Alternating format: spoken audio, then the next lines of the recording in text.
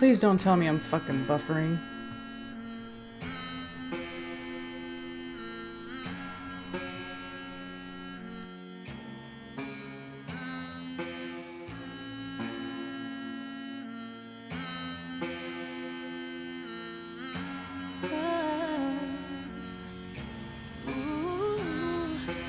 I just wanna live and dream, but nothing is as what it seems. And baby, it's making me crazy.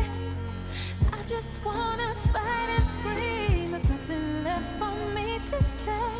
Fear shot to defeat the day. I know that I can control it, so it doesn't have to be this way. I'm really sick of living, stuck and trapped in the system. You're just a brick in the wall, and I got my back up against it. I represent the resistance, they want me back up in prison. But I'm the master of my path, and I won't slack on my mission. You're lacking the vision, so I'm just gonna cut to the chase. They hide the truth in plain view, right in front of your face. I used to think the world was normal, but that wasn't the case. We're just some goyim on a hamster wheel, running in place. Turn up the bass, I grab the microphone, and all I do is rock it. This little light of mine, I let it shine, and you can't stop it. But there's nothing these corporations just won't do for profit. This fake ass world that we live in is sick, it's truly toxic. If you don't see it that way, okay then keep talking. Don't bump into that wall while you're sleepwalking. The alarm is going off, I hear it beep often. I'm at the double doors of truth, I'm gonna keep knocking. I just want to live and dream, but nothing is as what it seems. And baby, it's making me crazy. I just want to fight and scream. There's nothing left for me to say. Fear shot to defeat the day. I know that I can control it, so it doesn't have to be this way.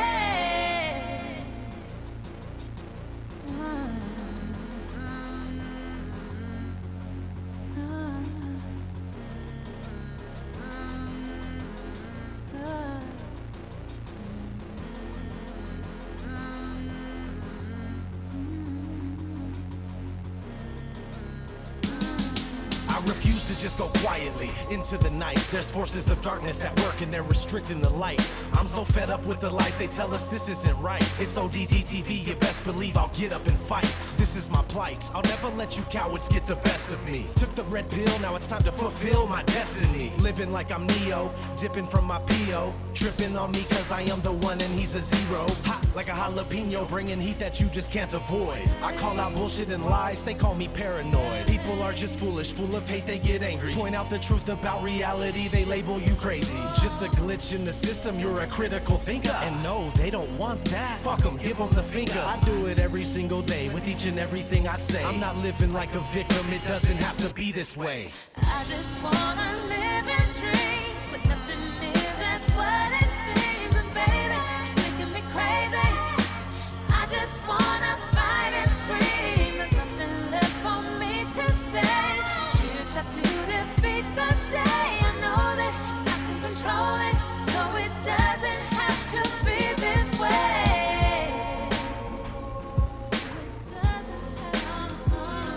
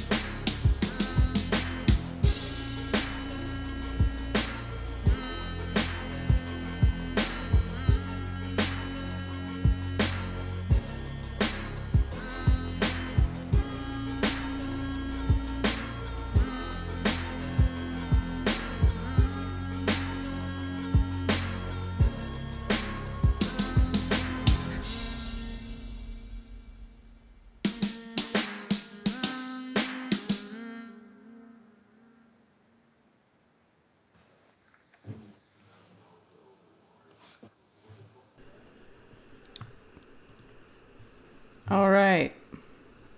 That was new music by ODD. I hope y'all like that, because I like ODD. I think he's pretty cool. Brian, you there? I'm here. I'm seeing you on a delay on the video. It's a little weird, but I hear your audio first. Yeah. It looks like it just caught up. It looks like you're in sync now. It's wicked strange. Yeah, sorry about that. It's okay. We're good now. My computer is a little old and tired, and so I think I'm asking it to do a bit much whenever I do streams like this. Yeah, I have a $400 laptop piece of crap computer, so I know how that goes. That's why I use StreamYard. I don't even try OBS, besides the fact that I'm not smart enough for OBS. Drives me it's not that bad. It just takes time. It's so frustrating.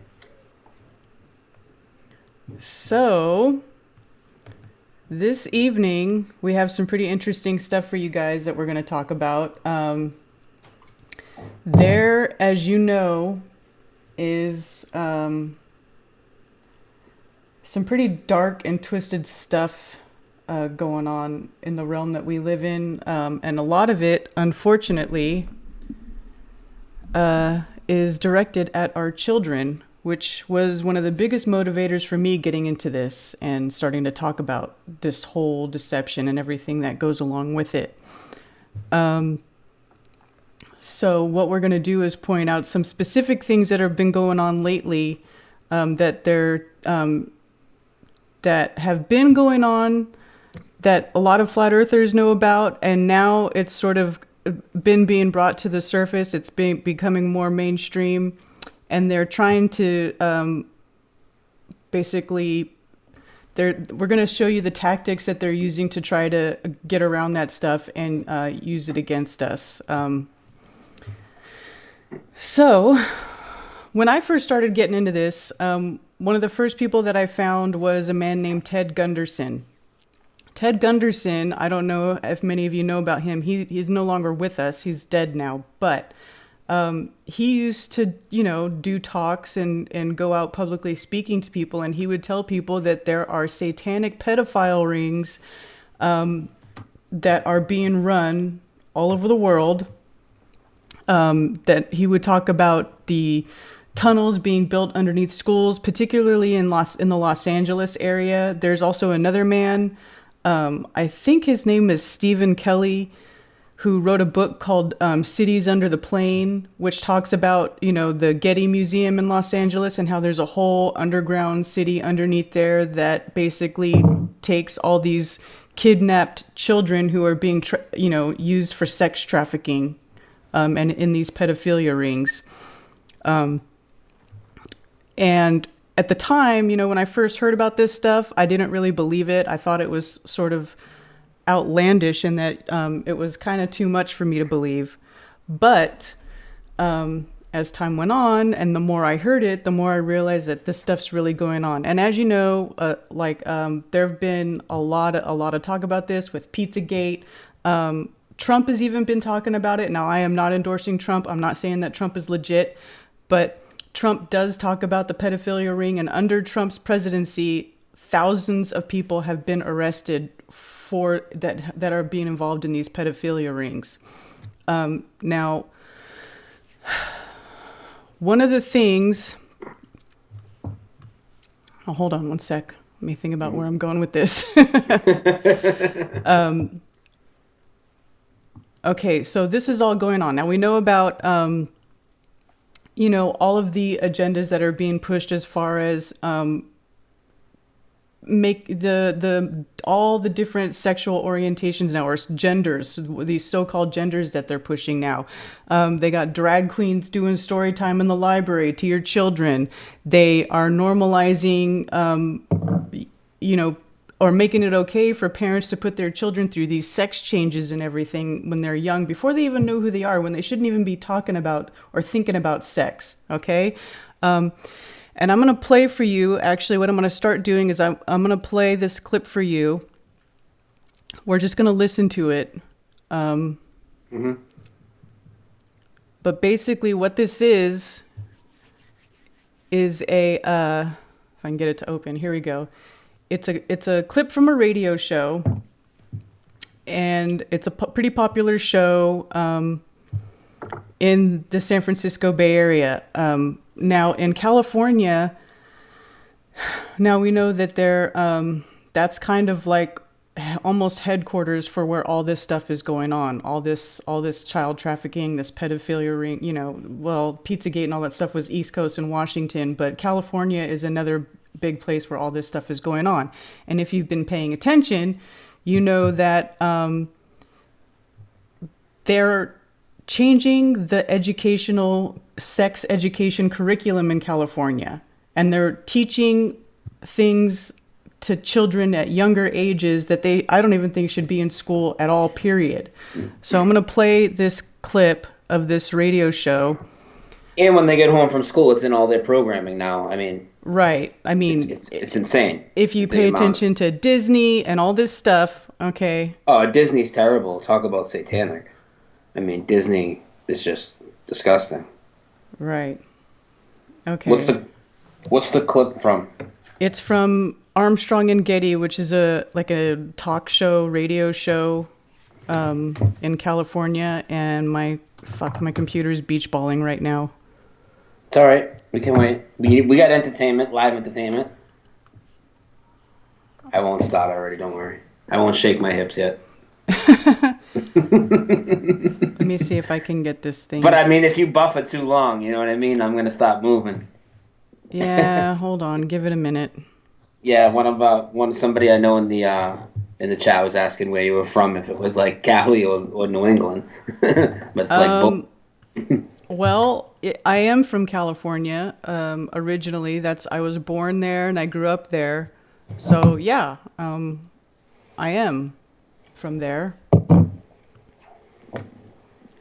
So I'm going to try to open this clip again. Here we go. Okay, I'm going to play it. So let's listen. The Armstrong and Getty Show, the conscience of the nation. Comey again. The New York Times goes on to say the Inspector General. Let me see if I can get somebody somewhere said something that turned out not to be true. So you're do this next segment because I don't want to hear it. Here we go. Because I got a fourth grader and I don't want my fourth grader to have to. I don't want to be there yet. I say this not for the purposes of drama or entertainment or anything. I'm serious. We're going to tell you about California's new sex ed guidelines. It starts with fourth graders. You can't let your kids listen to this next segment. Wow, that's interesting. I mean, seriously, don't. Well, that's next. Armstrong and Getty.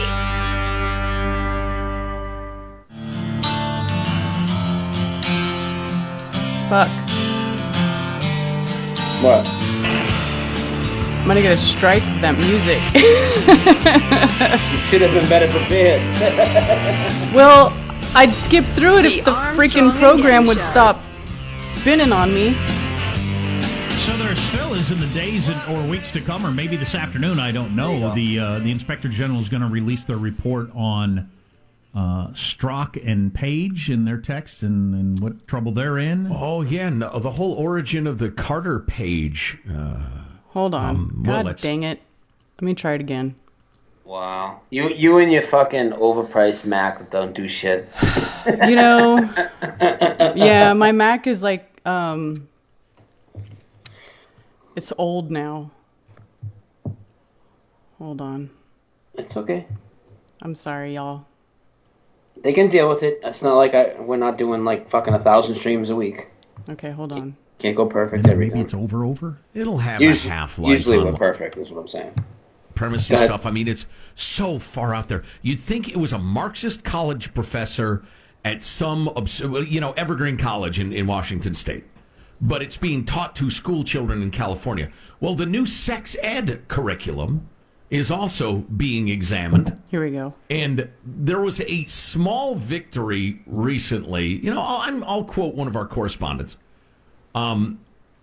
Who was part of a meeting with the school board and the Board of Education and the rest of it about what they're including. And they got some stuff removed, but I'm quoting now his note. This small victory was overshadowed by new guidelines textbook publishers will use over the next decade to create curriculum just like the books the board removed. Despite the removal of some of the offensive books, the framework still includes recommended books with similar content. So some of this stuff, they dropped the specific book that has them, but adopted others of the same sort or are going to in the future. Honest to God, this stuff is being taught to 4th, 5th, 6th graders, 10, 11, 12-year-olds, 10-year-old children. And it will be the most sexually explicit stuff that's ever happened on the Armstrong and Getty show. Ever. And we're a little naughty compared to a lot of talk radio shows. More so than Clark Howard, for instance. For instance. I can't even read this. This is for the freaking kids. Well, Jack, you tell me. Should I read it verbatim, keeping in mind it's the stuff for the kids? Well, yeah. Or no? You should be able to, obviously. I mean, we're a business, and If we so offend you that we go out of business, good for us. We'll get a medal, but I'd prefer to have a job. But if it would violate FCC regulations to say it on the radio, how can it be taught to a 4th grader? That's a hell of a good question. Here's one of the things. Be safe with sex toys. Why is my 4th grader hearing about sex toys? And again, folks, this is going to get a little objectionable, but this is honest to God what the biggest state You know what? is going to teach 10-year-olds. You know what my 4th grader is going to say when you say be safe with sex toys? He's going to say, what's a sex toy? Well, they're going to educate them about It's a toy you use for sex. What's Right. sex? Yeah, there's a nice They're showing them nice sex toys? picture of a They're talking to different. 4th graders Plug about sex toys. in That's your- different your than just stuff sex for the little education. kids. That's a whole No, unnecessary it thing. gets Clean worse. And knowing the difference between toy materials, silicone, glass, vinyl. And why is this being taught in school? I mean, what's the theory behind it? Always use a condom when using sex toys. Well, just everybody from straight to gay to trans, whatever, is going to engage in all sorts of crazy sex stuff, and they need to learn how to do it safely in their elementary school. And that's something the school system should do? Right. Only use toys that are flared at the bottom for anal sex. This way it won't get stuck. If you don't have the time or money to buy sex toys, 4th graders. cucumbers, carrots, and bananas with the peel. I don't make doubt great it. Dildos. Look what they put on the Just TV. remember to look, use look a at condom. look at this like what can't the be Bill real. Nye It shit, is real. sex It junk. can't be What real. about that Telling shit? Yeah. Here, You know what I mean? you want to hear everything they say. Yep. I'm sorry. Go ahead. That's okay. Go ahead. It's in bananas with the peel. Make great dildos. Just remember to use a condom. Now, this can't be real. It is this real. This can't be real. I'm telling you. Let's see. That's exhibit 1 of 6. Let's see. Here's an entire couple of pages on lubricant, and the different lubes to use for different body openings. Why would this be the fuck? government's job at any age to talk about this stuff, even if they're 17-year-olds and a senior in high school? Why is that the government's job as part of educating people? Well, and listen, this is straight out of the podcast we did yesterday with Tim the lawyer and Craig Gottwals talking about Heaven on Earth, the book about the history of socialism, which is terrific and interesting, and we talked about it for a long time, and I think you'll like the podcast. Go to ArmstrongandGetty.com. But one of the main tenets of socialist societies is that raising children be taken away from families and given to the state. Because they don't do it right. Parents Right. don't do it right. And we all know that this is a thing too, right? This is why they started promoting that women go to the workplace so they can no longer be home with their children to take care of their children, and the children now get put in the care of the state while the parents go work for meaningless fiat currency. Stepping up the fucking slavery, basically. Right? Yeah. Okay. Yeah. Oh, you want to say something? No, go ahead. Okay, I'm going to keep going. Yep. Pissed me off, though, I'll tell you right now. I know. Shit, it's beach balling again. Motherfucker.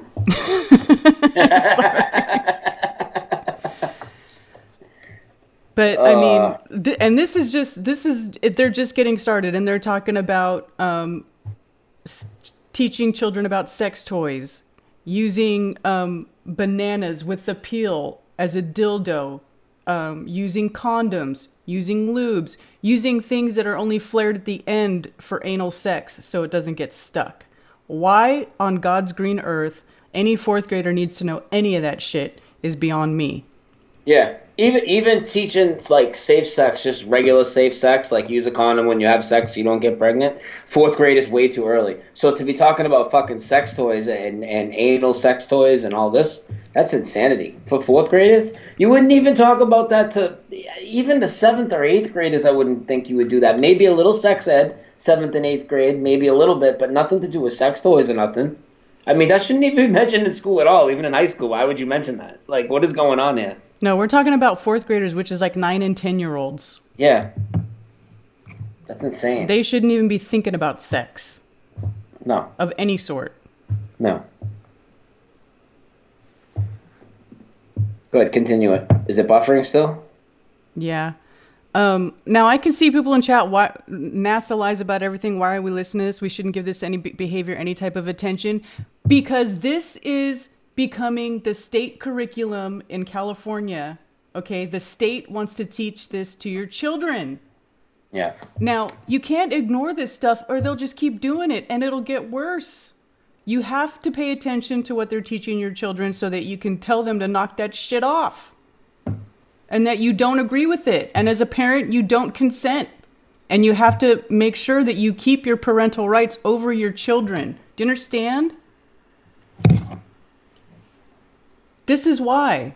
This is why I'm talking about this stuff. Because I'm a parent. And I don't want these psychopathic pedophilia assholes teaching my children stuff like this. You know, California is the testing ground for stuff like that. You know, they started there, and then it spreads to the rest of the country. You want this crap spreading to where you live? I don't. I don't know about y'all, but I don't.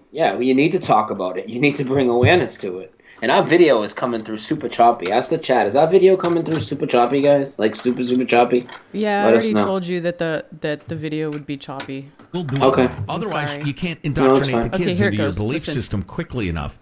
And so and I remember hearing about that in college and being horrified. But so here's all sorts of stuff on lube and how you can use saliva if you don't have time to get lube. Here's bondage and restraint. What is it? How do I do it?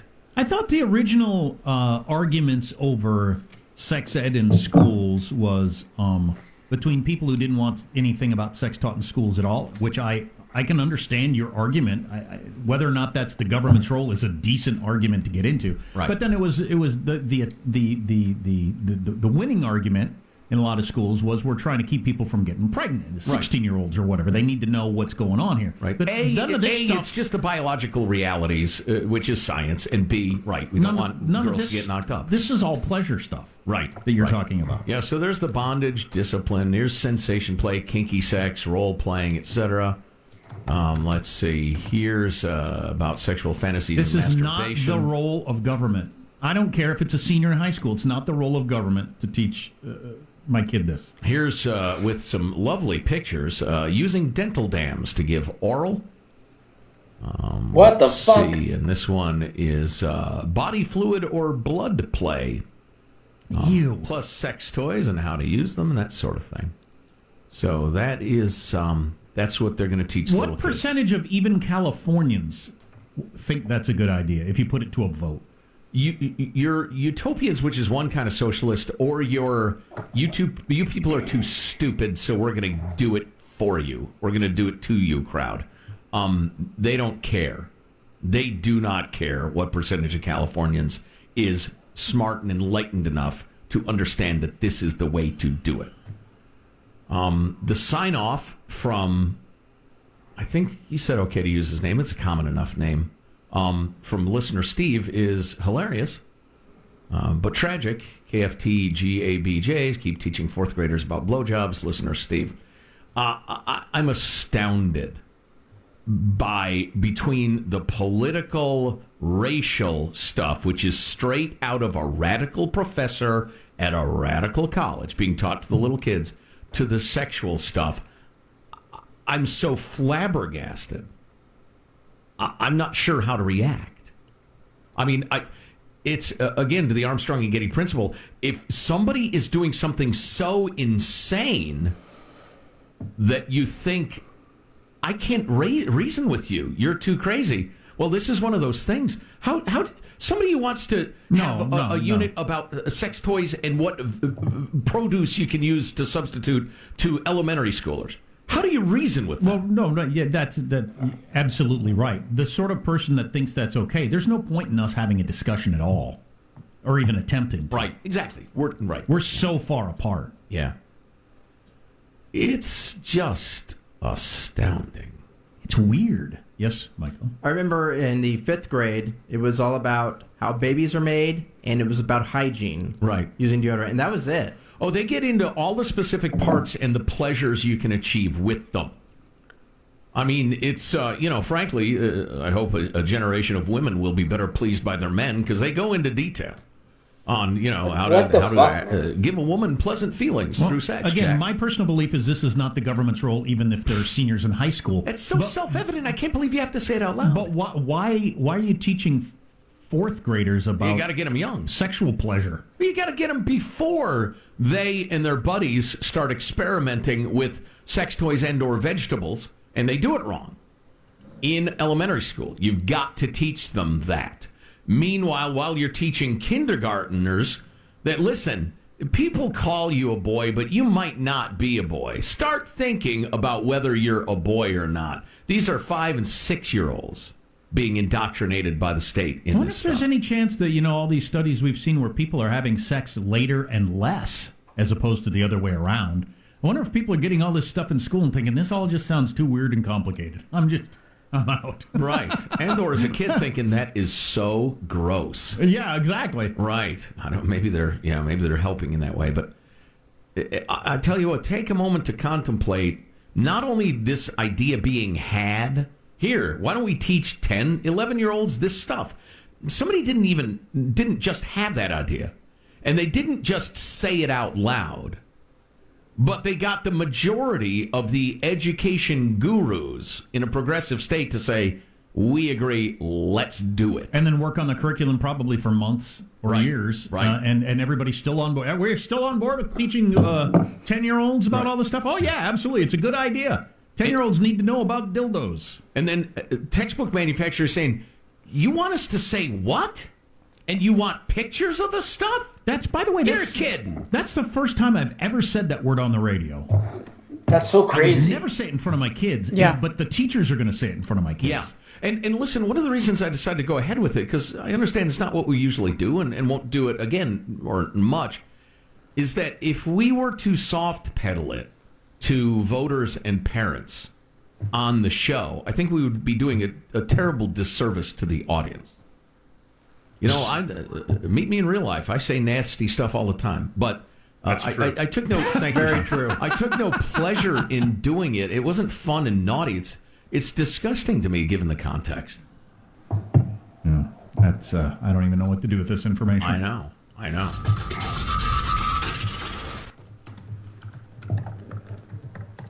All right, so there you have it. They're talking about the new curriculum, the new sex education curriculum in California. Now, you can imagine, or can you imagine why they would be telling young prepubescent children how to pleasure a sex partner? Do you think a prepubescent child understands what being sexually pleasured is?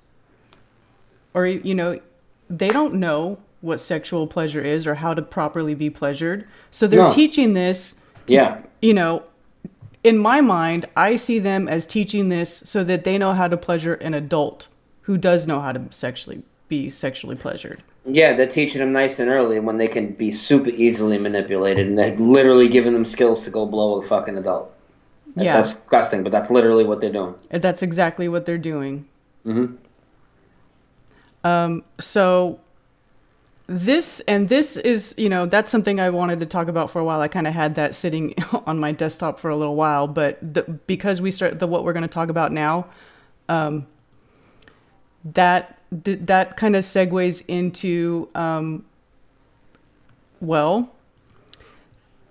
hold on. Let me start screen sharing. All right, let me grab a beer. All right, hold on one sec. So everybody, there's a lot of people who years ago were talking about this being a satanic agenda, right? Okay, so how what you just heard, I'm going to show you some other stuff. Transitions to this. Okay, this person, Lucian Greaves, is part of a satanic agenda. God, I'm buffering. I'm freaking buffering. Hold on. Yep. Why is it buffering? Every day I'm buffering. Oh, God dang it. Yeah, I'm buffering. Hold on. Is your computer going to be okay? I don't know. Hold on. If you need to, I mean, we can always swap it over to mine. It's not working, Hold on. That's the last thing we want to do, but I'm just saying. If we build it, they will come. Right, guys? If we build it, they will come. You guys all know what I'm talking about. It's crazy. It's crazy out there. Hold on. Give it a minute. God damn All right. it. What do you see? I just looking at the Skype, and hold on, let me look at the YouTube. I see the screen share. Yeah, but I see the article. Everybody's looking at the Lucian Greaves archive. Okay. So you can actually start explaining it, even if you're seeing the buffering. I don't know if you can see the article yourself, but it's on here screen. Here we go. Okay, so this dude, let's see. This Lucian Greaves person, he started the satanic temple, right? He's the guy who started this satanic temple. And, Fox News has him on. He's responsible for putting up having the Baphomet statue put up at the Oklahoma State House. He also started this. After school Satan. Christians poison our kids' heads with fear of hell. After school Satan is the antidote. That's insane. And of course, Fox I News know. is glad to put him on and give him airtime because they're serving the beast system. They're actually a bigger part of the beast system than people think. Fox News is literally the enemy. Well, the media, as we all know, the media helps push this crap. Yeah. They help push this crap. Dude, the media pushes all the psyops too. They push everything. I mean, Fox News is like, man, right when 9/11 happened, I might have a bias against Fox News for it, but they just like came out the blue when 9/11 happened, and they were just fucking all over the place, and then they just blew up, and they were just full of disinformation, and all these people they interview, it's like, oh my God, looking back at it, it's such a joke, But go ahead, I'm sorry. Right, It's fine. Back to the Satanist. It's fine. pedophile. Okay, so here we have Satanists openly targeting our children with After School Satan. Now, there's this website about ritual abuse. There's a man, there's a lot of people who are trying to expose ritual abuse. And so they talk about this man, Lucian Greaves, and his After School Satan program.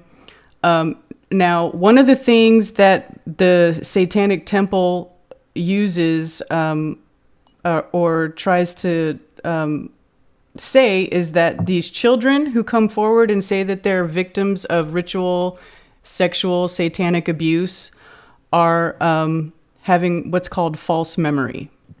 Mm-hmm. Okay, this is a thing that's pushed by the Satanic Temple. They call it False Memory Syndrome Foundation. And they try to accuse this man who was exposing them of implanting false memories or that he's got a false memory. They're basically trying to say the stuff that these children are coming forward and saying that they're victims of are false memories being implanted by some outside source instead of them really being sexually abused or being victims of this ritual satanic abuse. Okay? Yeah, very, very interesting. The story I told you. You want me to interject with that story real quick? Sure, go ahead. Go ahead. Well, there was this douchebag that I know, and he was on Facebook one night. And so I wake up in the morning and my inbox is blowing up, you know what I mean? And it's some girl that I don't really know. She must have been on my friends list type of thing. You know, I get 3,500 people. I don't know them all. And especially when you do this type of thing, you generally accept people just to have the conversations. And she's like crying. Like she actually voice messaged me and she was crying. And she said that some kid was on my Facebook wall because we were talking about Mandela effect. And she had commented, or she might have posted and tagged me, whatever it was.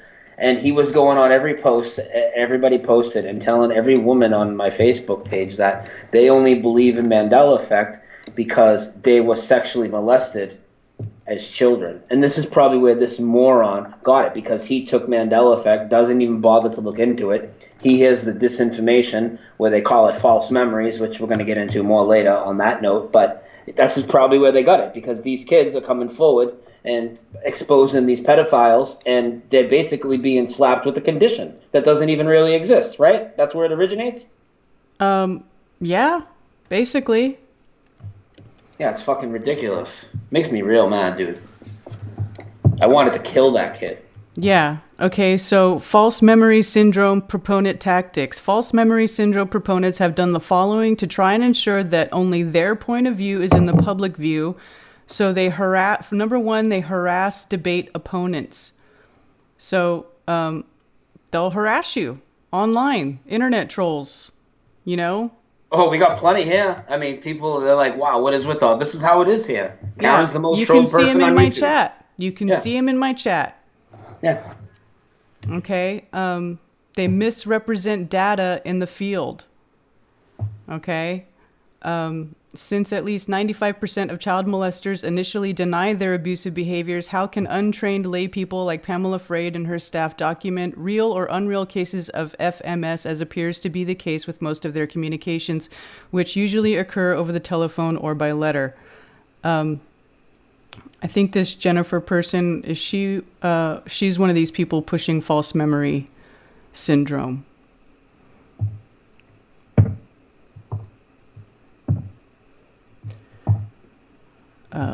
I don't want to read this whole thing here, but look at number 3, okay? Their third tactic, controlling the media. Okay, so they get in the media. The media helps them push this idea that these children are having false memories. Now look at right here. This little clip right here, rarely has such a strange and little understood organization had such a profound effect on media coverage of such a controversial matter. The foundation, and that's in reference to the false memory syndrome foundation, is an aggressive, well-financed PR machine adept at manipulating the press, harassing its critics, and mobilizing a diverse army of psychiatrists, outspoken academics, expert defense witness, litigious lawyers, Freud bashers, critics of psychotherapy, and devastated parents, with a budget of $750,000 a year from members outside its supporters. The foundation's reach far exceeds its actual membership of about 3,000. So they're getting funding from God knows where to come and push this bullshit idea, this false memory syndrome, whatever it's called, their false memory syndrome that they've made up, to try to dismiss these children who come forward as victims of ritual, sexual, satanic abuse. Yep, and it's fucking disgusting. Mm-hmm. It's disgusting how they would do that. Yeah, so here we've got Vice. He's been on Vice, you know, talking about his Baphomet monument unveiling. They glorify it. They make it look cool and trendy. You know, it's cool to be a Satanist. It's cool to target children and teach them evil shit and do evil things. All right, can I say what I need? How I want to add to this a little bit, or Yeah, go ahead. Go ahead. So this whole false memory thing is something that I've had to deal with a lot. Talking about Mandela effect for a long time now, and we've done a whole show on Karen's show here, channel here about it, and we do shows all the time. So I'm not here to explain the whole thing now and prove it. I think pretty much most of the people in the chat here get it. But they try and basically I get these Google alerts on my phone for Mandela effect anytime an article comes up or something's posted about it anywhere. So I'll get an alert on my phone, my Gmail, Google alert, and so I'll go read it. And every day it's increasing to every day it's all about us misremembering. Karen, do you have the clip ready? Because I'm going to want you to play it in a minute. Misremembering. Which clip? For the movie. I guess The I don't have it ready. All right, hold on. I'm going to send it to you, okay? Or should I play it on my end? You can play it on a screen share. Just go ahead and do it. All right, I'll play it on a screen share. All right, here's the thing, and I know I'm going to take heat from this from a lot of people because people are going to think I'm outspoken against this movie because I don't agree with the theories being pushed. But it's not even that. They had this trailer that came out for this Mandela Effect movie that's coming out, which, they're basically promoting this false memory shit and making it more mainstream because what they're saying in the movie, at least all the articles I read, now these articles, sure, they could misrepresent, and I will have to see what happens in the movie, and hey, maybe I'll have to eat crow later, but I don't think so. Because the media is never going to portray any of these things we look into the correct light. So here's the thing. All the articles say that it's a case, and I'll just read some right now. Hang on. Just leave the screen where it is right now, and I'll take it from you in a minute, Karen. All right. Okay, the director, where is it? No, hang on. Okay, so director David Guy Levy is exploring a fascinating phenomenon in his upcoming sci-fi film, The Mandela Effect, wherein a man becomes obsessed with facts and events that have been collectively misremembered by thousands of people. And then as you go through all these articles, and I'm not going to read them all, I'll read one more though. And also, by the way, this one of the sites I'm going to show where I'm actually going to play the trailer, I don't know how official that channel is or whatever, but it has 120,000 subs. And this site right here that I'm looking at now that does a review on it, you know what the category of the movie is? The category of the movie is paranoia horror. Right. Yeah. So a man becomes obsessed with facts and events that have been collectively misremembered by thousands of people. Believing the phenomenon to be the symptom of something larger, his obsession eventually leads him to question reality. And then in other ones, they'll show you. You'll see in the trailer, and we'll just let the trailer speak for itself. I am very outspoken about what my theories are on what's happening here with the Mandela effect. But, I don't know what's really happening. Nobody does. Anybody that tells you they do is full of shit. We all have ideas. But I don't like anything that takes our soul away and our consciousness, and I feel that that's always been the agenda, and that's what Neil deGrasse and Brian Cox and all these guys push, Elon Musk, that we're in a simulation, and that's what this guy is pushing hard in this movie. He's even come out in the interviews and said it, and that's what they're trying to lead you down. But hold on, simulation theory simulation theory fans, right? Mm-hmm. They're still going to fucking pull the rug out from under you too. So what they're going to do is they're going to dangle this little simulation theory carrot the whole movie, but then they're still going to make the guy look crazy the whole time. And then we're still crazy. This thing isn't real. But for the people that are like fans of it that know it's real, here's your simulation theory. That's where I think it's going. I'm sorry. But let's watch the trailer. And it obviously shows you. It shows his daughter like glitch out like into another reality like in front of his face. We don't see that happen with the Mandela effect. That's fucking disinformation. And it's going to make him look crazy because he lost his daughter because she's fucking teleporting around or something. I don't know. How do I do a screen share? It should be a little option down there at the bottom. It's got a little two squares, one overlapping the other. I see it. And also I want to give a shout out to Eric De Leon, who gave me a super chat. Cheers. Thank you for the super chat. All right. What do you see? Do you see my screen? Yes, I see Mandela Effect official trailer. Okay, I'm going to go to the video. That's going to be right here. And we already now. Anybody that's already seen the first and here's the thing, guys. If it comes out and it's a good thing for the community, I'll come out and say it. Like I said, I don't know until it comes out. But I'm trying to get out ahead of this thing. Let me get this straight with you. The media has never portrayed us in a good light. And for me, the Mandela effect for me is a spiritual thing, a consciousness thing. It's not a conspiracy, but that's how it gets looked at. A lot of conspiracy researchers look at it. So any type of conspiracy or whatever, those types of things, they're never going to get portrayed correctly or even in a good light in the media. It's Hollywood. So if I'm wrong, I'll say, hey, I was wrong. But I had a reason to be very skeptical. Karen, before I play this, I mean, look what happened with Behind the Curve. Like, why wouldn't you be skeptical? When has Flat Earth ever been portrayed in even a fair light? You know what I mean? Yeah, I hear you. I hear you. All right, I'm going to play this, and this is the second trailer now. This one just came out, I believe, yesterday maybe, or 2 days ago, November 5th. So we saw the first one. This one's a little different. This one gets a little crazier, and it makes it look like they are definitely in a simulation. Can you hear it? No. Okay, hang on. I can't hear it either. What happened?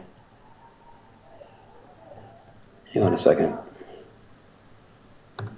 Oh, hang on. What the fuck is going on here?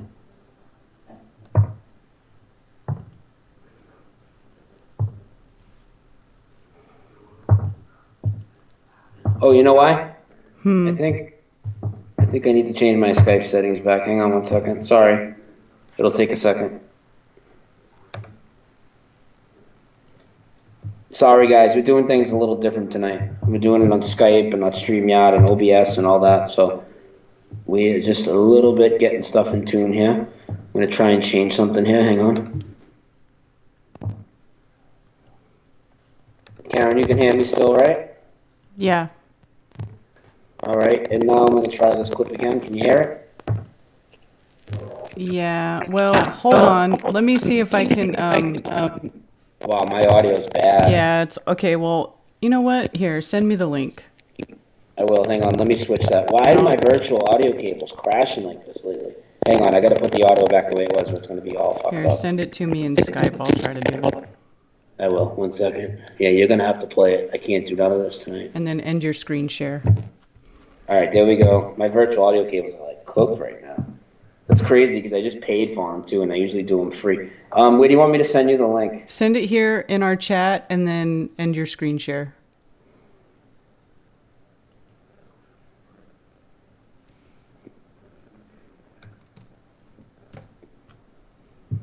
All right. Sorry, guys. Trying. What the fuck, man?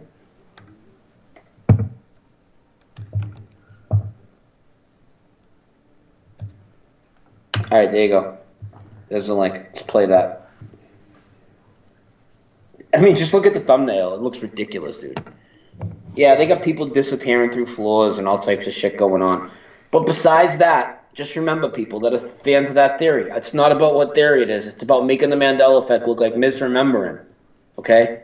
They're going to dangle a theory I'm not favorable to at all, and I have my reasons, and I've gone off about this on many shows, but the whole thing is they're still saying the plot is people are misremembering. And this guy's going crazy, and that's what triggers it. That when he thinks his daughter dies or she disappears or whatever, that's what triggers it. Hold on. All right. Let's see.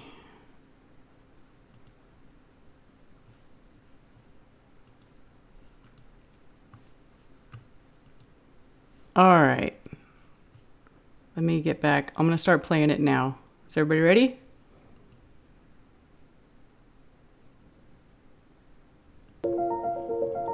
Sam. My precious Sam. Hey, Sam. Stay where we can see you. Becoming parents gave Claire and I a greater sense of purpose. Whoa. Every day brought with it new memories, each one sacred in its own way.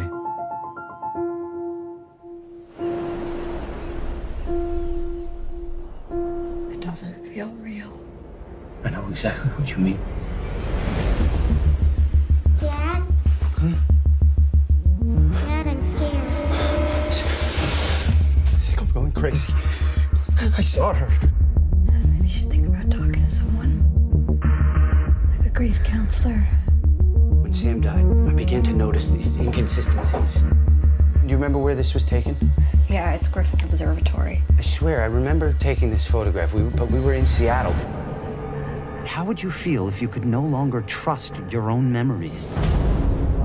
You remember the children's book when you were growing up about the family of bears? The Berenstain Bears. Berenstain, S-T-E-I-N. You've been hard to reach lately. I just started noticing some things. And Like what kind of things? We're living in parallel universes. Can you picture the Monopoly Man? Yeah. What's on his face? Monocle. Apparently, it's never been the case. The Mandela effect. Either we're sliding between parallel realities, or like a simulation, and it's glitching out. Do you hear yourself right now? Maybe it's in my head, Claire, but what if it's not? Maybe none of this is real.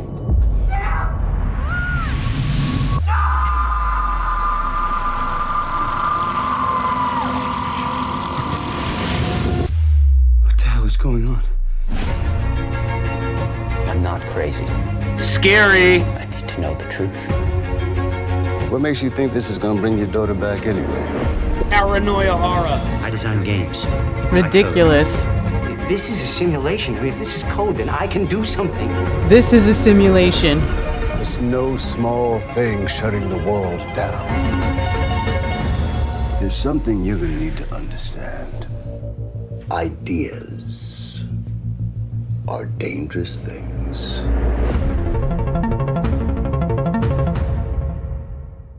Yeah, so listen, if there's one thing I talk about, let's talk about, even before I got into the Mandela effect, one thing I talk about is, why is your screen blue? All right, that's weird. All right, I'm back. It's about not pushing fear. And this movie just makes it look like a whole scary thing, which is, man, this whole last year and a half that I've been doing videos, or a little less than that, it's like one of the main things I try and talk about all the time is, you don't have to be scared of this. And I don't know, man, they're just making it look like a scary thing. I think they make the guy look crazy. What do you think? Yeah, they're making it look scary. They're making it look like he's going crazy. They're making it look like he is losing his mind. They're pushing simulation theory that none of this is real, that reality isn't real.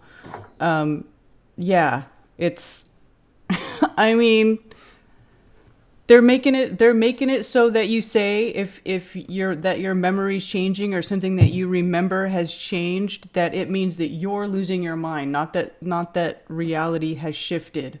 Yeah, and that's the exact opposite of what we need. It's the exact opposite. So, hey, if I'm wrong when I see the whole movie, sure, then I'll have to come out and say I was wrong. But I have no reason. Again, there hasn't been one time that Hollywood's put out a movie that's had we think things come out that have truth. Like you see, what about something like JFK, all of his stuff? But that's just all bullshit, though. That's not truth. That's posing as truth. It's not going to shed this into good light. It's not going to. I just don't feel that it is. One thing I want to know is how much are they going to address the residue? I mean, I know that they definitely showed a little bit in the trailer, but how much are they going to address it? Because are they going to make it look like it's just this one guy that's having these memories, and then is he just finding residue? Is he not finding residue? Are a whole bunch of people, because we have endless residue, are they going to get into the parodies like Timmy in the Well, where there's people all over YouTube doing impersonations with their dog? What's that last scene? Ruff, ruff. Timmy's in the well, and now that episode never existed, all this human behavior. Are they going to get into any of that, or are they just going to get into this guy thinks we're in a simulation, these things change for him, and everybody else thinks he's crazy? Because that's not how it is at all. Look how many people are in your chat right now. 215. I know they're not all Mandela affected, or no, they don't all admit it. No, but I bet maybe they aren't. But I bet you at least 150 of them, huh? Admit it. There's a lot of friends here. Yeah, and it's not really whether or not that you think that you're Mandela affected or not. Maybe you are, maybe you aren't. That's really not the point here. The point is that there's evil shitbags running the world. They like to victimize children. They like to steal children, and they like to teach them how to pleasure adults so that when they kidnap your children and put them into their sex trafficking rings, that they perform like good little sex slaves. And then when those children come forward and say that they have been victims of ritual satanic sexual abuse, that it's a false memory and that they can't be believed. Yeah. That's the point here. That's the evil agenda here. And we just laid it out for you how they're doing it. We just laid it all out. This is what they're doing. That's the point. And with something like this, it's going to popularize the idea of false memories. It's just that's how they program people. You know what I mean? They're not going to come out with a movie that says, hey, kids that come out and say they're sexually abused have false memories. But they'll make a cool looking Matrix type movie like this, right? A little low budget or whatever, but they'll make a movie like this, make it kind of catchy and make this whole false memory thing something. Because people that aren't into...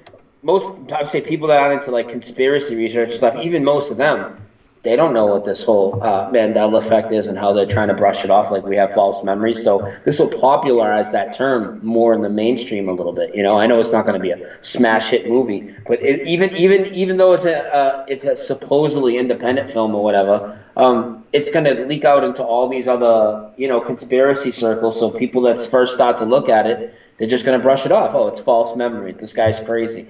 You know what I mean? Because they're going to show you some of the residue and stuff and think without looking, oh, that's the stuff Brian talks about. He shows some of that. But, oh, yeah, these people are just crazy. Look at it, you know? Yeah, exactly. Yeah, so I'm not too optimistic about that. But, you know, I'm not out here attacking people or nothing about it. It's just I have no faith in it. Why should I? And if I'm wrong, then, hey, I'll have one loss on the record as far as I would have zero faith in that film. Yeah. Just because of the subject matter and what we just talked about beforehand and how long this has been going on and how, you know, these vampires, I mean, that's what they do. They victimize children. I mean, I'm sure a lot of you have heard about adrenochrome. They are basically sucking the life essence out of these children to benefit themselves, to make themselves younger, to make themselves feel better, to be more powerful. And I know it sounds absolutely insane and crazy, but that's what's going on. No, it's true. We did a show on that. Me and Paul did a whole show on adrenochrome. And the other thing too is like, think about all the fear events that they push and what state of mind that's putting all the kids in, especially all the fake shootings and stuff. Think about what that does to the kids. That'll boost their adrenochrome levels right up. Yeah, exactly.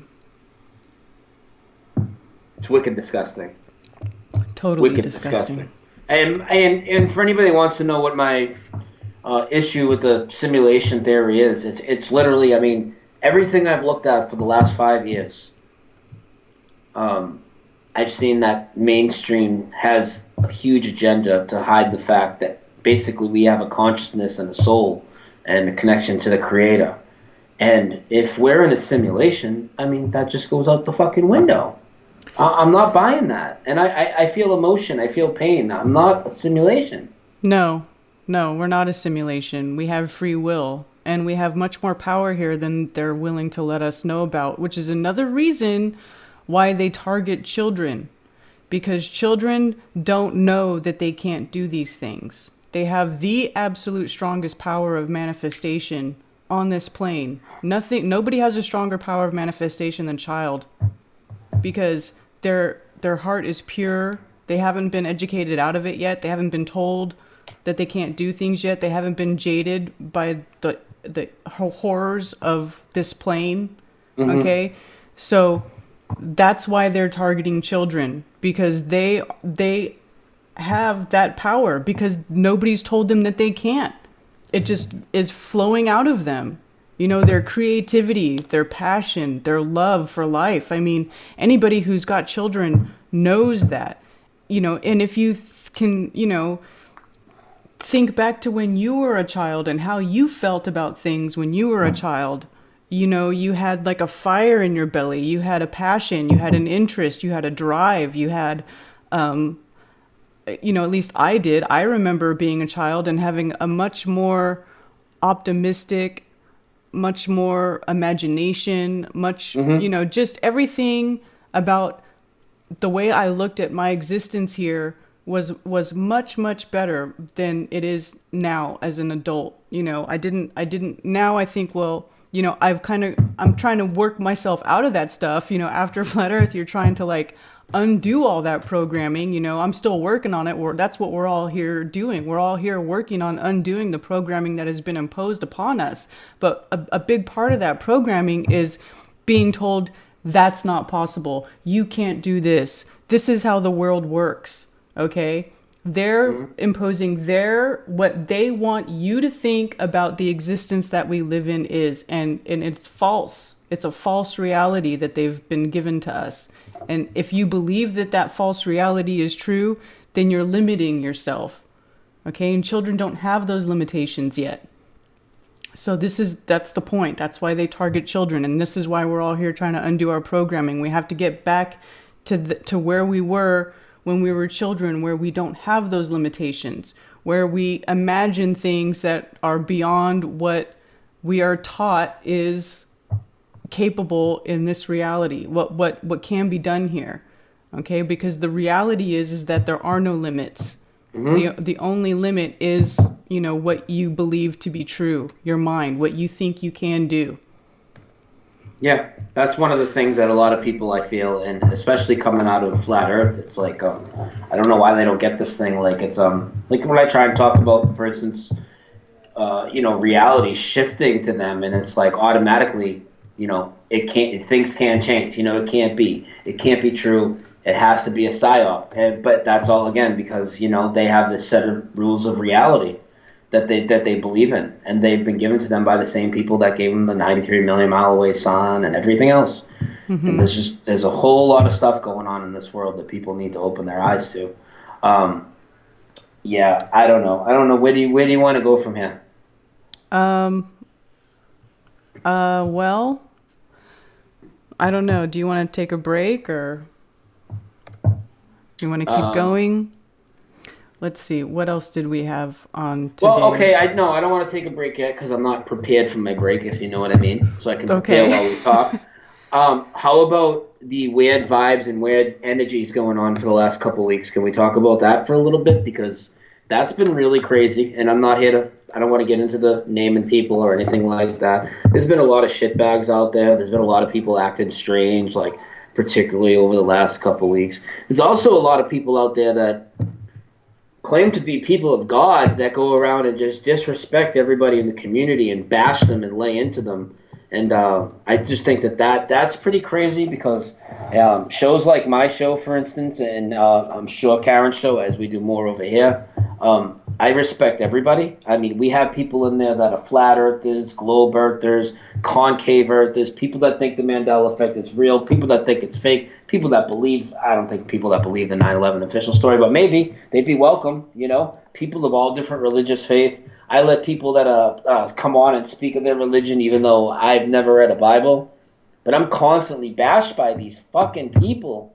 And it's and this time it wasn't me. It was some stuff I read, and you know what I'm talking about. But there are other people that have bashed me and told me I'm going to go to hell if I don't, you know, didn't realize God. Anybody that doesn't realize God is going to go to hell. And this, you know, that's the people that talk like that, Karen. And like I said, I respect everybody's religion. I don't think any of them are different.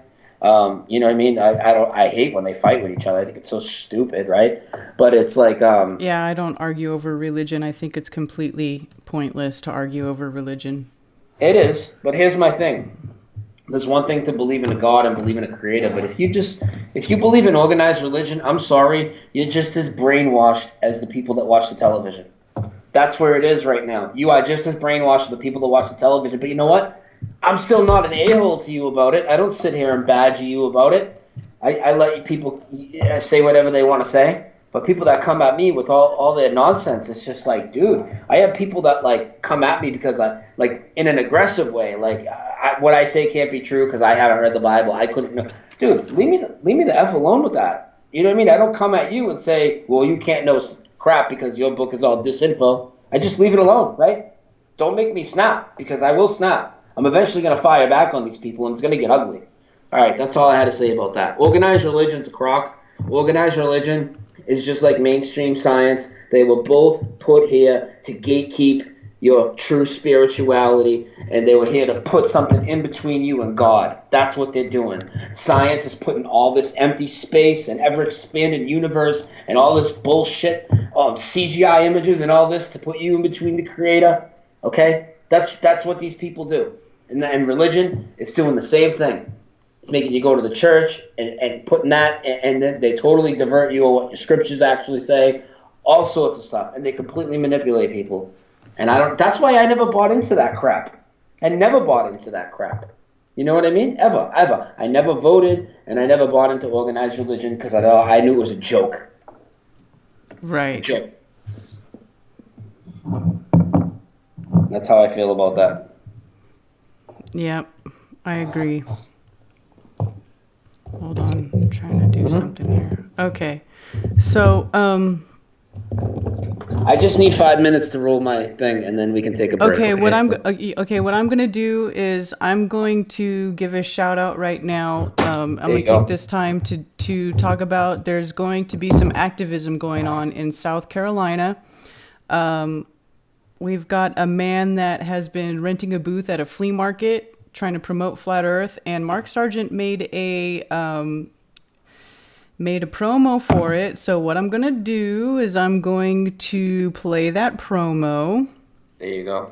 And we got 228 people here. Yeah, so if you live in the South Carolina area, watch this, and if you want to go help this guy do some Flat Earth activism, you can do it.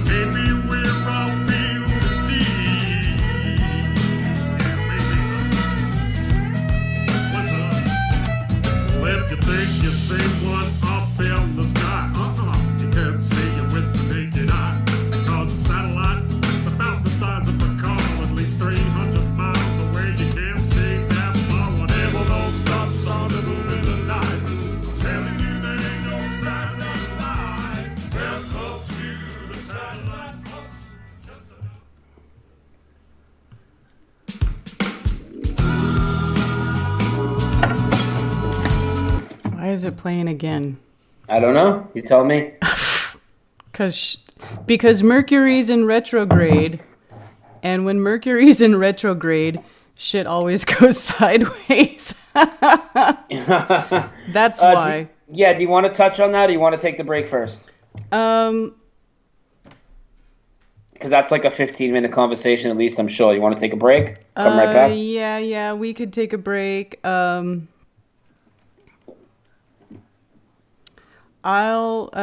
me look in chat. Hey, chat, do you guys want to hear some more ODD or Twin Serpent, or what do y'all want to hear when we go to break? Oh, we're going to let them vote. Yeah. Twin Serpent or ODD? What do you guys want to hear? 1 for Twin Serpent, 2 for ODD. 1 for Twin Serpent, 2 for ODD. What do you guys got? Don't disappoint. 1 for Twin Serpent, 2 for ODD. All right, Karen, you're going to play it though, right? Whatever it is. I'm going to go stop my break. Yeah, whatever y'all want, I'll play it. All right, we'll be back in like 5 minutes, guys. You're listening to the B stream.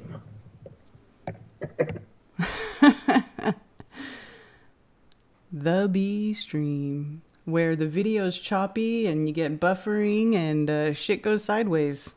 That's the B stream.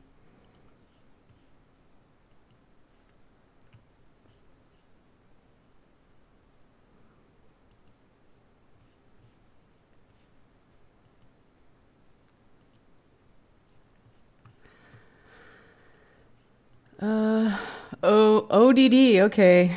I see a lot of ODD. I'm with y'all. Let's hear some more ODD. I paused it at the end of that song that we heard in the very beginning. So what I will do is I will just hang on one sec. I will go back to that.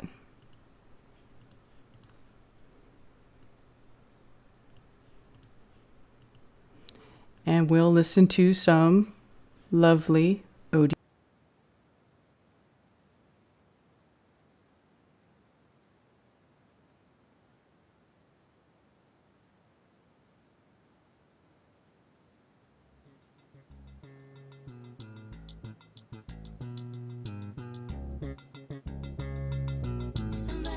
Somebody's watching me. Somebody's watching me.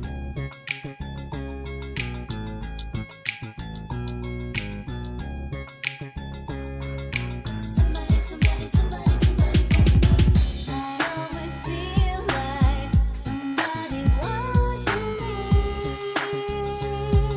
Somebody's watching me. Unless some feelings monitored constantly. I'm late on my rent. These Jewish banksters have me in debt. I'm always super disappointed when I'm cashing my check. How sad can it get? A money slave trapped in the net. And I can feel these demons breathing down the back of my neck. Every single move I make is logged and tracked. I won't even use my phone, I know they got it tapped. Keep my eyes wide open, gotta watch my back.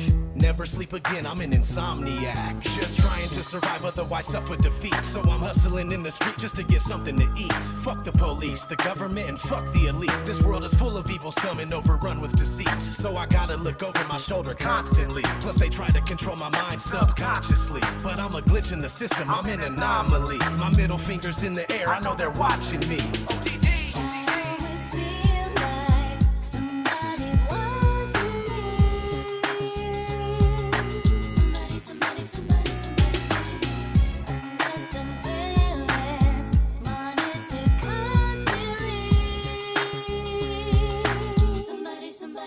Somebody's watching me. Squirrels on some secret shit, but lions on the plane. Way out where you can see us live. Squirrels on some secret shit, but lions on the plane. Way out where you can see us live. 5G network, no sneaking out, no sneaking in. Log in and survey yourself and your closest friends. They building on us. Can't wait till we post the content to store our lives on terabytes and Library of Congress. The opposite to progress. Straightforward, cameras on me everywhere, yet they making me pay for it. I'm not feeling it, man. It's past my ability to understand why you won't get out and get it by any means. Smart home shut down by remote from the Philippines. Private home purchase, still a government facility. Cops with the body cam is still murking teens. So we gotta cut the head off the serpent with the guillotine. I always feel like somebody's watching me. Somebody's watching me. Unless some feelings monitored constantly. Somebody's watching me.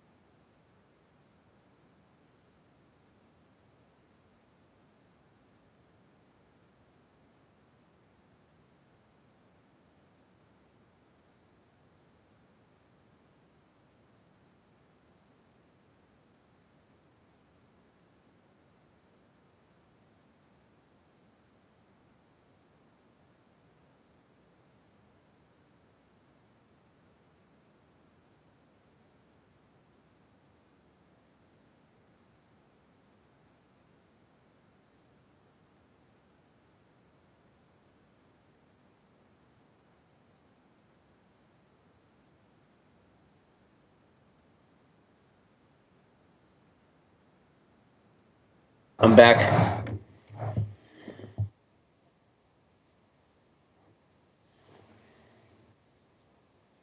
Really? Like real bad? Should we move the show over to the other channel?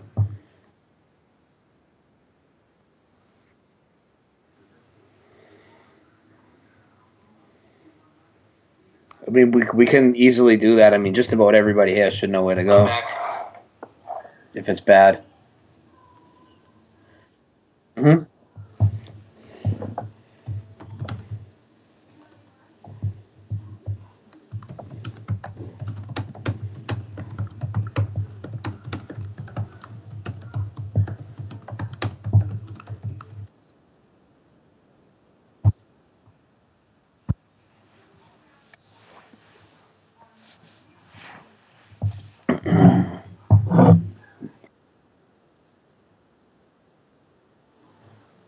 That's fine. Everybody says you're buffering.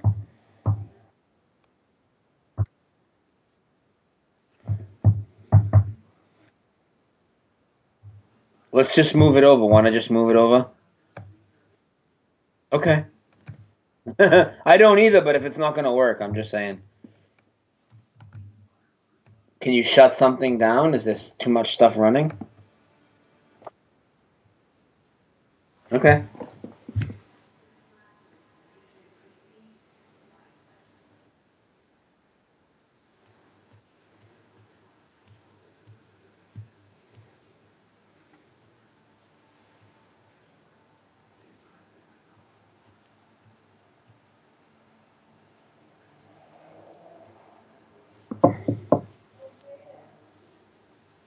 Sing us the song of the piano man. Sing us the song tonight. Well, we're all in the mood for a melody. And you got us feeling alright. I think we are. Buffering on my end. Is it playing for you guys? Let me try to refresh. Okay. Cool. Can they hear you? Can you guys hear Karen?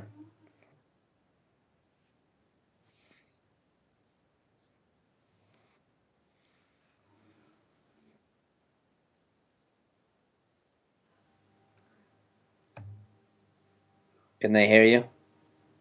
Can you guys hear Karen?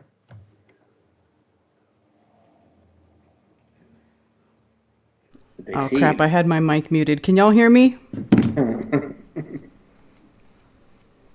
Because I had my mic muted while the music was playing.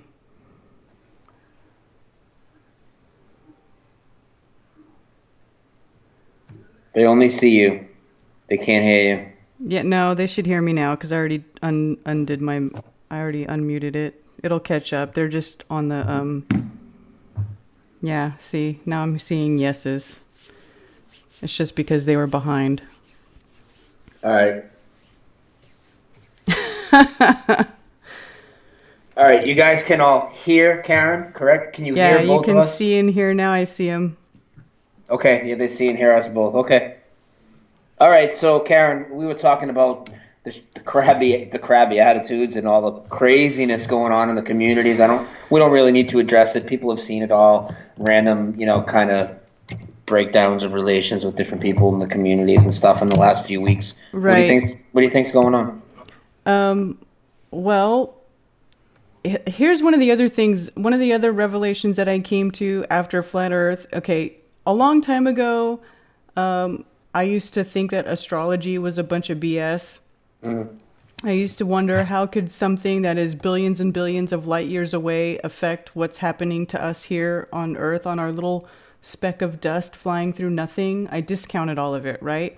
Well, once I got into Flat Earth and I realized that those lights in the sky aren't necessarily billions and billions of light years away. They're actually small local lights within our system.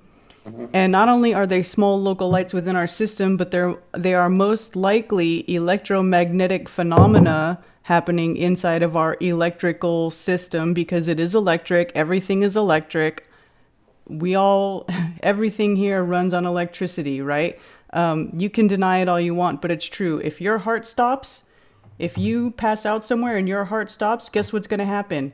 The EMT is going to go get something called a defibrillator, which is these two paddles that have metal plates on either side, and they put one on your heart and one on your side, and they distribute an electrical charge to your body to make your heart start again. An electrical charge. Okay? If your heart is out of rhythm, you have an abnormal heartbeat and you need a pacemaker, that pacemaker, you know what it is? It's a magnet. It's a magnet that has an electrical charge in it. Okay? So we are electric. Everything is electric. If any of you watched my talk that I give when I do these conferences and people want to call me a new age witch and say I talk about new age shit, I really don't care, because a side note, new age is a derogatory term given by religious zealots who don't want you to explore the true reality of who you are. That's what you get labeled when you want to look into stuff that actually lets you know who you really are. I wasn't gonna say any names, and I'm still not gonna. But you know the video I was talking about where homeboy came out and called every single person going to the conference a witch. Like, it's so ridiculous. Yeah. Man of God that I saw literally overnight a couple of years ago just turned into a piece of shit. Yeah, this is just a derogatory term that they give people who look into, it's not even new information. This is ancient knowledge, gnosis that we should already be aware of, but they hide it from us. And this is part of what they're hiding from us, okay? So, you know, they call you, a new ager, whatever. You can call me whatever you want. I really don't give a rat's ass. All I'm doing is trying to figure out who I am, where I am, and how this all works, okay? And from what I can tell, it's all electric. Okay, so when you have these things, going back to astrology, you know, all these bodies up in the sky, which are most likely electromagnetically driven, like, you know, you can look up magnetic levitation, all this stuff. This is how this stuff works. I mean, everything going around in circles over and over, repeating pattern, infinitely repeating pattern, okay? Infinitely repeating pattern. If you know what a magnetic field is, then, you know, and you start to look into this stuff, then you'll understand how this whole system can be run electromagnetically. So, that being said, all these bodies have patterns that repeat, and sometimes these lights in the sky align in certain ways that create different energies which affect us, okay? Now, Carla, Red Pill, thank you for sending me this. Let me see if I can get the phone to the camera to focus on it. But do you see... Oh, whoops, I just accidentally put my phone to sleep. But do you see how you've got the sun, Mercury, Venus, Jupiter, and then Saturn all in a line? The planets are aligned. These planets are all aligned. And not only are these planets aligned, Mercury is in retrograde. Mercury goes into retrograde about 3 or 4 times a year. And when Mercury goes into retrograde, it is notorious for making things, you know, go haywire. You know, particularly like communication.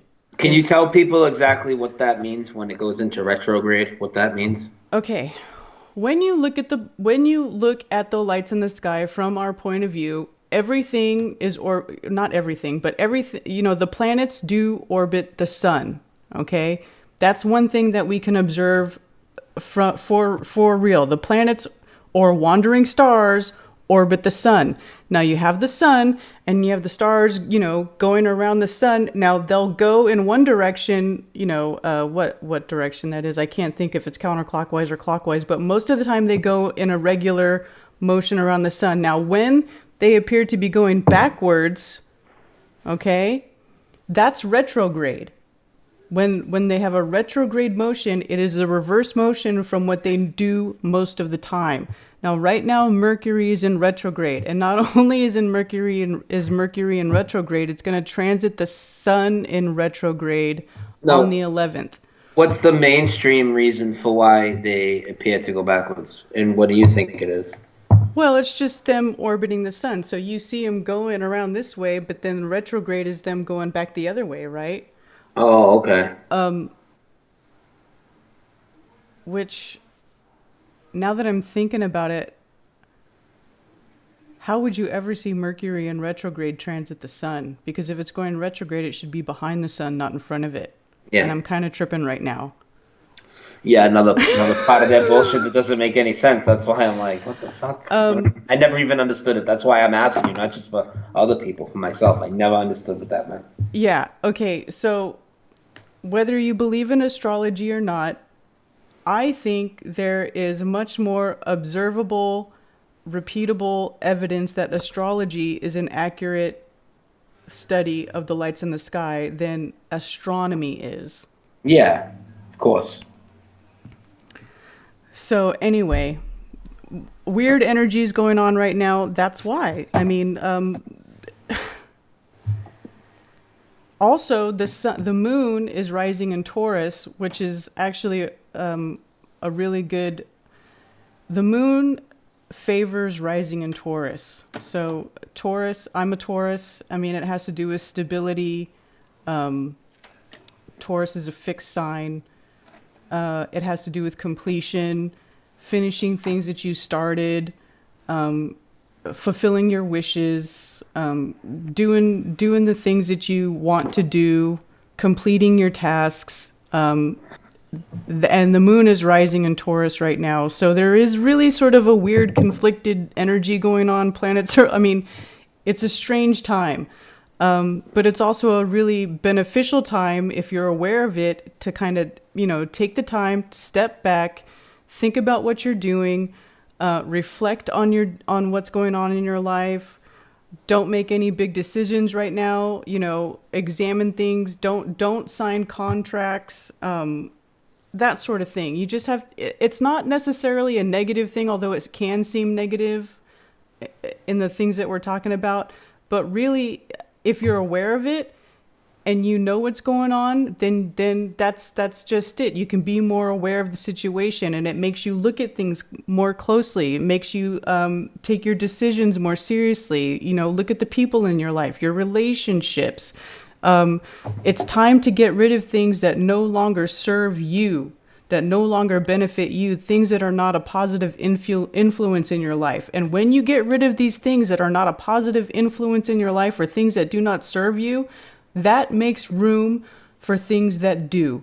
It makes room for things that do serve you. It makes room for things that do become a positive influence in your life. It makes you, if you have people in your life who are bringing you down, who don't add value to your life, you can remove those people from your life, and then that makes room in your life for people who do add value, people that you can learn from, people that you can benefit from being around them, people who have positive energy, who think the same way that you do. That's kind of what this time is all about. Yeah, that's why it was so awesome just to go down to the Flattober thing and meet everybody, just to be around all that type of energy. To be honest, no offense, Bob, Mark, and everybody else, and Rob, I barely watched your presentations. I was busy just talking with people and hanging out, And I've seen all the stuff, you know what I mean? That's exactly. It's such a good energy just to be around people like that. And I have cut a lot of people out of my life, and some of it I haven't wanted to cut out, Karen. Some of them, have of course left my life because of the stuff that I talk about.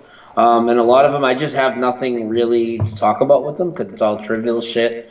It's all materialistic shit. It's baseball games. And I mean, I don't blame them for it, but I have tried to wake them all up, at least get them started on their journey to realize, this is a lot of shit that they need to look at. But some of those people, like we say, they're never making it out. Some of them are the loved ones.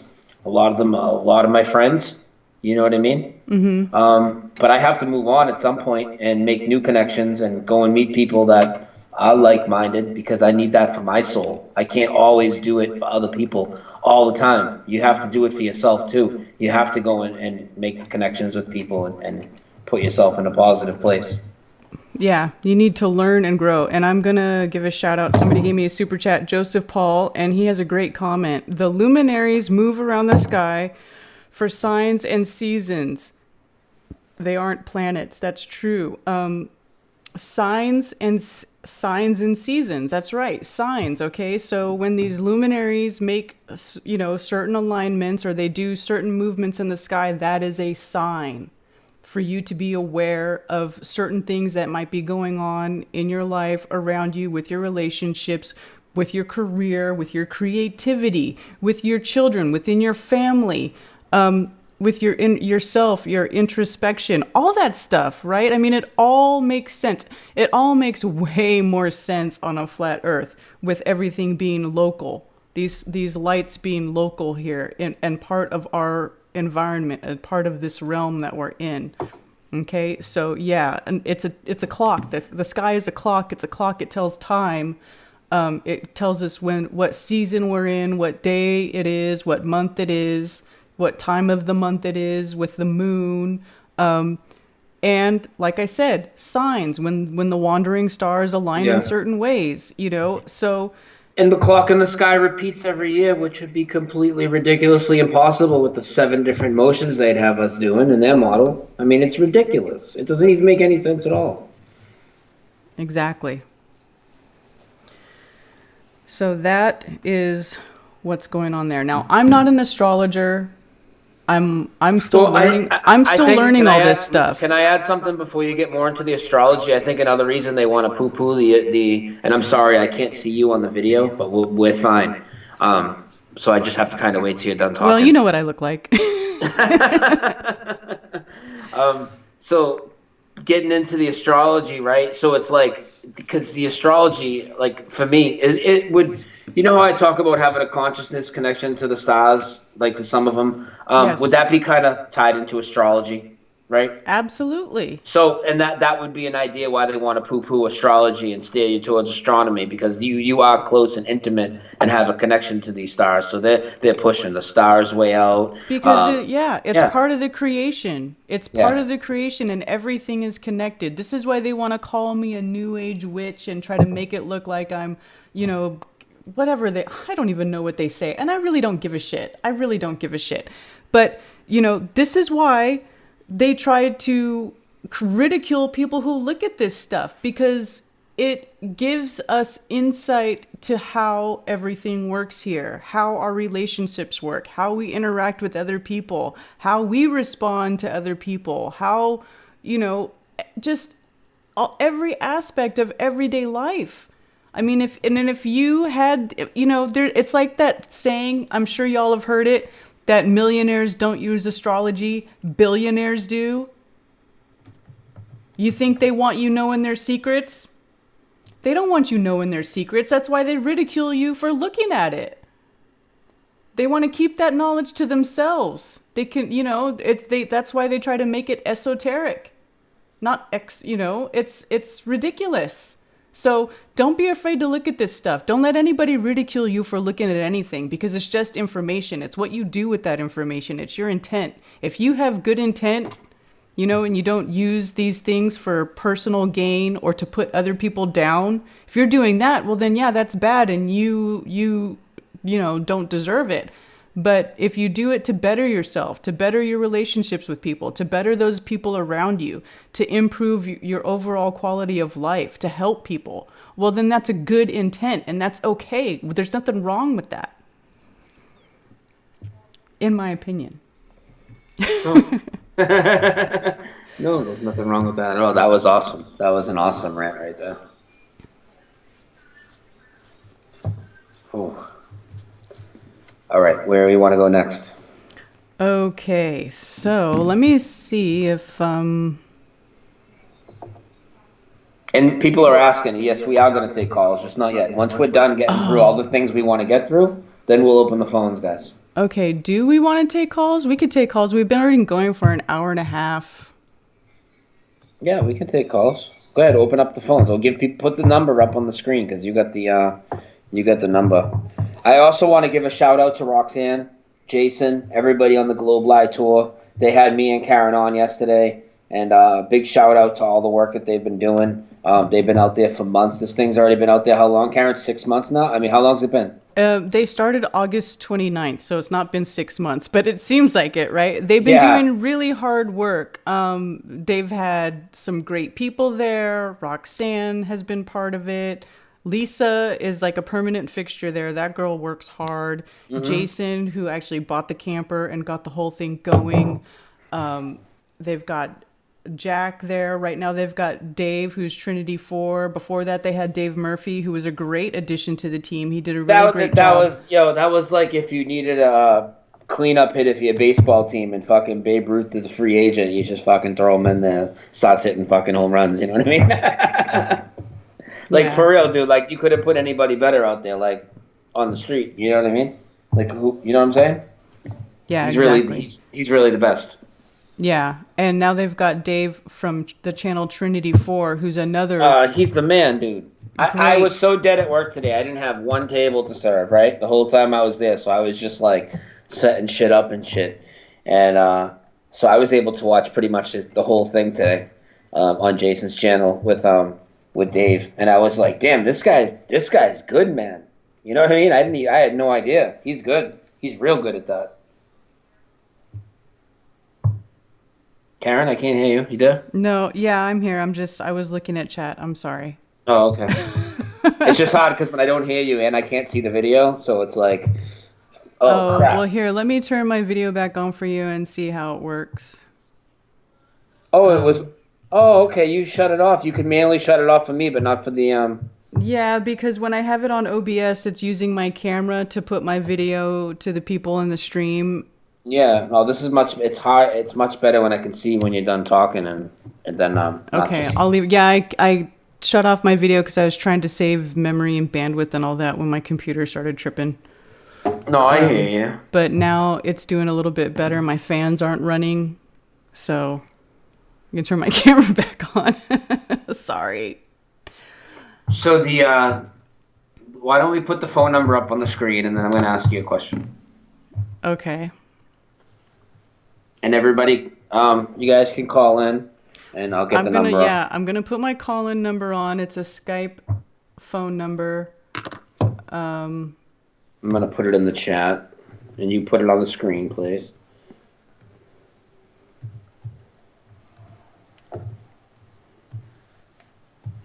So have you decided how you're going to answer the phone? Don't tell anybody, but have you decided? Yeah, I mean, I got some ideas. Okay. Call in, guys, 704-751-5192. Phones are open. Oh, we got a call coming in. All right, put them on. All right, here we go. Hello? You're on Hey, how you doing, Karen? Hey. How you doing? Who's this? This is Mike. Hey, Brian. It's algorithm in the chat, but the name my mom gave me is Michael. Oh, hey, Mike. Okay. How are you? So I'm well, thank you. And a couple quick things. I wanted to, for one, thank you guys. Brian, your thoughts on that movie are probably 100% spot on. Mm-hmm. So don't even walk it back if you're wrong. Just screw them because it's not worth it. And secondly, I know you get probably more heat, Karen, than any channel I've ever been to, given your size and how many people watch. And it's horribly unfair, but we see you as the awareness behind the eyes. Well, and you do a fantastic job, so just keep it up. Thank you. I appreciate that. I appreciate that very much. And that's all I got for you guys. Awesome. Thank you, brother. I really appreciate it. All right. You're welcome. Take care. Thank you. Have a good one. All right, I'm going to answer this next call. Cool. Hello? Nice. You're on with Brian and Karen. Did it work? I don't know. No, you're in the last call still. Well, this guy already dropped out. There's only me and you in here. All right. Okay, here we go. Hello?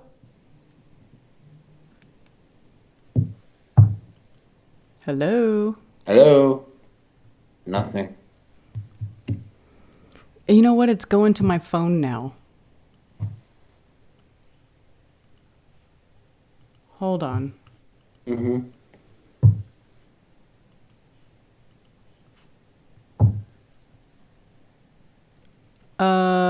Okay.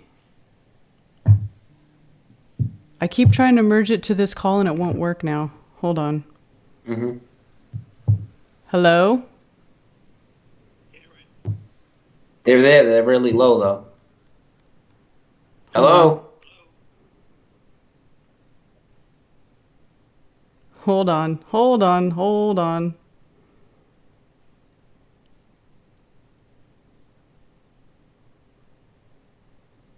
What in the Sam hell is going on?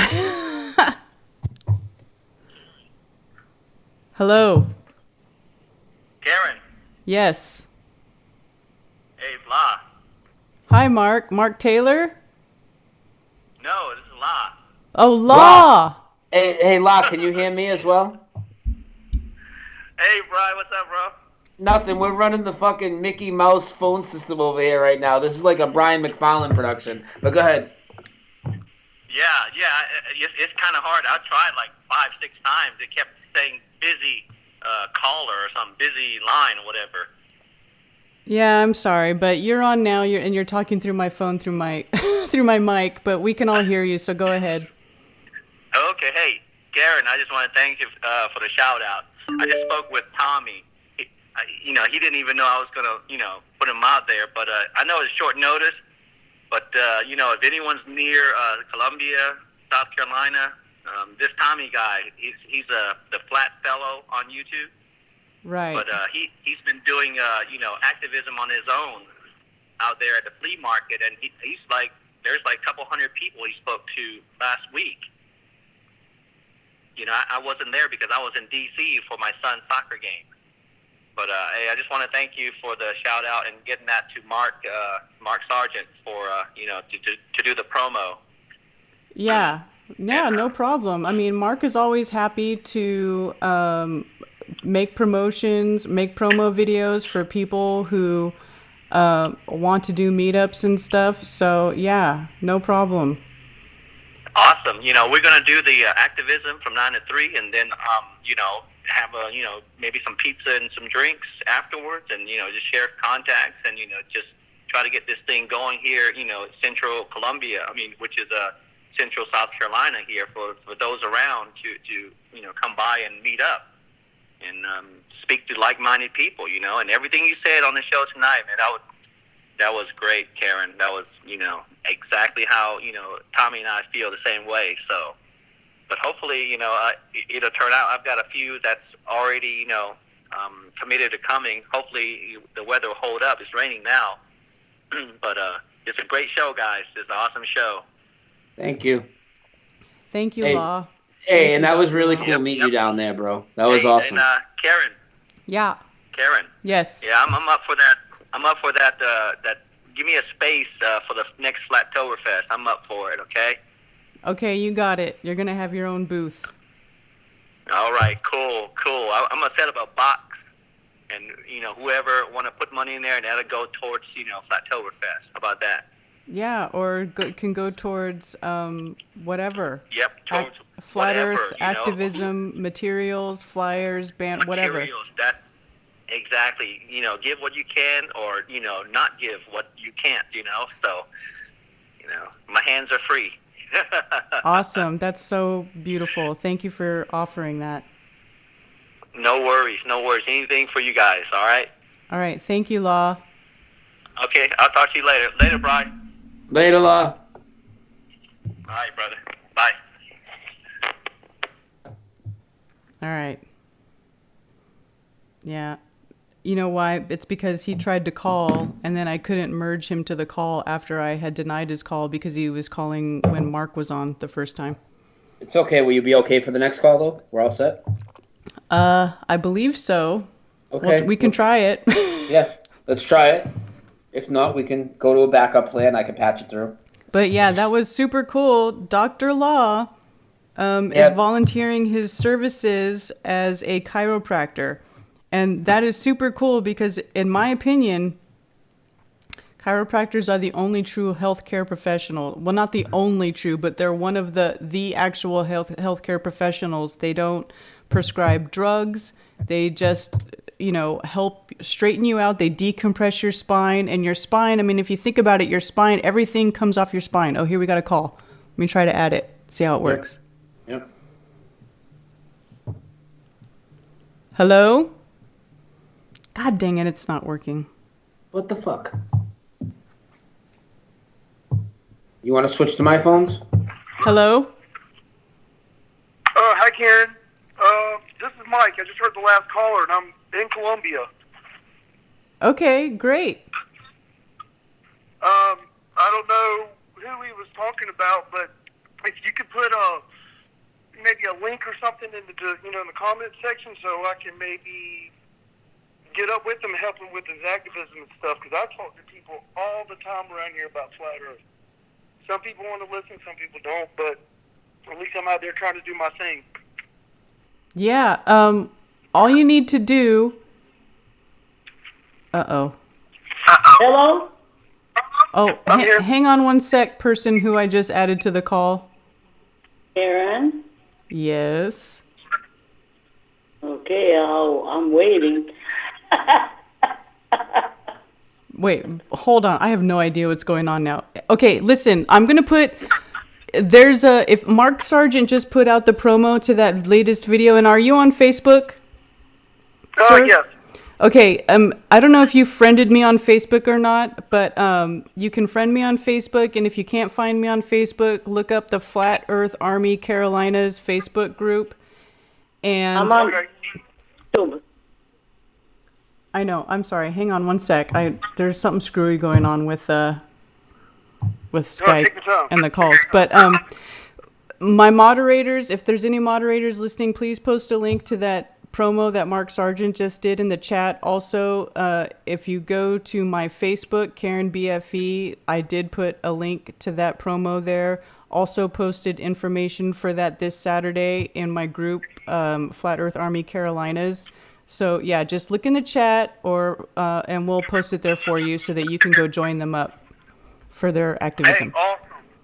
Yes, awesome. I'd be glad to do that and help out. So, well, thank y'all a bunch. I love your show. I love all the Mandela stuff that Brian does. Man, my daughter, she's 14, and she brings stuff to me all the time. Like, Dad, check this one out. Check this one out. Like, what about this? She talks to kids in school. She talks to kids about flat Earth, too. She's got teachers that agree with her. Her last year, 7th grade social studies teacher would tell all the whole class, yeah, the Earth's flat. But they can't. They still have to take the test on what the globe model. So it's these kids. I think they're waking up, and some of our parents, or some of us. Can you hear me?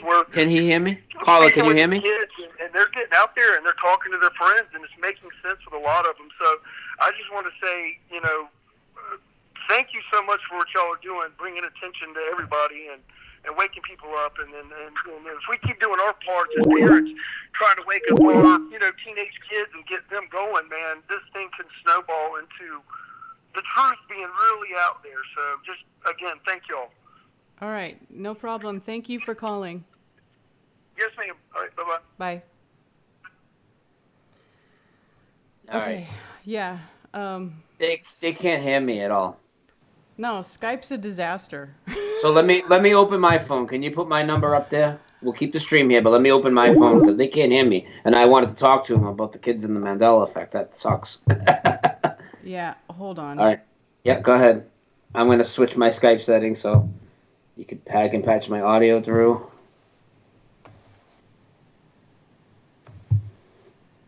We'll figure that out another time. Yeah, I'm not going to pay for the Skype phone number if it keeps acting like a retard like that. That's some bullshit. Okay, I'm going to put my phone number up. My phone's up, so can you put my number? You know what it is? Yeah, here, put it in the chat and I will replace your number or my number with your number. Okay. 978-435-0006. All right, you guys can call in. And that's the number you guys are going to have to call. Sorry about that, guys. But we'll just mix it up rather than fiddle with it now. It'll only take a second. Wait, where's the number? I put it in the chat, in the main chat.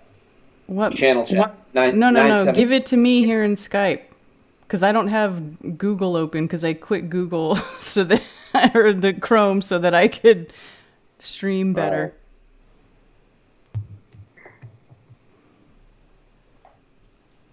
I know it's all screwy. All right, I sent it to you. All right, phones are open, guys. 978-435-0006. You can call in right now.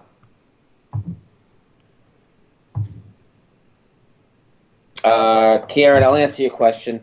What's going on at CERN? I don't know. I believe probably nothing. I believe it's a scientific hoax, just like NASA. I don't give it any more credit than that. I don't think any of the shit they're doing is fucking testable, repeatable, provable. I know some people think this is a ritualistic type of thing going on there because of where it's located and all this. I'm not sure about all that. I mean, that could be possible, but it's definitely not causing the Mandela effect. That's a bunch of nonsense. I know that there's a lot of people that bring that up. That's bullshit.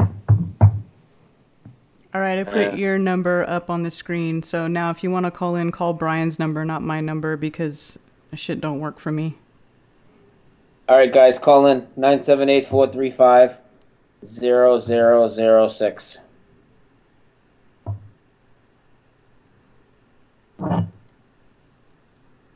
Mm-hmm. You hear it? Hear what? You hear it? You don't hear it ringing? Nope. Hello? Karen, can you hear the person? No, I can't hear them. Hang on 1 second, caller. Can you hear me, caller? She can hear both of us. You can't hear her? I don't hear her, no. What the fuck? I know. Oh. What is going on? Now, I just heard it for a second. What happened? I heard doo-doo-doo-doo-doo. You can't hear her voice? It's really low, Karen. You can't hear her? Go ahead, Brent, talk. No. Oh my god. I don't know why this ain't working. Now Karen can't hear. Oh man. You might need to reset Skype. What the fuck is going on? I don't know. I'm gonna have to let you go till we figure it out. I'm sorry, because she can't even hear you. All right. I'm sorry. I can. Oh. The phone's ringing off the hook. The phone's ringing off the hook. I know, it was ringing really bad earlier. It was so bad. Hi. Karen, hey, caller, say something. I can. Karen, can you hear him? I can't hear nothing. How is that possible? Oh, it doesn't even make any sense the way the audio is routed. There should be no way you can't hear the caller.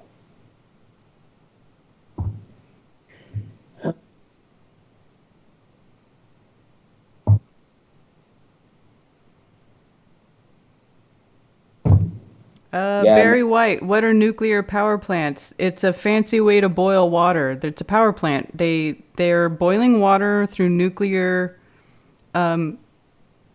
fission. I'm pretty sure it's fission, not fusion, if I remember correctly. They're boiling water with a chemical reaction. That's what a nuclear power plant is. The hoax is how toxic the fuel is, the spent fuel is, or the radiation, and how long it lasts. Like the insane long half-life that they tell you it is bullshit. Once it's gone, it's gone. It's an exponential reaction. It doesn't stay toxic for 500,000 years or whatever the bullshit that they tell you it is. I know it's not 500,000 years. It's like 25,000 years, whatever stupid thing it is. But that's what it is. It's a super cheap, super easy way to produce power. It's like one of the cleanest ways to produce power besides solar energy. But they tell you that your face is going to melt off if you use nuclear power so that nobody else attempts to do it. Look up Galen Windsor and you'll know the truth about nuclear power.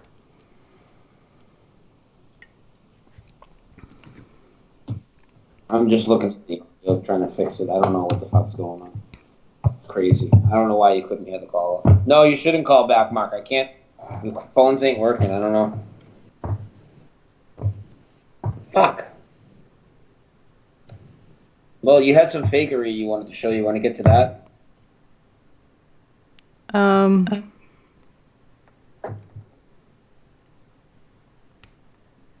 We can. I'd rather talk to people, though. I know. Well, what are we going to do, Karen? It's not working on your end. Well, Do you close it down and we can go open just a call-in show on the other channel? Because it'll work over here, I think. well, I think it's your computer. I know that sucks, but everybody will come over. I know, I'm just too lazy to do all that. You don't have to do anything, actually. I know. Click the fucking StreamYard link, motherfucker. Well, hold on. Mm-hmm. Let me see something real quick. Go ahead. If you can fix it, cool. I'd rather not leave. But if we cannot take calls, I mean, we might as well just go launch it.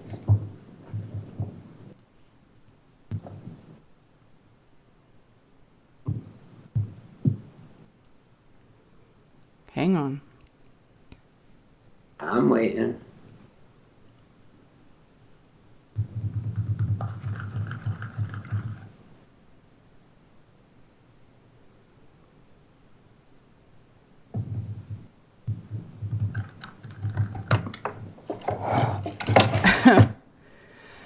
Yeah, here's the thing, y'all, I'm not an astrologer. I'm just learning about all that stuff. As I see people asking me about their charts and stuff. Like, I can read a chart and I can interpret it, but I'm still learning. I'm not that great at telling other people about their charts yet.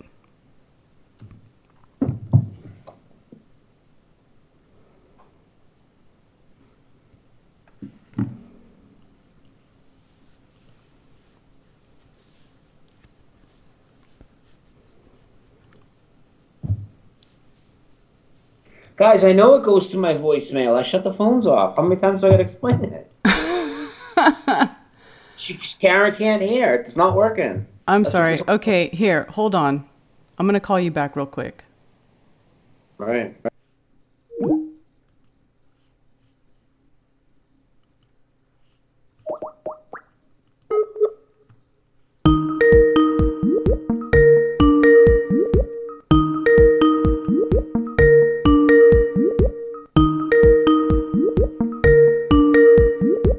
Answer, Brian.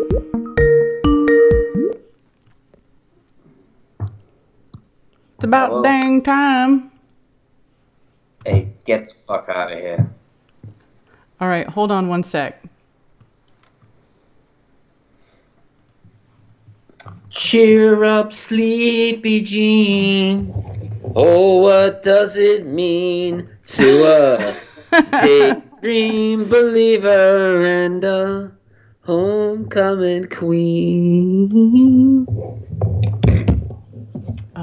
Oh. I'm gonna keep singing until you figure this out. So. Good God. Good God. Tommy used to work on the docks. Union's been on strike. He's down on his luck. It's tough. Oh, so tough. Gina working down her all day. Working for her man. She brings home her pay for love. Oh, for love. No, She said, it's tough. Oh, and I'm hearing myself through your shit again. Because you messed with your settings and now I hear my echo. Yeah, well, you know, because you couldn't get your phones fucking straightened out, so don't blame me. Hold on. I'm not blaming you for my phones, but I am blaming you for the echo. I'm gonna punch your fucking computer right in the face and then Oh. Alright, there. There should be no problem now. Now get your fucking phones working, lady. Okay, hold on one sec. Somebody that can talk for a while, too, call in. Because it might be an issue after the first call, I think. Christian, I see you in the chat. You should call in.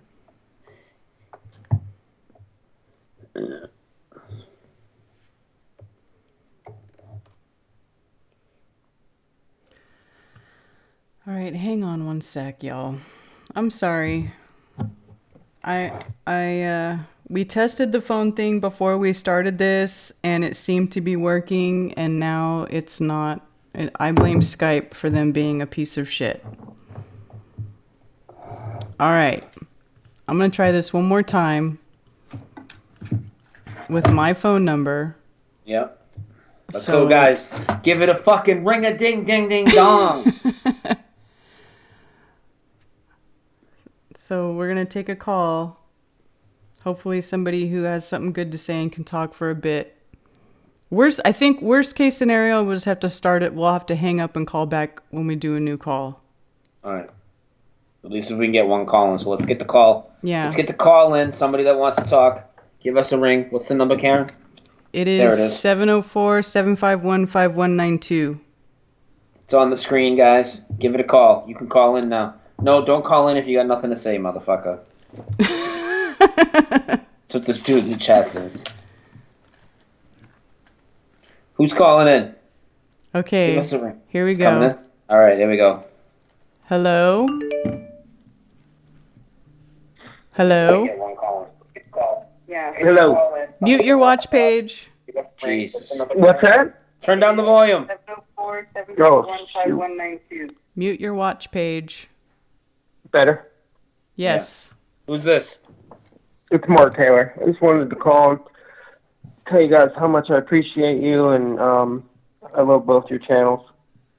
Oh, thank you. I watched Mad Mike, the Flat Earth rocket guy, has a documentary on Amazon Prime.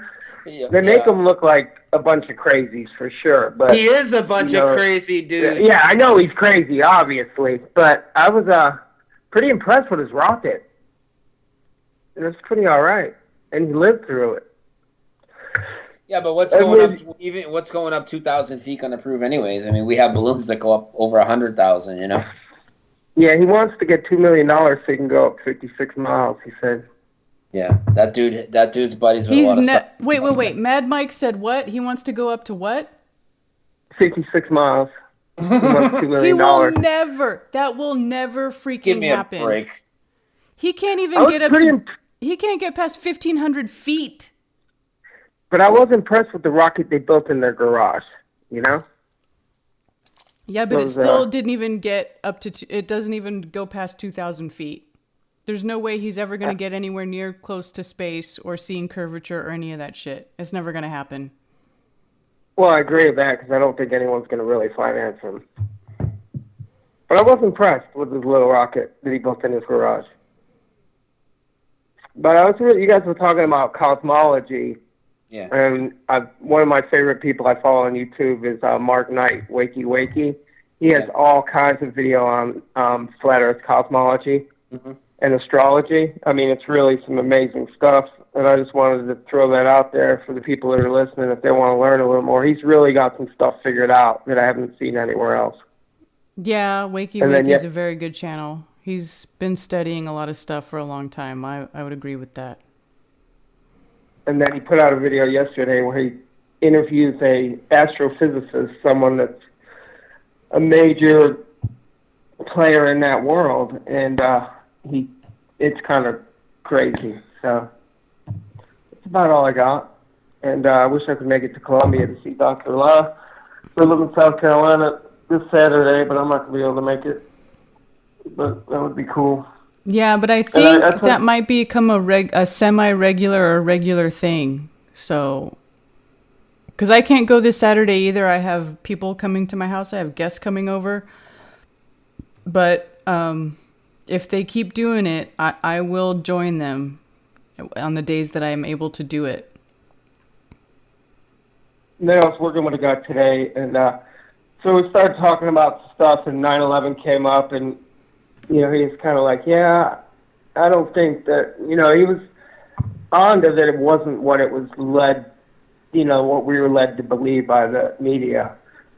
And then so I kept gauging him for a little while, and then I started to bring up some flat Earth stuff and just simple stuff like how's a vacuum, you know, next to our atmosphere and all that kind of easy stuff. And he just looked at me with a blank stare, and I tried a few times, and now I was like, okay, forget it. I don't know. It's when people glitch out, you know. It's crazy, right? I don't know. You see it right in front of your face. It's real. Yeah. It's real.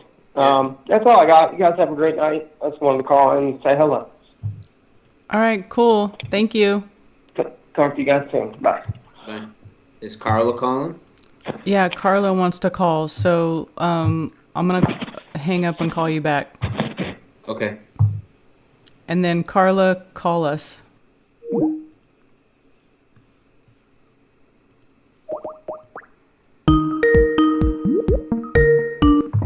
We definitely have to work out a better way to do this. I know, it sucks. I know. But it works. If it works, that's okay. It only takes a second. Carla, call us. Carla, where are Car 54? Where are you? Carla? Carla? Hi, honey. Hey! We got her. There's two of you up there. Okay, now he's back. I'm the sexy one. God,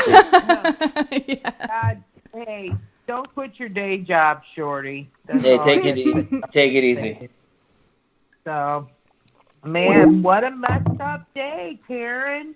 I'll tell you what, I woke up this morning and I don't know what the hell was happening. From the moment I woke up, I had just a tremendous head pressure, like a vacuum in my head. I've been shaking all day, just feeling nauseous, really frustrated. Feeling like I want to punch somebody, like I want to hit somebody, just extreme anger, over the top. And so I looked at my star chart this afternoon and looked at how the planets were aligned. I don't know what that has, the planets, whatever they are, the luminaries, the wandering stars. Mm-hmm. I don't know if that has shit to do with it, or if it's, I don't know if there's some kind of frequency that they're putting out there. It could have something to do with it. It depends on you, Carla, and what sign you are, what time you were born, where the planets were, what the position of everything was when you were born, and then that is then going to make a difference on what the position of everything is at this moment, how that is going to affect you personally. That's why when you go and you contact astrologers, they want your date, the time that you were born, and the place that you were born in. Okay, Yeah. because it's very specific to you, your location, where you were born, and the time. All that stuff is very specific to you. Now, I'm not an astrologer. I see people asking me stuff in chat. I'm just learning about all this stuff. I wish that I could sit here and just spew off about, the trines and the rising and blah, blah, and all this stuff. Okay, I'm still learning about all that stuff. But it is very specific to you. So it does, depend on your natal chart and when and where you were born, and to within the hour, at the very least within the hour, that is going to make a difference on how things affect you. My mom did all that for me years ago, so but I don't remember any of the stuff that she told me. So I'm a Capricorn. I don't know what any of it has to do with me being a Capricorn. But I've been watching a lot of astrology videos, and the Capricorn energy might have something to do with it. There's a few geocentric astrologers that I watch, and I'll send you links to them, because I feel like there's a lot of astrologers, and they can be right on with their readings and stuff, but I don't think you're going to get any more right on than an astrologer who is also aware that we are not on a spinning ball, in my opinion. Yeah. Because astrology is all geocentric based anyway, but you have to be aware that we are physically geocentric, not just astrologically, prospectively geocentric. Well, yeah, if we're spinning 1,000 miles an hour and we're spiraling through space at 67,000 miles an hour in a galaxy that's spinning, how many million miles, billions of miles an hour, how in the hell are the planets aligned all night long, just barely moving? There's just no possible way that's happening. They're lined up. They've been there all day, and they're still lined up tonight. What's weird is, okay, I got my compass out. The moon, from where I'm sitting on my bed, the moon is like at 12 o'clock, and the sun is at like 3 o'clock. Now, normally, wouldn't the moon be at 12 o'clock and the sun be at 6 o'clock? If, like directly opposite one another? How could the moon be at 3 o'clock on my compass, and the sun be or the moon be at 12 o'clock and the sun be at 3 o'clock? I mean, that's just like 45 degrees. Yeah. What's wrong with that? I don't know. It's just bizarre according to what we were taught is that the sun and moon, of course on a globe Earth. Well, no, because here's the thing. The sun takes 24 hours to circle the plane. The moon takes about 24 hours and 51 minutes-ish to circle the plane, okay? So the moon is traveling a little bit slower than the sun, okay? So that's why the distance between the sun and the moon changes, because the sun's going around at a constant speed and the moon is, but their speeds are a little bit different. So eventually the sun pretty much laps the moon, okay? Which is why the sun over the course of a month gets closer to the moon, and when the sun and the moon are aligned, that's the new moon phase, and when the sun or moon are opposed from each other, that's the full moon phase. So that's... The flat earth laws are so much different than the globe earth laws that it's hard for me to put it together in my head how this new system works for me. Yeah, but visually it works the same. Prospectively, from here on the surface of the earth, it works the same. Now the sizes and the distances are different, right?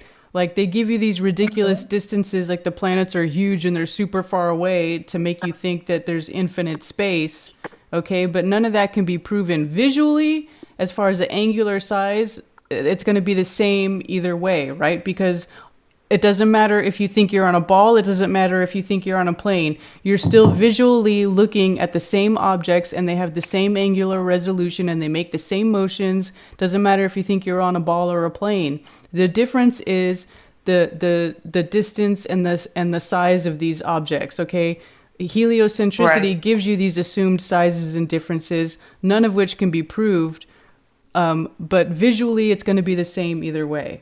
Now, we all, understand these objects to be local phenomenon, small local phenomenon in the sky, whether they're physical bodies or not, we don't know. They're lights in the sky. All anybody can ever do with the lights in the sky is observe them. Nobody can prove shit about them either way. I don't care what you think you're on or where you think you live. Nobody can prove shit about it. All you can do is observe it. That's all there is to it. I haven't watched the sun my entire life. Of course, the sun was yellow when I was a kid, and I do remember it being yellow. I don't remember this bright, stinging white sun that burned my skin. I don't understand what that is. I don't know if that has to do with the chem spraying or, if there's just something in our atmosphere now that is burning up and causing us to burn more and causing my skin to peel and bubble all summer long. I mean, I'm still peeling from like July, from going fishing in July. I'm still peeling. So that's weird. But I've been watching the moon since I was a tiny kid, and the moon is just bizarre. The moon phases are all fucked up. Look at the moon. It's laying a crescent moon laying on its back. That didn't do that when I was a kid. Yeah, and it wasn't upside down, laying on its stomach either, like an upside down Cheshire cat smile. I don't remember that phase of the moon ever. That's something that would stand out. That's something that seems like, it would be, we would have seen it in movies. We would have seen, those phases don't make any sense to me. The phases went vertically, not horizontally. Maybe it's something, how could I miss that my entire life? Maybe that didn't happen where I came from my reality. I don't remember it, honestly. Yeah, and sometimes with stuff like that, it's hard to discern, because we don't know what the moon is. The moon could be a deception. It could be a projection. So is that a NASA thing? Is it a Mandela effect? We really don't know. So when people try to prove the globe or the flat earth by looking at the sky, it's, you don't really know what that shit is, man. You know what I mean? Yeah. Well, people are saying, the moon rotates every night. It rotates to a certain degree, but it's not spinning around and doing a 180. No, but it's the face. It's the face of it. It does. It's called field rotation. It doesn't rotate. If it was rotating like a ball, like they say on an axis, the spots on the moon would traverse the face of it. But they don't. They go around like a clock. And we never see the so-called dark side. Exactly, because And it's it not is spinning. like a clock. That's what Jen and I were talking about. It is like a clock. It rotates like this. Right? As I it's got a going little over the lag sky. on my computer. So you guys are a little Exactly. bit slower on my computer. Yeah. But, yeah, now look, sometimes just put up moon phases, and those are the moon phases that I see. Those are the ones that I know. But those are vertical. When I see the horizontal moon, I've seen the moon tilted slightly, but to see the moon horizontal, the horizontal phases screw me up. Yeah. And to see the rabbit upside down or the face, the man in the moon upside down, that's something that I don't remember in my entire life, and I've been obsessed with the moon my entire life. I've always taken pictures of it. I've always paid attention to it, and I've never seen the man in the moon upside down.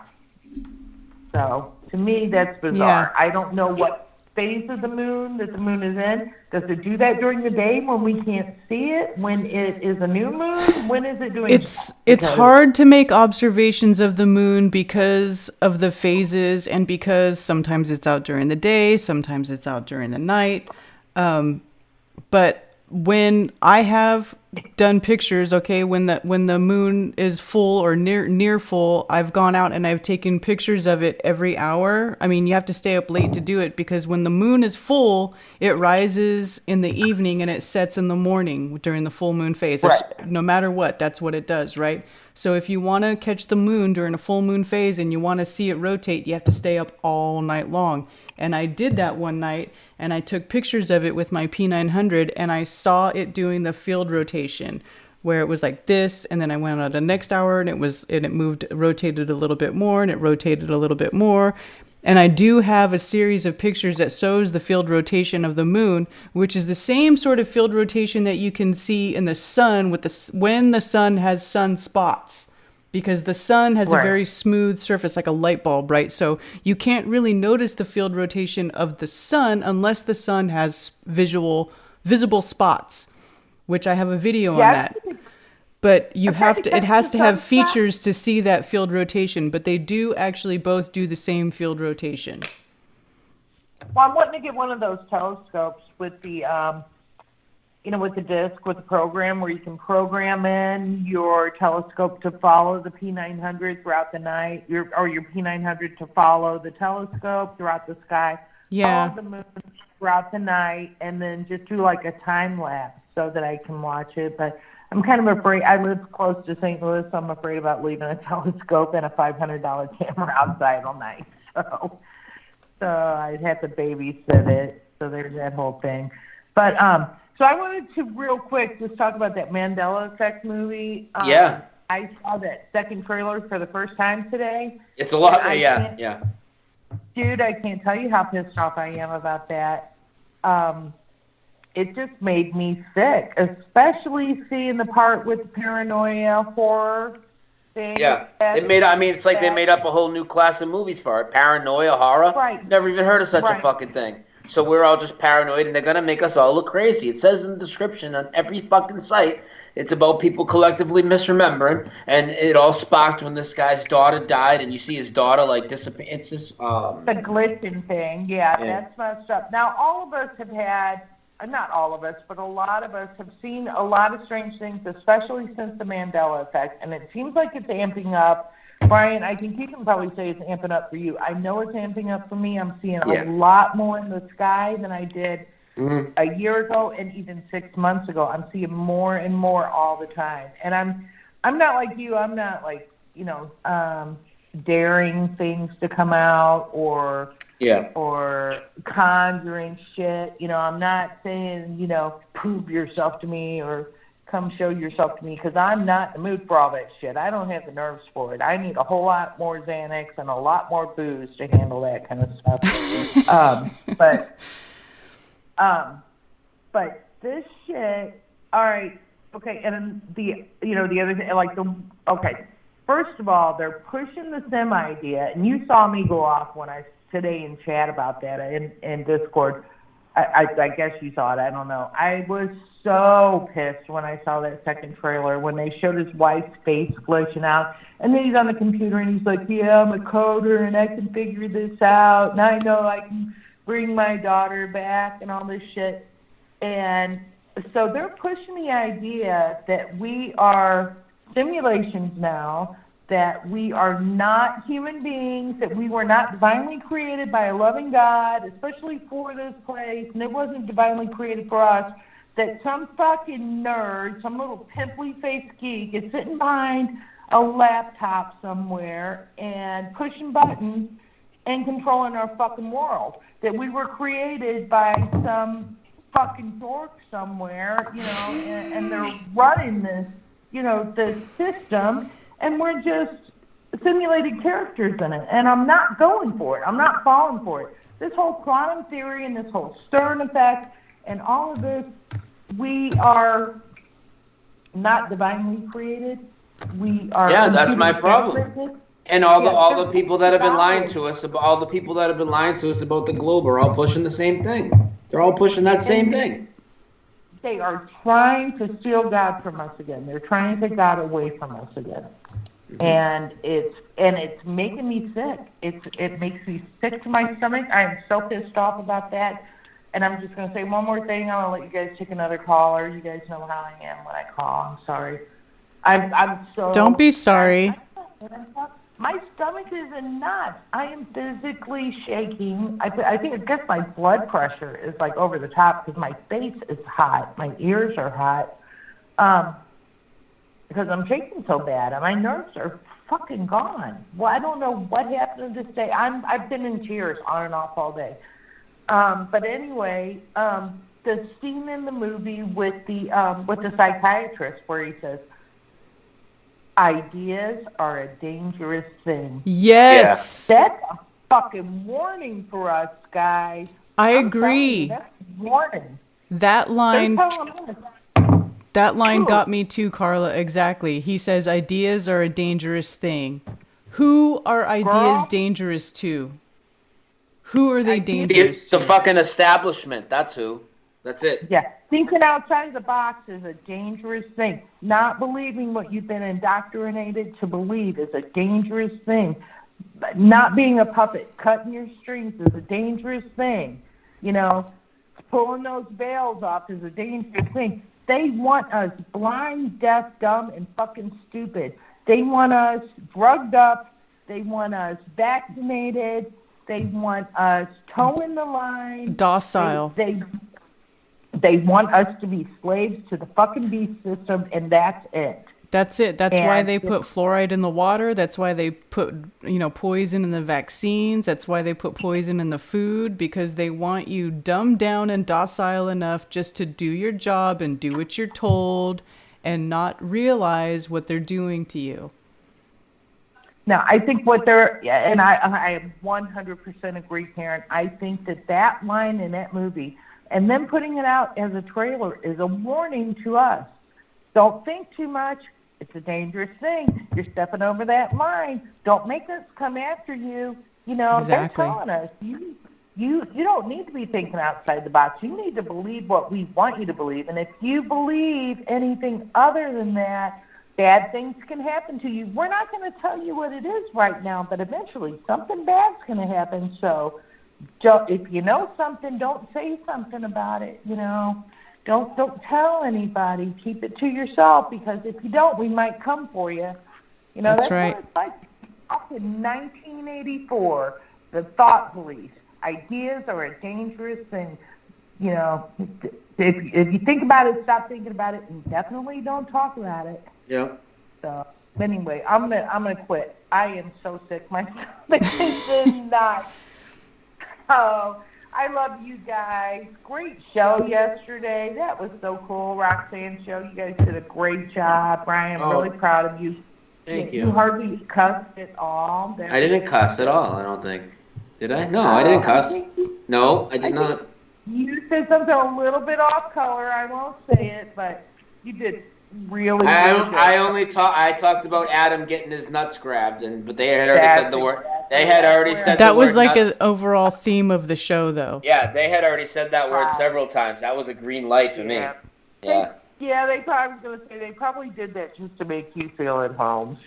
Well, we got on there. Hey, here's a good thing. Right before you go, it's funny because I was just telling Karen, I'm like, we were planning on alternating every week. We really got to do a stream on your channel because there's still people that don't know. So yesterday I go on Jason's, because it was on, Jason of the Disbury family, right? So Jason's in the studio. Jason's in the studio, and it was me and Jason were the first ones there before Karen got there, before Roxanne. And I get in there, and he's like, it's going to be really great. I'm going to finally get to talk to Karen on the show. He's like, have you ever talked to her like that, like on a show or anything? And I'm like, dude, we did 15 shows together. He's like, I didn't even know. You know why? Because we're always streaming super late and they're all in bed already, usually. Well, that, and sometimes you guys are overlapping each other because Karen does so many different people's shows, and Karen is either a moderator or she's on the panel, and you're always streaming or premiering, and when you're not, you're working. So you guys are kind of overlapping each other too. I've noticed because I'll get 2 or 3 different notifications for all these different channels at the same time. So one more thing that I did want to say, everybody was laughing at me because I put out a short video yesterday saying that I'm going to be putting out a short video. If Rocco Donato's in the house, Rocco, you can kiss my ass. I'll put out 16 short videos talking about my short video that I'm going to put out for my next short video. So, Carla, before you go, you have to talk about a certain Mandela effect because it was brought up again in the chat, and I know you made a video on it. And when it was brought up in the chat, Karen said it right away too, that it was shove and not choke. Can you explain this to people? And let's make the chat answer the question. You know how we do it around here. Okay, so I was in Scared Performances chat about, I don't know, maybe a couple of weeks ago or 3 weeks ago, and somebody said, somebody had brought up a Mandela effect, and somebody else contradicted them, and they said, well, I know what I know, and I'm like, dude, I love that song, and that's kind of like a Mandela effect thing, because I know what I know if you know what I mean.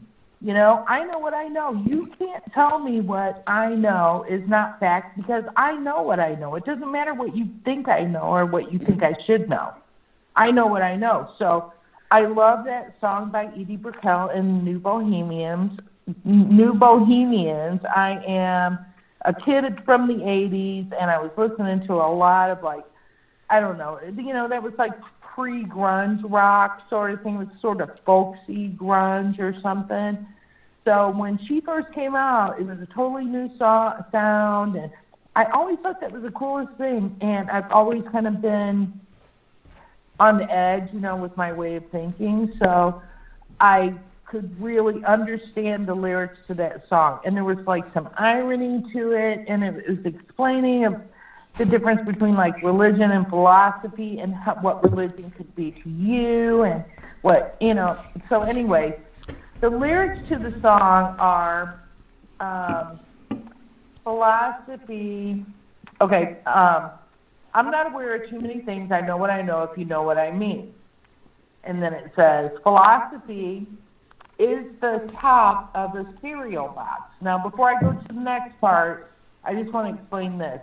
Philosophy is the top of the cereal box. Now, when you're sitting at your kitchen table and you're having breakfast, and, you don't have a newspaper in front of you, so what do? You're looking at the top of the cereal box. You're reading the cereal box, okay? So that's philosophy. You're having your coffee, drinking your coffee, eating your cereal, whatever, and you're looking at the top of the cereal box. There's your irony right there.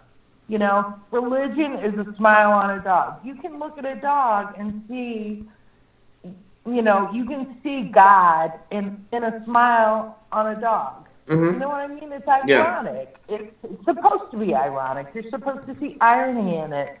That's what the song is about. Then the next line is, shove me in the shallow water before I get too deep. And then, it goes into the chorus, what I am is what I am, and that's what you are or what. Okay, the lyrics have changed now to philosophy is a talk on cereal box. Philosophy is a talk on cereal box. Okay, makes no fucking sense in whatever reality that you come from. Philosophy is a talk on cereal box. You guys can Google it. That's exactly what it says now. It did not say that before. And now it says, choke me in the shallow water before I get too deep. Now, if you are in shallow water and you are getting ready to drown, you're getting ready to go out into deeper water, do you want somebody to choke you in the shallow water before you get too deep? Or do you want someone to shove you in the shallow water before you get too deep? Yeah, choke doesn't make any sense at all. Somebody to stop you from going into the shallow water, or do you want somebody to choke you and hold you under the water and fucking drown you? So my point is, the choke you in the shallow water to me is almost like blasphemous, because it's like them telling us we're gonna choke your thoughts. It feels like another slap in the face, almost like the biblical changes, like how blasphemous the biblical changes are, how bizarre, how switched around. What's the new one about the leaf and the branch? Yeah, that one it's in Genesis. It's in Noah, when Noah sends out. Now, in my memory, there was a raven at first. He sent out the raven at first, and the raven came back, and then eventually, now it takes like 6 times or something for him to send the raven and the dove, and the raven and the dove. But anyway, he sends the dove out, and the dove brought back an olive branch. Now, I can't tell you exactly which verse in Genesis it is right offhand, because now it seems like there are like 20 different verses that talk about the raven and the dove and how many times he sends them out. So I can't tell you exactly which one it is, but my entire life, it was the dove always brought back a branch, an olive branch. Now the dove brings back a single olive leaf, which makes no sense. In this world, there are so many references, so many pictures. The whole idea of the olive branch is extending peace, or it's a sign of goodwill, or it's a sign of good things to come. Extending an olive branch to someone is like offering friendship or telling them that there's hope. And now they bring back an olive leaf. What are they going to bring back now? An olive pit? What's it going to change to next? A martini? Is the dove going to bring a martini back to us? I don't know. It doesn't make any sense. It came out of nowhere. If I was stuck on that boat for 40 days, I'd be damn sure hoping for a martini. Right, exactly. With all those smelly people from 6,000 years ago. Oh my God, Karen, I need to take 5 minutes. Are you gonna keep going, or are you gonna play some music? I can just let you. We can take a break. Well, I don't know, unless Carla still wants to talk. You still going, Carla? Karen, I'll talk if you want to, but if you guys want to put some music on, I was thinking, what's that song about? I Want Your Soul. Who does that? Is that That's an ODD song. That's an ODD song that he cut up. Yeah, the one with all the different voices cut together. Yeah. All right, I'm gonna go pee. Karen, it's Karen's show, so she's gonna hold it down. If you suck, she'll cut you and take somebody else. I'll be outside for 5 minutes. I'll be right back. Karen, I suck, but I'm good at it. It's been a while, but I had to take a Xanax, and I made myself a 50-50 tomato juice and vodka drink. I'm drinking a half quart of vodka again tonight. So I had to. I was bouncing off the walls, girl. I hear you. When you sent me that picture, because I need to get in the habit of watching that stuff, because I am still learning about it. And the more I learn about it, the more that I find out that that stuff is actually very accurate. It's very accurate. So, yeah, I can see why. The first time I sent it to you, remember how freaked out I was? I was like, Karen, well, it was like, what, a week ago or something? I was like, Karen, is NASA fucking with us? What is going on here? I mean, is this real? Is this really happening? Are these lights in the sky doing what NASA tells us they're doing, or this STAR app that's probably run by NASA? So, well, here's the thing, though. What's not real. You can't say that NASA is messing with all of us on this stuff because these lights are up in the sky. They're observable, okay? And there's enough of us. Yeah. There's enough of us here with the ability to observe these objects that if something was happening that they said wasn't happening, we would be able to tell. Jose just told me, don't mix drugs with booze. Jose, I've lived 54 years taking a Xanax and drinking a Bloody Mary. And it's probably extended my life and the life of hundreds of people that know me, because I could have possibly strangled some people by now. So you should probably be happy that I'm taking a Xanax and drinking some vodka tonight. Thank you very much for your opinions, but it doesn't slow my breathing too much. You know what it does? It helps me sleep when my mind is so wired out that I have no place else to go except for in my own head. And sometimes my own head is not a great place to be. So I appreciate everybody's opinions. I don't smoke pot. It makes me hungry, fat, lazy, paranoid, and other stuff that I can do on my own. But I can calm down. Benzodiazepines, I know that they cause dementia and Alzheimer's, but you know what? Maybe by the time I'm 80 years old, I would rather forget some shit anyway. So I won't tell you what to do. If there was an alternative to weed or to, I don't take Xanax. Actually, I take clonazepam, so it's still in the benzo family. It is what it is. I was addicted to pain pills for 10 years, so I ain't where I'm supposed to be, but I sure as hell ain't where I used to be, because I used to take about 10 oxycodone a day. So wow. I'm in a lot better place than I used to be, so I'm not smoking the right stuff. Yeah, well, if I had a bunch of shrooms in my backyard, I would never be miserable.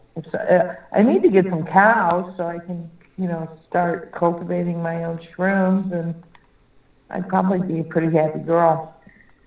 So, but I'm glad that you looked at that. I was wondering if you were going to be, if you were going to be able to see it. I wanted you to see because it was such a trip, because they are so aligned. What is it? Venus, Mars, Saturn, Mercury, and Jupiter. And Jupiter was rising right when I took that screenshot. Instead of ascending, Jupiter was not ascending; it was rising, as we all remember. When did Jupiter start ascending? It was not ascending. Do you know that movie? No, which movie? Jupiter Ascending is a movie with that, oh my God, that chick that was on the 70s show, the little dark-haired girl. Did you ever see that show, the 70s show? Yeah, are you talking about Mila Kunis? Yeah, yes. Okay, Mila Kunis was in a movie called Jupiter Rising. It came out like 10 years ago or something like that. Anyway, the name of the movie changed from Jupiter Rising to Jupiter Ascending about 5 years ago. Well, about 4 years ago for me. It could have come out 8 years ago, but about 4 years ago, it changed from Jupiter Rising to Jupiter Ascending. So tonight, when I was looking at that map, I said, holy shit, Jupiter's rising. And I said, see, that's the deal. It's not Jupiter Ascending, but the name of the movie has changed. Am I right, chat? I don't remember that movie, so I can't speak on it. It's a pretty crazy movie. It's about, aliens coming to Earth and the alien falling in love with an Earthling in the future and all kinds of crazy stuff. She goes Sounds to like some another bullshit. planet. I'm back. Yeah, her name is Jupiter. Isn't that her name in the movie? Is her name Jupiter, guys? I don't know. Anyway. You never saw that movie, Brian, Jupiter No. Rising? No.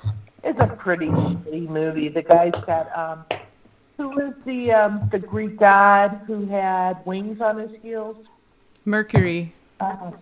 Mercury, yeah. This guy's sort Pretty of like sure a it's Mercury, right? Mercury's the messenger. Yeah, I think he's got like it is. Oh, it is one of those Wachowski brothers sister films, the ones, the twins that are both transgender now. Yeah. They made that film too. It's another one of them freaky movies like The Matrix. Those guys are bizarre. I don't know what they are, but they're from another place. And Yeah.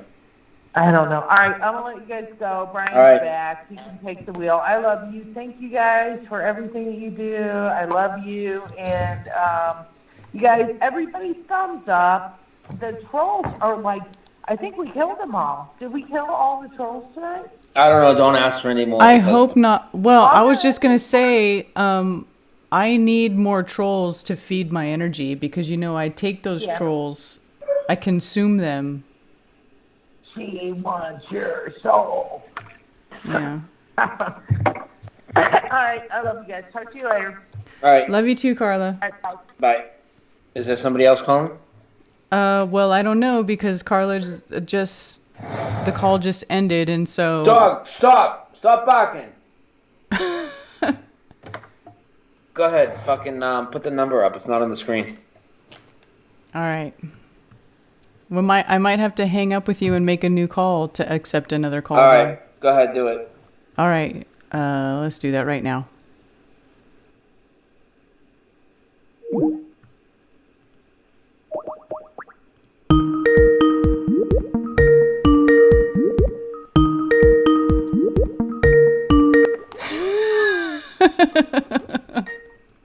What's so funny? Oh, I was doing a funny little dance because there's two of me. Like whenever I'm calling you, it shows my face on both cameras. And so I'm like, okay, here we go. We got a call. Let's see it. Okay, go ahead. Hello? Hello, hi. Hi. Karen? Yes. Hey, it's Prenta. How are you? Good. How are you? Who is it? Prenta. It's somebody that calls my show a lot. You might not know her, Karen. Okay. What's up? This is Prenta Ivanovich. My real name, no screen name, no bullshit. Okay. Cool. Good. Thanks for calling. We're good. What's up with you? Oh my God! I'm about to stab myself in the eyeball. Why is that? Oh, I don't want to start nothing. So. Okay. Anyway, I just called to say that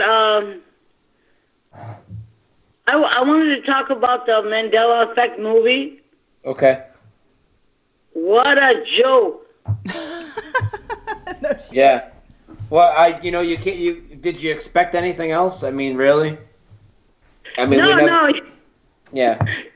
You know what's funny is, I've been trying to wake up people in my life, right? Like 90, 100, 200, 300 people, right? And I told my best friend that we've been friends for 40 years. And I said, they made a Mandela Effect movie. And she goes, oh, yeah? And I go, yeah. And I go, they made him sound like he lost his mind,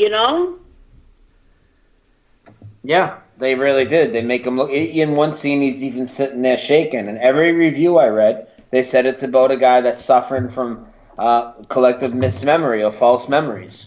Yeah. And she said, well, maybe he did. And I go, what about this? I go, what if, you all lost your fucking mind and not us. Yeah.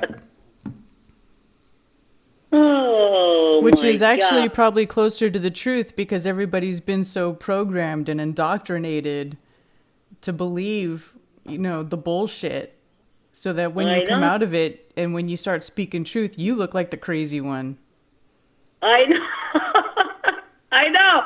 I was like, oh my God, this is hilarious because, you know what's funny is like my sons and my sisters. I have 5 sisters and I have 2 brothers and I have, thousands of friends or whatever. But they all think they're like. My son goes, "Oh my God, Mom! If you mention the Mandela effect one more time, I'm gonna shoot myself in the head." Jesus Christ.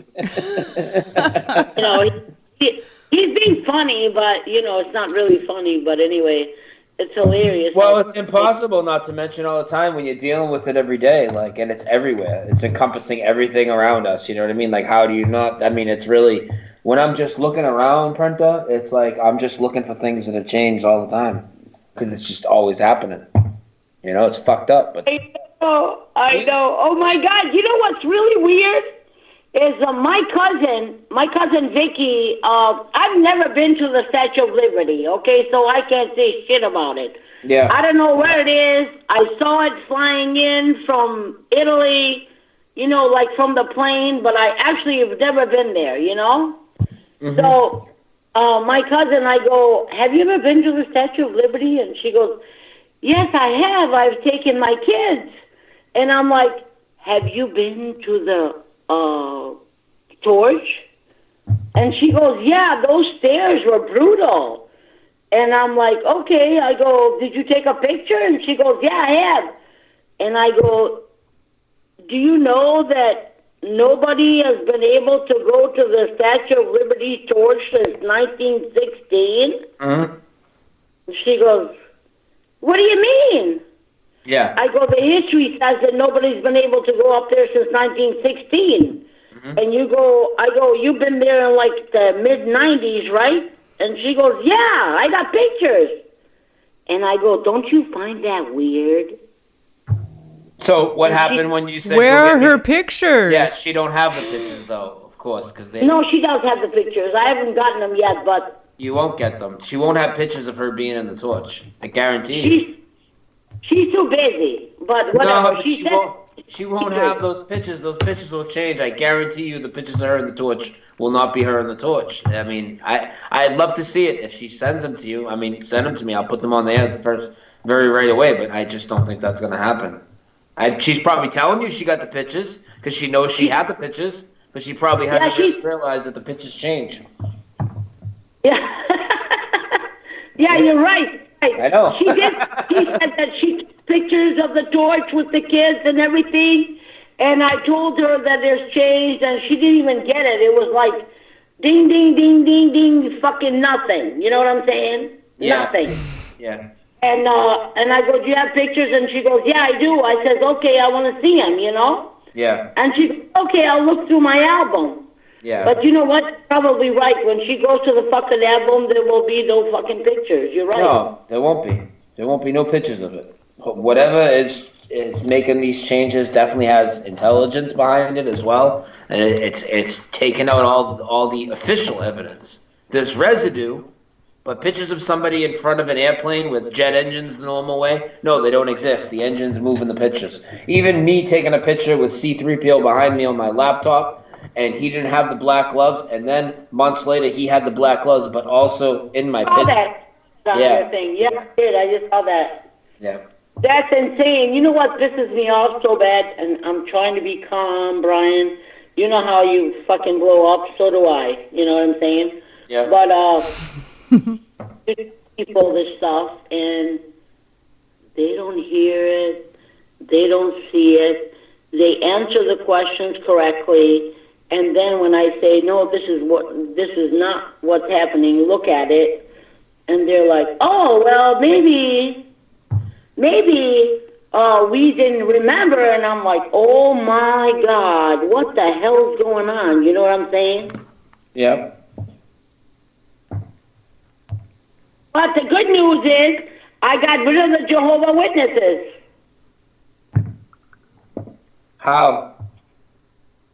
Well, they came to my door like they always do. You got them with Bible quotes? Yeah. What did you say to them? They always come to my door, and I try to be nice. You know, I'm not hurting nobody. And I'm like, if you guys are going door to door, why don't you pass out my real estate business card, you know, since you're going door to door, right? Yeah. And I showed them the verse about the lion and the lamb. Mm-hmm. And then they looked at it, and they're like, I go, what does it say? And they go, it's the wolf and the lamb. I go, why? Well, I go, well, what? Well, nothing. It's always been lion and the lamb. Why is it wolf and the lamb now? Yeah. You know? Yep. And they're like, and then they went down to the verse, and the lion was down at the bottom, you know, of the verse.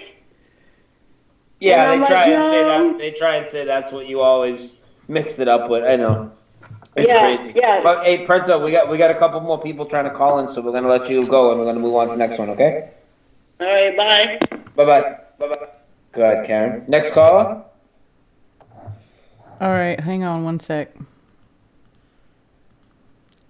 We might have to end the call and let me call you back. Okay. Okay, be ready to answer real quick. Yep, go ahead. All right.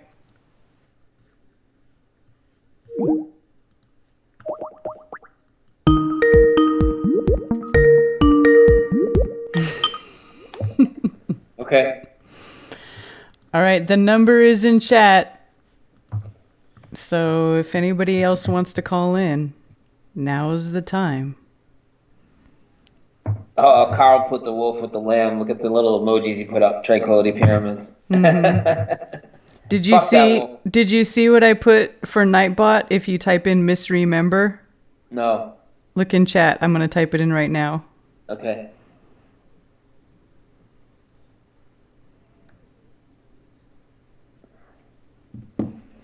I love it.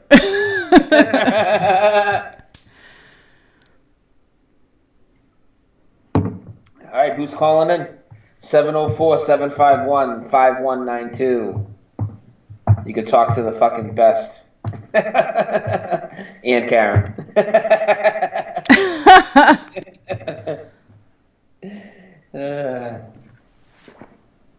704-751-5192. Give us a ring ding dong, a ring a ding ding ding dong.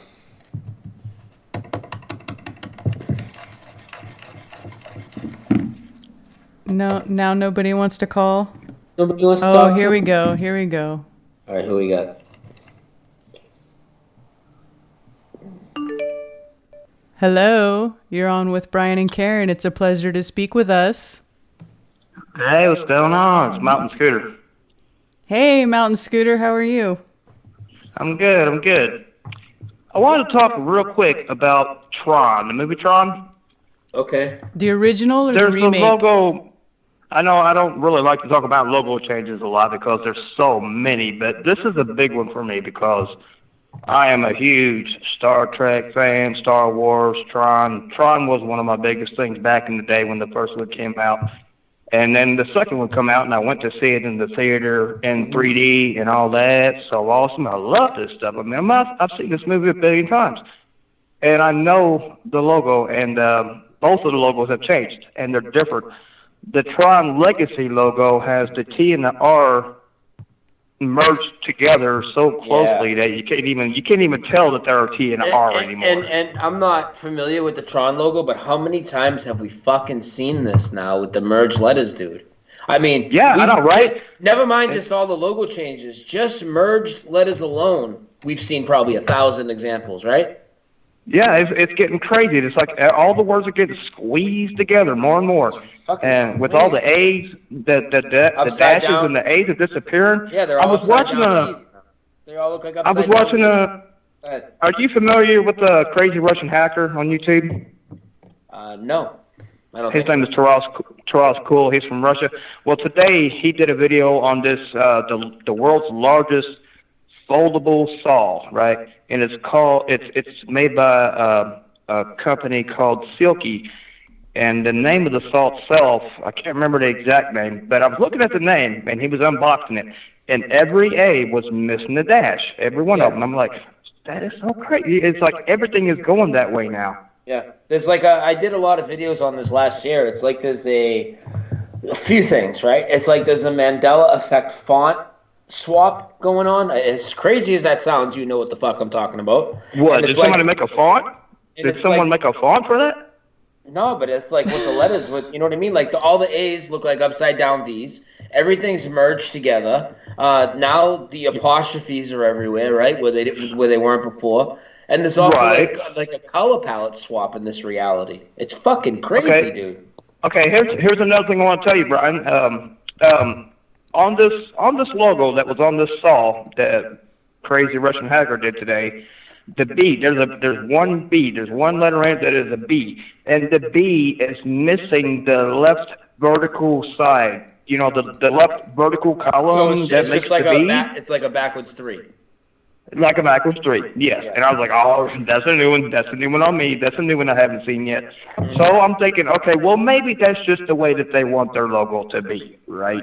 Yeah. But what if that starts becoming a thing and I start seeing it more and more and more? It's like, oh, there we go. There's more stuff in the lettering disappearing. There's and a lot of patterns, together. right? Look, what about all the Y to IE swaps and all the E's that are swapped to A's?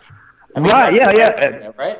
Everywhere. It's a constant thing. This is a constant thing. I even found another pattern where words that had 2 E's and an A have all swapped to 3 E's. Like cemetery. Like cemetery. Wow. Cemetery no longer has an A in it. The guy that owns, remember the show In Living Color? Keenan Ivory Wayans?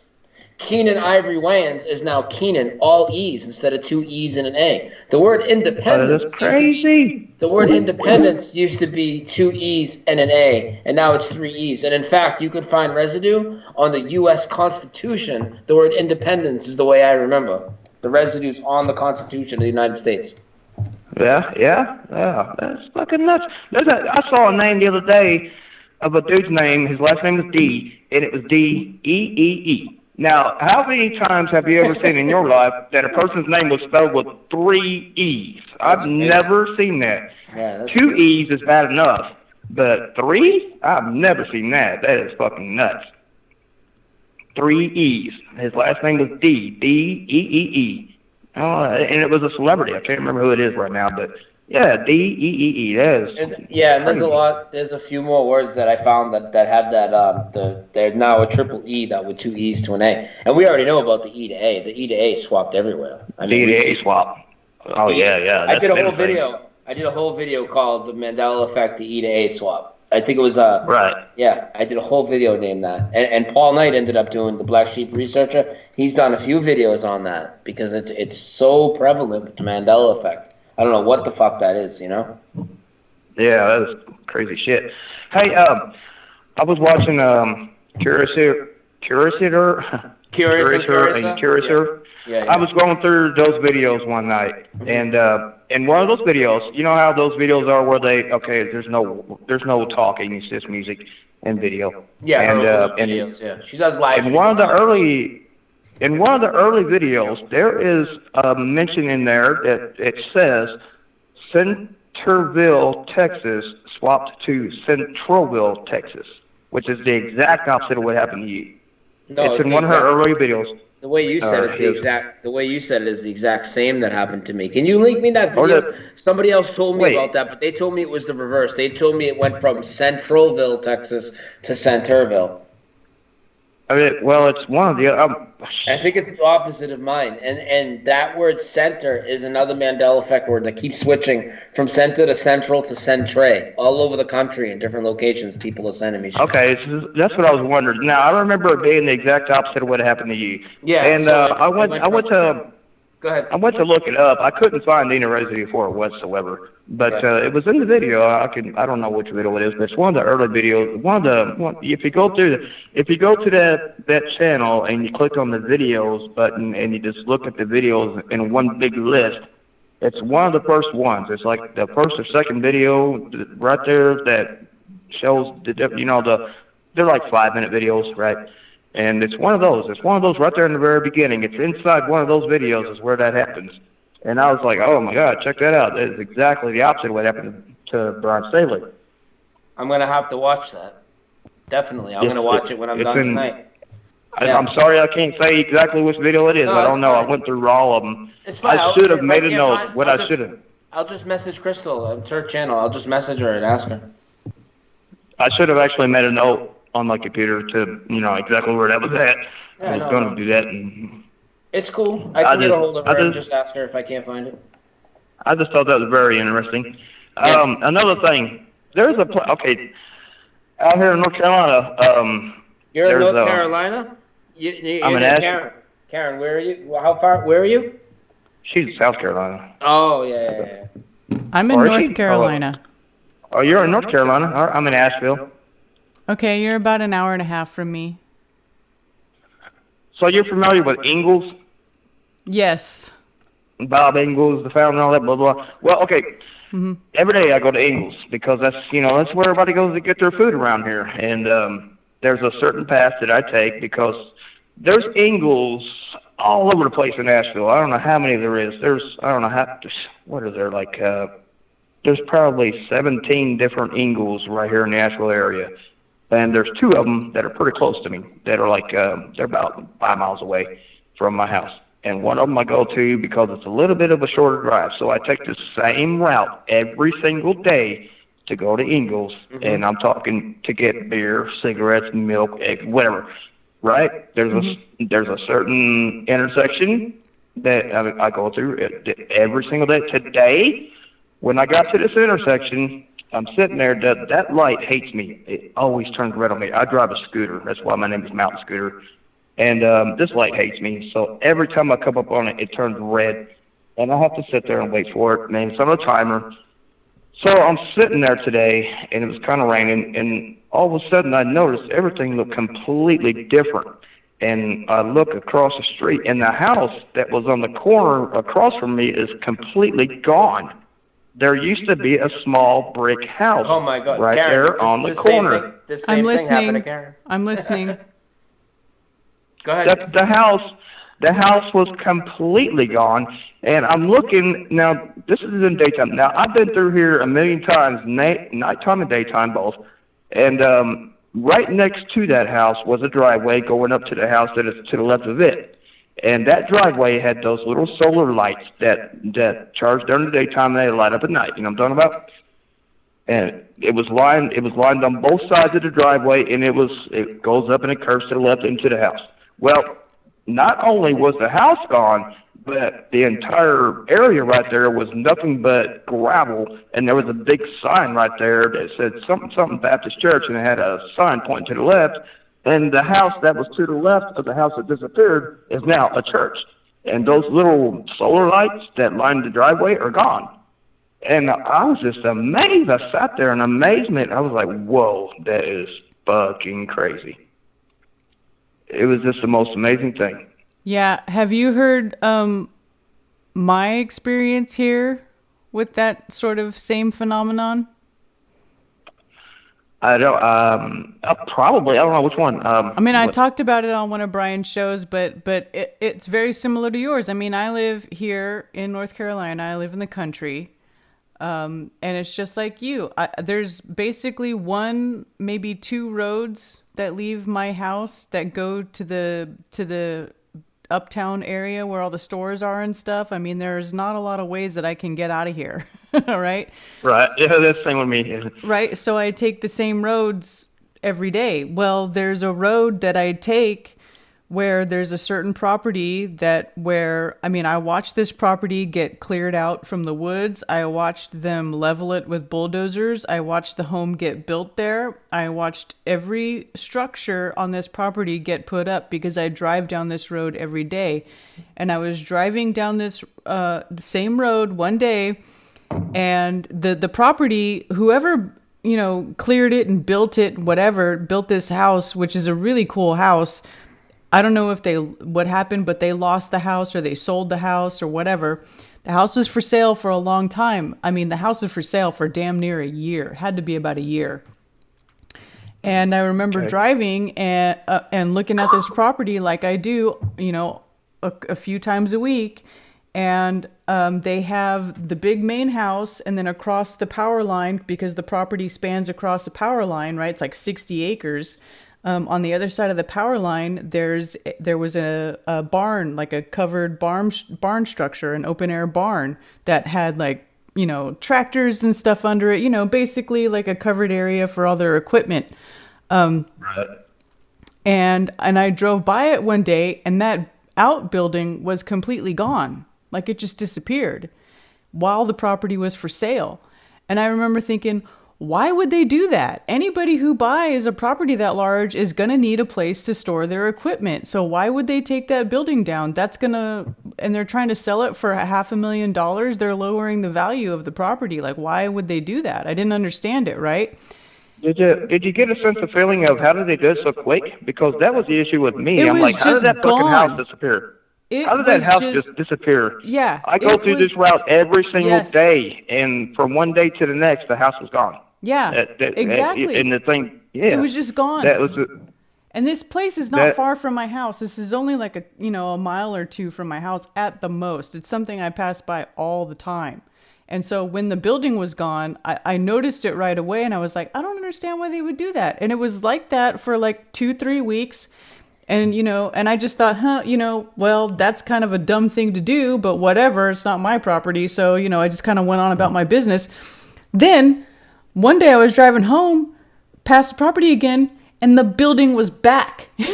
That's flip-flopped. Yes. It flip-flopped on you. It came back. And I was like, oh, the building's there again. And I remember thinking, what the fuck? And this is before I was really into Mandela Effect or into that sort of thing. Like I just, I had come across Mandela Effect even before Flat Earth, and I, with the Chick-fil-A, with the CHIC and the CK thing, that was the first one that I came across. But it was a logo to a fast food restaurant, and I was thinking, who gives a fuck about fast food? It's shit anyways, type of thing. Right. But this building disappearing and then coming back within the span of a few, it was literally 3 or 4 weeks. It disappeared, it was gone, and I kept driving by it and thinking, man, that is so weird. Why is that building gone? And it was fucking with me. Then it came back. That's a trip. There's a similar thing that happened to me in Weaverville. Weaverville is I don't know, it's like 10 miles away from here to the north, and I used to live up there. And I know the area very, very well, believe me. And there's a smoke shop that I used to always go to buy cigarette tubes and stuff. Cause I used to roll my own cigarettes. I used to do that a long time ago, when I used to live up there. And back behind this complex was nothing. It was nothing but land. And then, now I moved away from Weaverville some time back. I went down here to Woodson, which is North Asheville, and I was constantly going back to Weaverville to that smoke shop to get the supplies that I needed for my smokes. And this is no joke. From 1 week to the next, I would go up there once a week to get my supplies. This 1 week when I went up there was an entire apartment complex built behind the smoke shop. Yeah. What the hell is that? And I called up my friend, I called up my friend Patrick, because he lives not far from there. I used to live at his house. And I asked him, I said, yo, dude, what's up with this big old apartment complex right here by the smoke shop? And he said, what are you talking about? And I said, well, where did it come from? He said, what are you talking about? It's always been there. Yeah. And I was like, no. I was like, no. I was like, no, that's never been there. What was there before was nothing but land. There was one small house. Yeah. It was an entire complex. And I'm talking, this thing is like a block long. It's a big old thing. And that just freaked me the fuck out. And it's still there. It hasn't disappeared yet. Yeah, I mean, even without knowing what's going on, I mean, we know this reality is completely in flux, bro. I mean, it's crazy, bro. I mean, it's so crazy, and there's so many people have had buildings and things like that pop up out of nowhere. And in fact, I don't know, are you subscribed to Blaze's channel? Need input? Yes. Yeah, so I've been watching his videos. I've been watching a lot of his videos. He had because he's a teacher at a school, and he had an entire school move on him to the point where he had to call his boss and be like, yo, where's the fucking school at? And his boss was like, yeah. Yeah, I seen that. Yeah, that's a trip. That is a trip. That was a trippy one. Oh, my goodness. Yeah, that was a real trip. My whole neighborhood changed its name. It didn't move, but it's changed its name, and nobody is still taking the update. Everybody thinks they live in Centerville. Taking it? They all think Ain't that crazy? They all think they live in Centerville still. So when you think about when these things happen to certain people, like let's say Shazam in the movie, and people go and ask him, and he says, no, I didn't do that, and then later on retracts that and says, yes, I did. I mean, come on now, ain't it weird how people in their own mind, do they not even realize what's going on in their own mind? Do they not remember, Luke, I'm your father? I mean. But see, here's the thing. They're programmed to think that reality works a certain way. And so they recognize something happening, but they recognize it also as impossible. Mm-hmm. So they convince themselves that that's not what really happened. Exactly. Ain't that so weird? Ain't that the weirdest thing, though, right? I mean, ain't that it weird? It really is, especially a lot of the people coming through Flat Earth and, like, coming through such a huge awakening and so much deception and not trusting science and everything, to not be able to understand that, hey, maybe we don't understand reality. And because, I mean, we can prove Mandela effects all day. I mean, there's more proof of this than anything. All the residue we have and everything. I mean, it's just endless. Yeah, it's getting more and more and more. There's so much. These street sign changes. Right there in that same neighborhood where I was talking about that house disappeared, and the other house next to it turning into a church. The street name changed, but it was a subtle change. It was like it was where the A and the E switches, right? And the name of it now just doesn't even make any sense. It's like a word I've never even heard of. I can't even remember what it is right now. But it's one of those kind of changes that happened. That happened like last year. I saw that change right there at that street corner. And I was like, man, I should start making videos about this and taking pictures and things. You should make videos, dude. Everybody should. If I can make videos and Karen can make videos, why can't you make videos? You're over here talking and you're holding it down right now. You can make videos. Yeah, the thing is, what if you take a picture of a signpost and then later on it changes and you take another one? Would the actual picture change, right? Yeah, it would change. Yeah. It would change. We've seen it time and time again. 100% your photograph would change. So there's really no proof there. There's no residue, really. Yeah, the parodies will remain and stuff like that, but the photographic pictures of something, because there's been people that have taken pictures in front of jet. Still try to do it though, because there is still it's like some things do change and some things don't. Like there's photographic residue from like the thinker statue and stuff like that.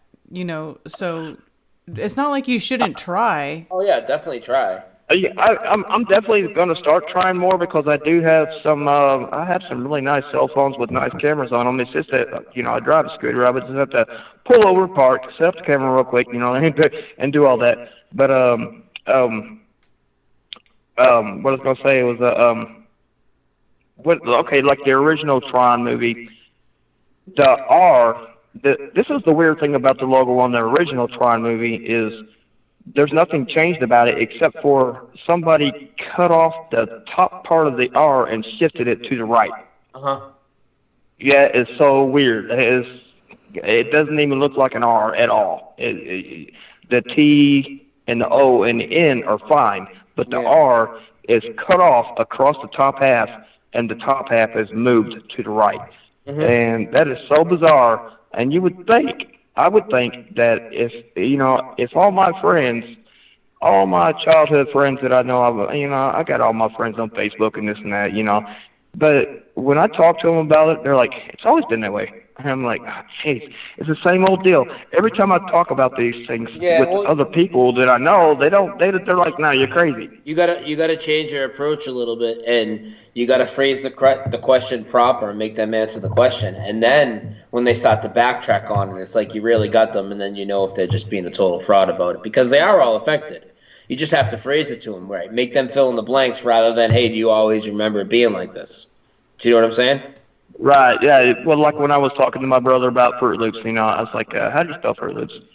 And he said, Fruit. And I was like, okay, so you remember, you know, as a Fruit Loops, it's a, and the Looney Tunes thing, you know, and things like that. So he's on the same page with me. My brother, my blood brother is the same.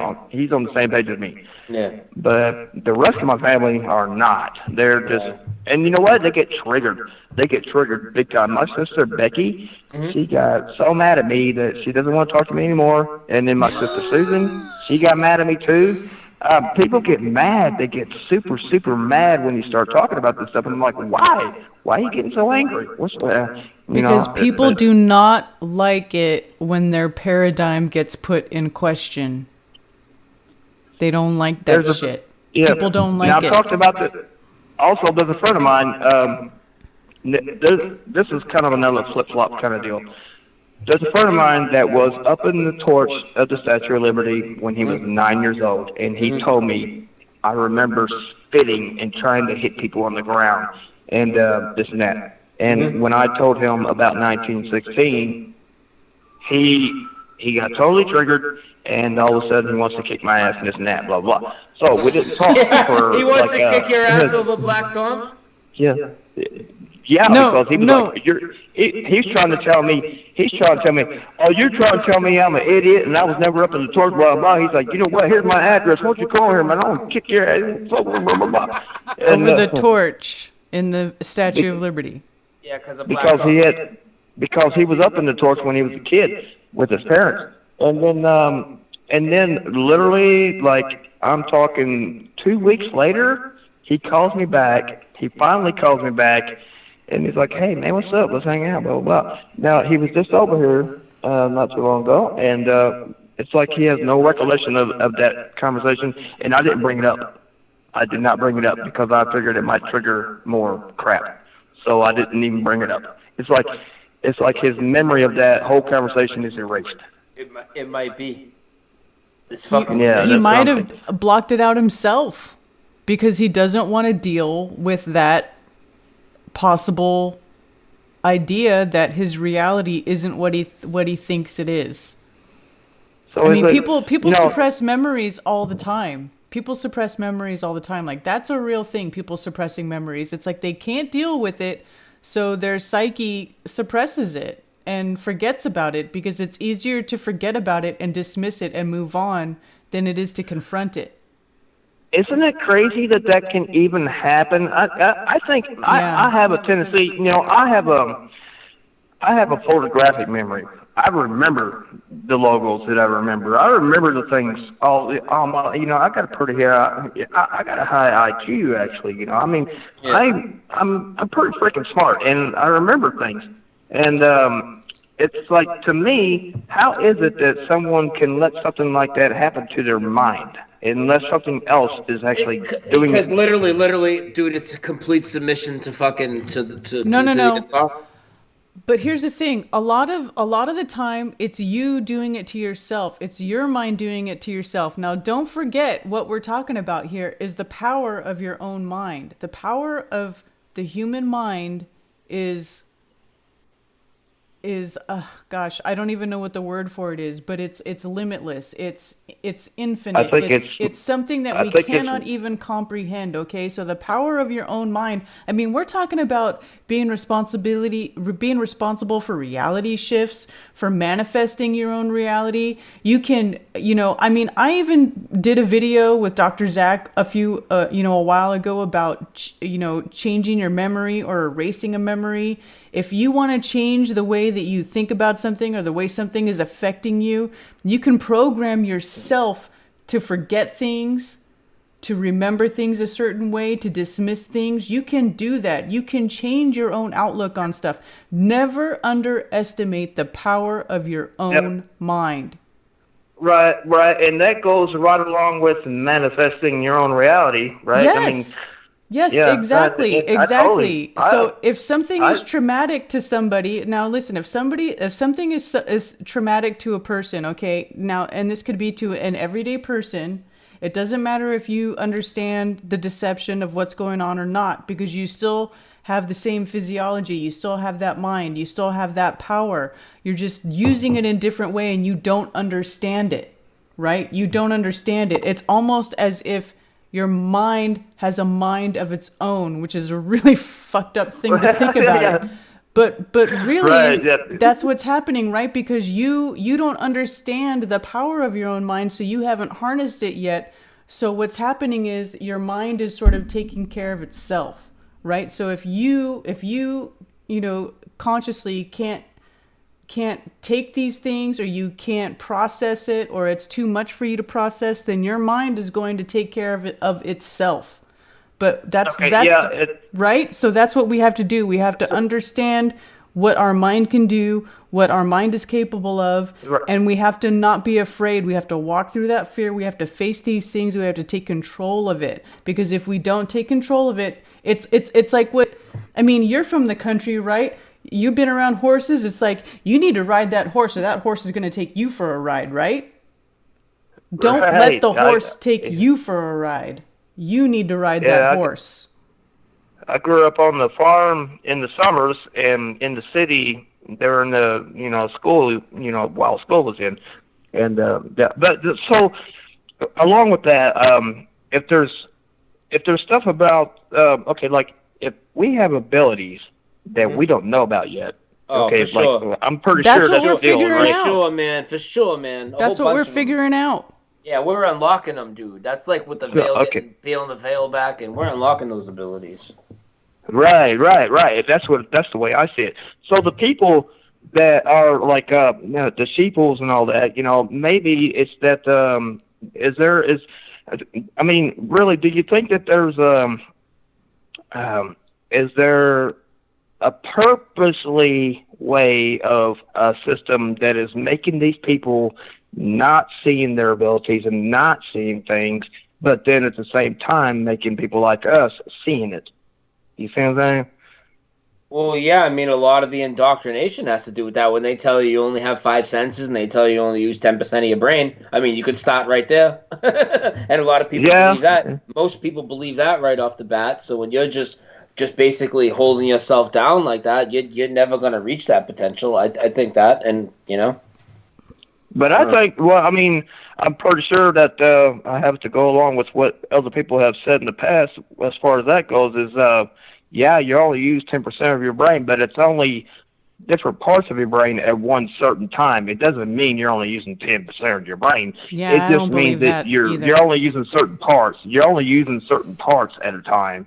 Your whole brain is working. It's just that you're only using certain parts at one single time. Yeah. But your whole brain is fully functional, but there's a bunch of stuff in it that is not unlocked right now, and now it's being unlocked. I think we're being unlocked with the DNA. Part of unlocking all that stuff is accepting that it's happening too, or you're just not going to see it. Right. We're being unlocked. We're being unlocked, but also part of that is we are helping to unlock each other. That's why they don't want us talking. That's why they suppress our streams. It's why they suppress our videos. It's why they block our posts, because we are unlocking each other. We're feeding off of each other. We have so much power that we can expose. We are going to be able to expose all the corruption that has been happening with the government and all this and that.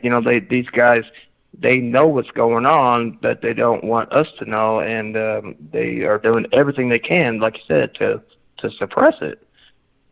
Exactly. And they have been and they've been doing that forever and ever. They know exactly what they're doing. They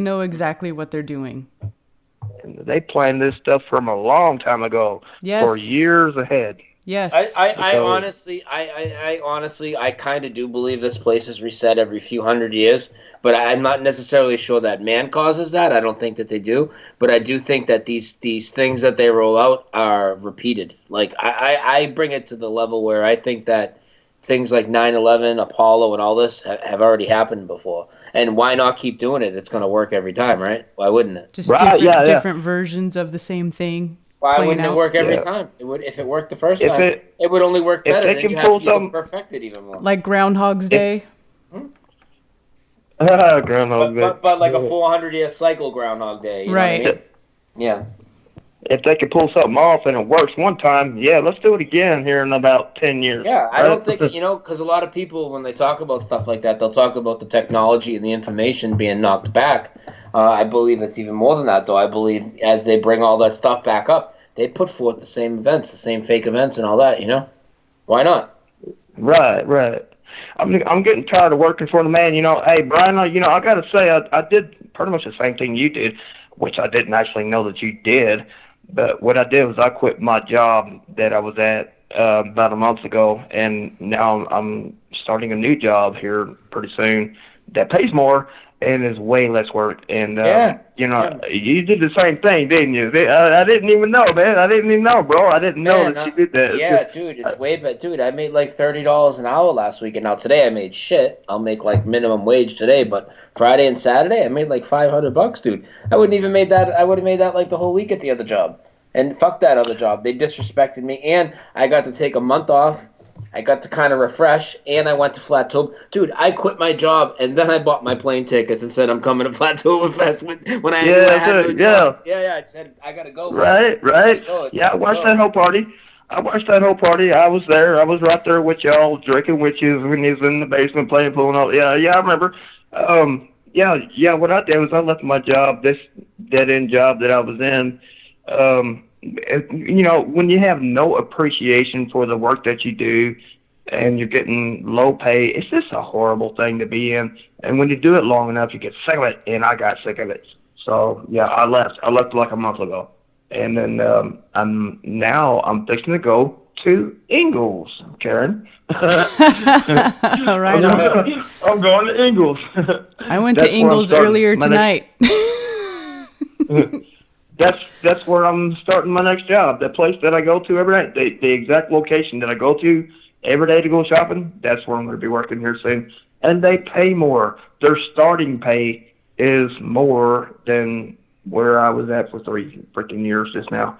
So, and having this little vacation has been a real wake-up call for me about reality and how working for the man is just bullshit. I mean, come on now. All we're doing is making the man rich. And you get enough pay they pay you. Sure, they pay you. But it's just enough to pay rent, electric, water, blah, blah, blah, just so that you can keep on paying income tax and all that. Hey, listen. So that the military, when you start your new job, up all your money. When you start your new job, don't pay taxes. When they give you that little form that tells you, oh, do you this, and that, but there's a little box that says exempt. Check that box check the box that says exempt and just don't file taxes, because taxes are voluntary. Don't you have to have certain requirements to do the exempt thing? No.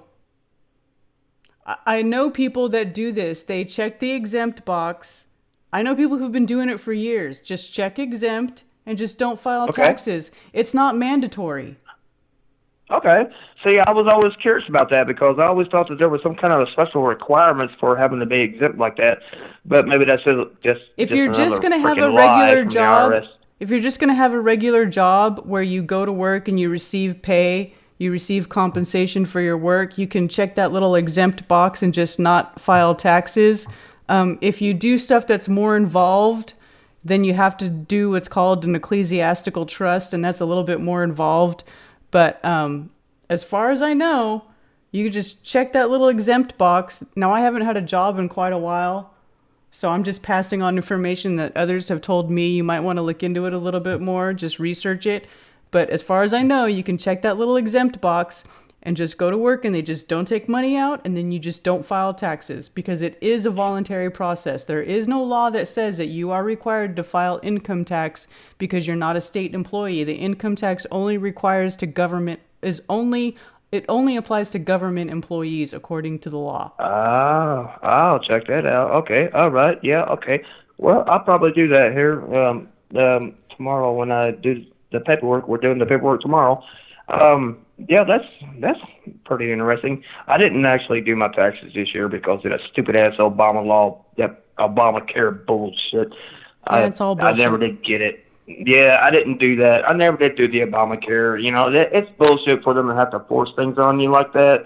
There's no reason for that. Come on now. I mean, just like vaccines and all that. There's no reason there's no reason that they can do this to people. Just like, you know, humans are the only ones that have to pay to live on the planet. Come on, man. Exactly. We're the only ones who have to pay, and the price keeps going up. What the fuck? Yeah, they keep raising the prices for rent, but lowering our freaking pay, you know? I mean, when you go to work, you get less pay, but they want to raise your rent, you know? And it keeps getting worse and worse and worse. It's these motherfuckers. They just don't care about us whatsoever. But it's good to talk to both of you, and I'm going to jump back into the live chat, and I got to get off the phone to do that, so I'll hook the phone back up and hook the internet up again, and I'll be right back in with you in the chat. All right, awesome. Cheers. Thanks for calling. Great call. Karen, I need 5 Love you minutes. both. I need 5 minutes. You want to take 5 minutes, or you want to continue with calls while I'm going 5 minutes? No, we can take 5 minutes, and we'll hang up the call since we have to reconnect anyways to take another call. So let's take 5 minutes. You go do your thing. I'm sorry, Karen. I've always hated Skype. I tried Skype years ago, and it never did work right.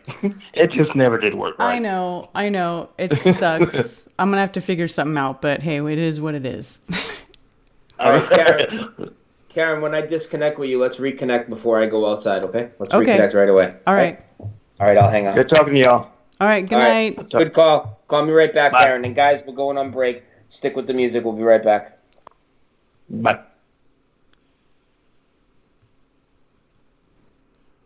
All right, let me get Brian back on here. Blup, blup, blup.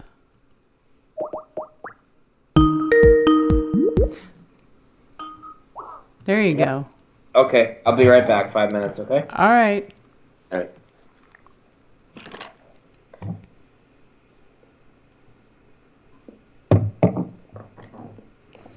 All right, I'm going to check chat while Brian goes on. What happened to Discord? Brian, what you mean what happened to Discord? Discord's still going. Is it not working?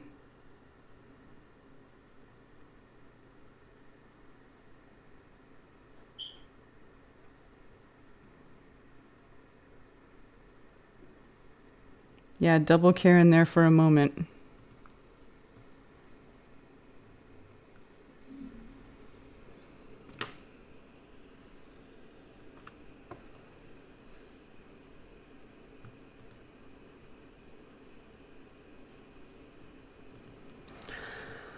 Alrighty. Let's see here. I am going to try something because whenever I start Chrome, that's when everything starts choking on my machine. Chrome's a big memory hog. So I am going to play some tunes through iTunes.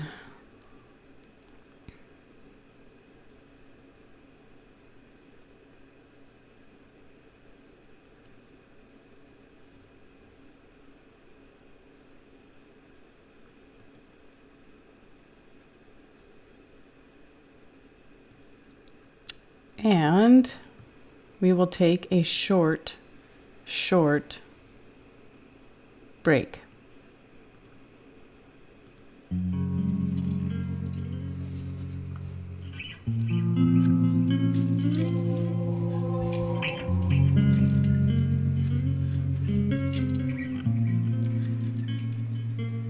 You can take me to the stars. You can touch the stars tonight. You can take me to the stars. You can touch the stars tonight.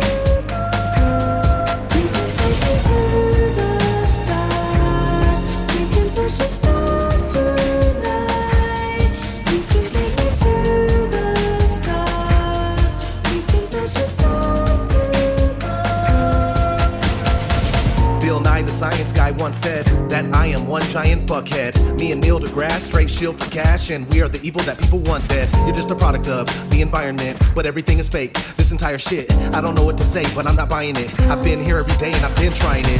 Everything that we're taught is a scam, and all along it was part of the plan. Telling us they're gonna go to Mars with a man? That's why I call them out as hard as I can. We ain't been to the moon and we ain't going soon, and everybody at NASA is a soulless goon. Man, this is fact, this is so damn true. Everybody watch out, Orion's floating through. Man, space is fake, but you gotta admit this lie takes the cake. These people need to chill out and take a break, but I'll never sleep again, I gotta stay awake. They lie and we don't need that. It's one big hoax and I'm starting to see that. Space was a place that I wanted to be at. I used to believe that. You can take me to the stars. We can touch the stars tonight. You can take me to the stars. We can touch the stars tonight. You can take me to the stars. We can touch the stars tonight. You can take me to the stars. We can touch the stars tonight. Growing up, I didn't have a clue. I used to think the earth was a ball just like you. Who knew? Everything that we learned in school is nothing but bullshit. None of it's true. Ha! And these people call it education. Just a clever way to say indoctrination. You don't seem to understand the plot we're facing. It's all about common sense and observation. But not for the mainstream, it isn't the case. They say you're spinning on a rock in the middle of space, but now's not the time, nor is it the place. I'm really sick of getting lied to, so get out my face. If you feel the way I feel, then come with me, get up. Flat earthers all across the plane, ripping it up. Truth seekers all up in this bitch, getting it crunk. And if you think we plan on stopping, then you're shit out of luck. That's why ODD is always on the grind, and I'm never ever scared to speak what's on my mind. Cause this day and age, everybody is afraid. It's an illness, realness is hard to find. They lie all the time, and we don't need that. It's one big hoax, and I'm starting to see that. Space was a place that I wanted to be at. I used to believe that. You can take me to the stars. We can touch the stars tonight. You can take me to the stars. We can touch the stars tonight. You can take me to the stars. We can touch the stars tonight. You can take me to the stars. We can touch the stars tonight.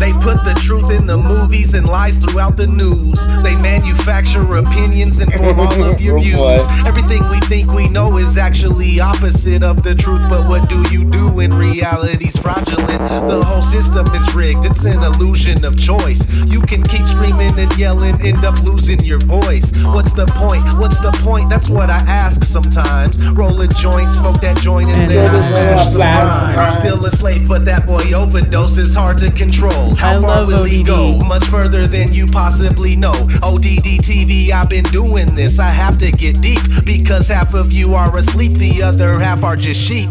Wakey, wakey, wake the fuck up, man. I'm really sick of this. They rub the truth all up in our faces and it's ridiculous. They always keep the odds stacked against us and we can't seem to win. After seeing all the things I've seen, I'll never sleep again. Everything is alright.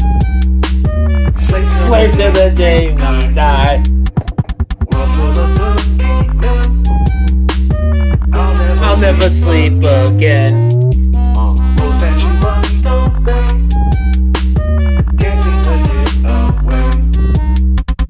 It's making my head spin. I'll never sleep again. Time to wake up. Time to wake up. Time to wake up. Never sleep again. Time to wake up. Time to wake up.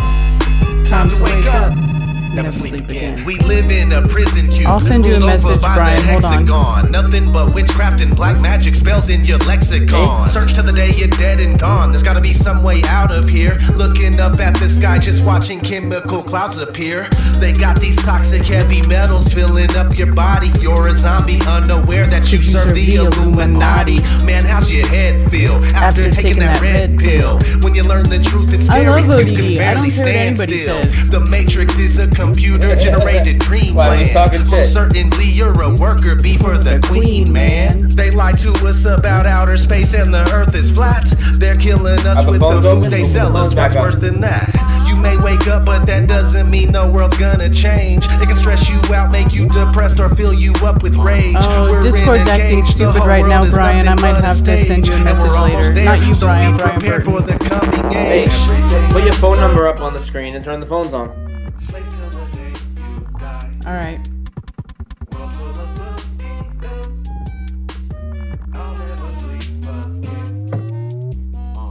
By the way, we're the fucking best, baby. We're the fucking best, and people hate it. We are the best. Okay, phone number is back up on the screen. If somebody wants to call in, please call in with something relevant to say so that we don't have to end the call and restart the call for some bullshit.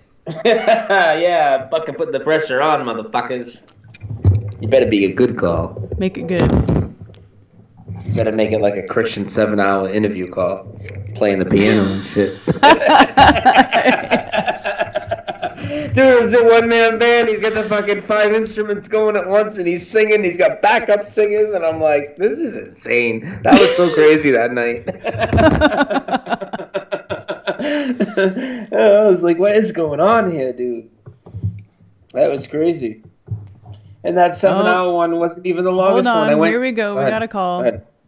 I went 10 hours with Photo Helix. Hello. Thank you for calling. It's a pleasure to speak with us. Turn your watch page down. Don't be a noob. I'm not a noob, motherfuckers. I'm feeling much better now. Oh my God, it's Collard. She's more drunk. Feeling much better now.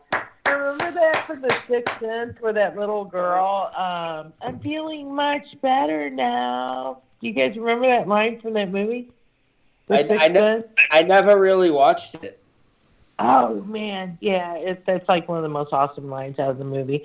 Anyway, I did want to mention I got that Flat Earth calendar, the Flat Earth map and Zodiac calendar, and that shit is a bomb. It's great.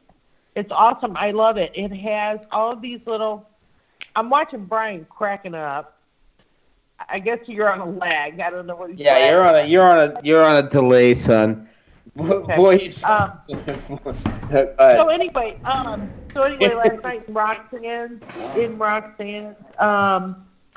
the show last night, you guys were talking about the calendar, the app, the map app. And hey, another shout out to Roxanne. I love Roxanne. She's awesome. Yeah. Go ahead. Continue. So anyway, whose is that? Is that Mark Sargent? That's David's app. Oh, okay, so it's David's app. So I bought that app. It's $3. I'll tell you what, guys, it's like the best $3, the best app that I bought all year, and I have a ton of apps. It is a well-spent $3. It is. It has a fact page with like 24 or 30 different little questions that you might be asked as a flat earther by Grovers. And then you click on those little tabs on that fact page, and it takes you directly to a YouTube channel with an instructional how to flat smack somebody video. And it's awesome because it's so basic and it's broke down so simple. And I just wanted to give that kudos. I have no vested interest in this app. I am not making any money off this app. Nobody is paying me to say this. I'm telling you, it's the best $3 you can spend. Carla, shut the fuck up. Everybody knows you're a paid show. It's great. It's great. But look. Okay, see right here, this little thumbnail down here. Everything's backwards for me. But anyways, down here, every day sometimes multiple times a day, David puts different videos in there that are featured, and you can tap that little square and it'll take you to a featured video. Whenever I put out a good video, my video will be there. Really? But I didn't know that. yeah, I've got a few videos that have made it to the featured page. The space selfie was there. How the sun sets on flat Earth was there. Anyway, but David is on top of it. All the good videos, you know, he checks them out and he'll put great videos here, and it kind of gets around the YouTube censorship. Okay. The other thing about this app, and I know I'm totally shilling for David's app right now, but I don't care because it's great. I used this app to flat smack a pilot, and it worked brilliantly. What? Okay. I thought it was great because I actually used it in a chat yesterday. Like I see, it's got the FAQs, it's got the compass and the zodiac. So like if you tap the zodiac button, then look. All the zodiacs show up there, and it you know, just like what we were talking about with astrology and stuff. Okay, I'm sorry, everything's backwards, and I'm not going there. But like it'll tell you there where the sun is and where the moon is, right? So you'll know where the sun and moon is rising. Okay? So if you're into astrology, this app will help you know where the sun and moon are in the zodiac. Okay? Then here you turn that off. And then you put the compass on, and the compass works, and north is in the center. He's got a compass that works with the north in the center. I mean, you can't beat that shit. Nobody else has it. Nobody else. And then there's like the jump 3 months. I mean, you can show how the sun and the moon bounce between the zodiacs. I mean, it's freaking brilliant. It's a freaking brilliant app. It's got a little countdown timer. You can put in, you know, whatever you want to do a countdown to, like right here. You know, you enter whatever date in, it'll put your countdown timer, the date, everything. I mean, it's a freaking killer app.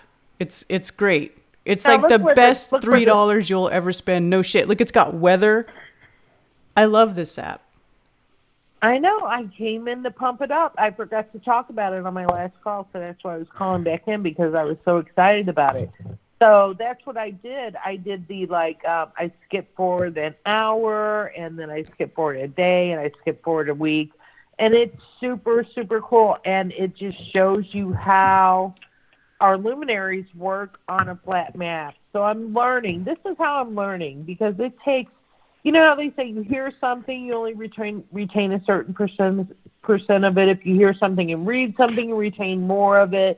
If you hear something, you hear something, read something, and then say something, then you tend to retain 75% of the information once you have done all those three things. So for me, it's good because I can use the information that I've read, that I have seen, and that I've said out loud, and I'm learning how to flat smack people.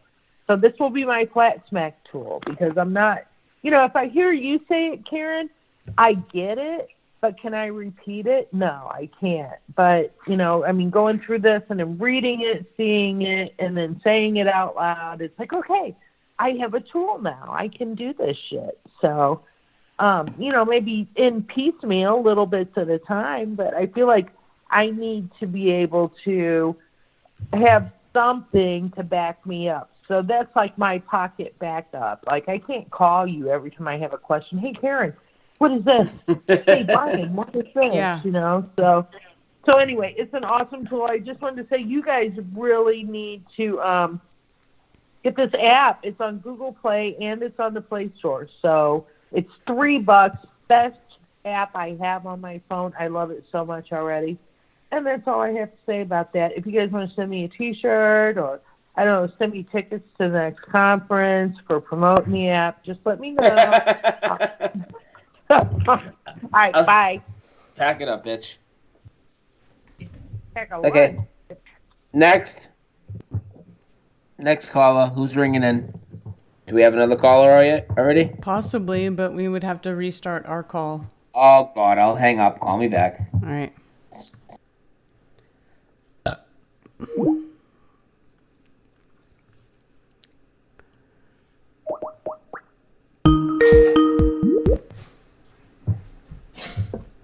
Hello. Is there anybody out there? What are you drinking tonight? Just shout if you can hear me. I'm a lesbian. Is there anybody there? Give us a ring ding dong.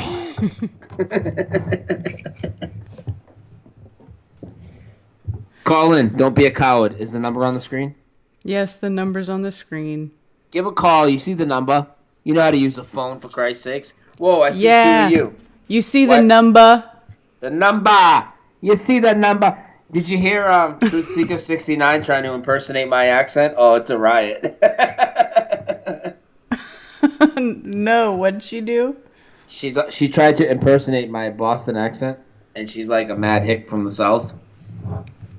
And it was fucked up. She was like, every time I go, they used to try to tell me to park the car, and I was like, oh my God, like, she's crazy. All right, who's calling? There's 184 of you here. So Okay, here comes a call. Hold on. All right. Hello? Hello? Is there anybody out there? Hey, how you doing, Karen? I'm doing great. How are you? Oh, I'm beautiful. I was gonna call about the Mandela effect, but then I decided I would call and ask about the documentary Behind the Curtain, see if y'all had know anything about it. I want to say I had seen you in it. I wanted to say I had seen a few folks in it. I'm in it very, very briefly. I'm not in it more than probably a few seconds. My voice is in it actually more than I am. And that's all because of pedo protecting Joshua. Yo, he said behind the perv. He said behind the perv, not curve. Hang up on him. All right, he's gone. That's what I thought he said, but that he said behind the perv. Listen, you stupid satanic faggots. Go fuck yourself. Don't get her started. You know what'll happen? The knife will come out and she'll fucking cut you. So back the fuck up. You guys got nothing. You got nothing. Nothing. Nothing. All right. That means we have to restart the call to take another call. All right, because bye. that dickhead.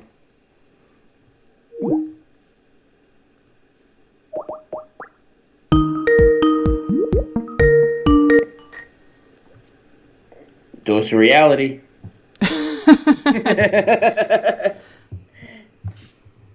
Hey, so you want to hear something funny while waiting for a call? Sure. So at the place I work, it's connected to a hotel too. So I take food to their rooms too, as well as doing the tables and the other stuff. Mm-hmm. And I bring the food to the door of the room, and I knock on the door. They're like, "Who is it?" I said, "Dose of reality." By accident, like I was supposed to say room service or something. I said, "Dose of reality." Did you really? Swear to God, I did. These people are pathetic, though, huh? Yeah, they're pathetic. That's terrible. Somebody else call in, please. Thank you. Please and thank you. I thought that's what he said too, but then you went with it. I'm like, oh, maybe I misheard. I thought I heard that too. Whatever. The beauty of Skype is that you are now blocked. Blocked. Bitch. Cocksucker.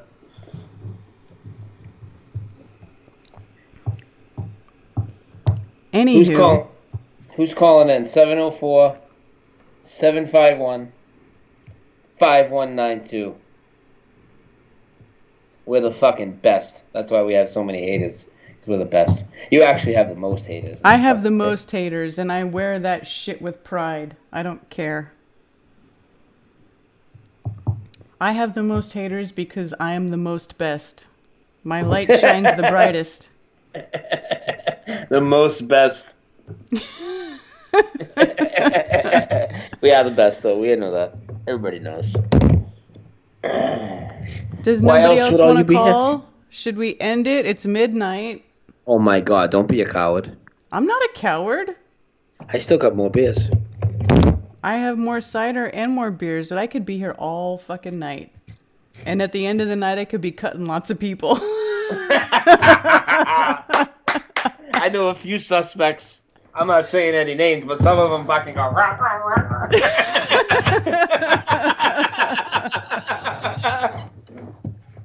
rah. guys are crazy.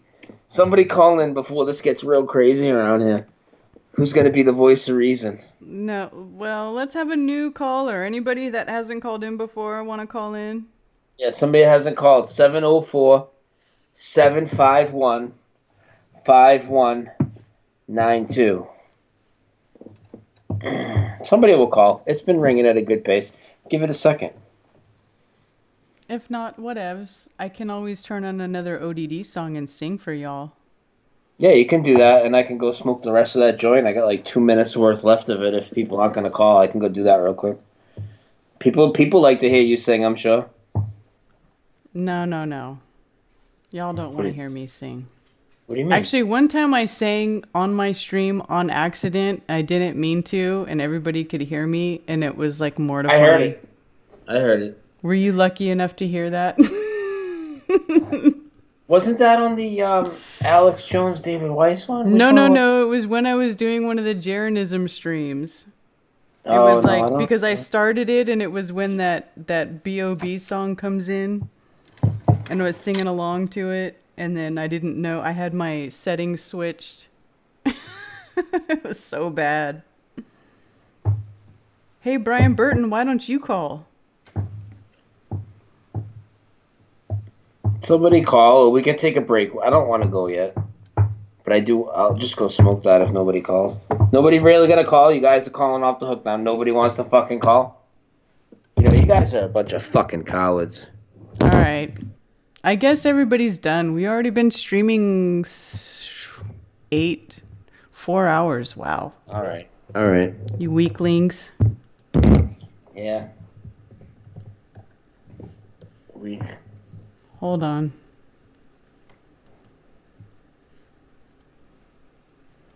Why isn't iTunes coming up?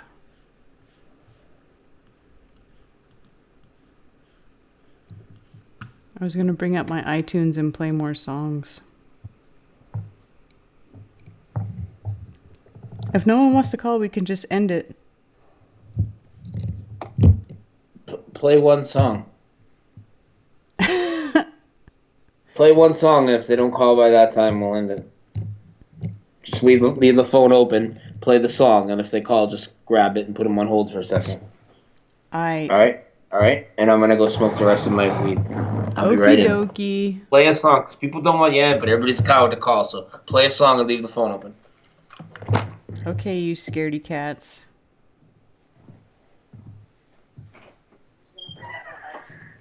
I won't disagree that Apple sucks. But the other thing too, though, is that my computer is severely old. Oh, I have a call.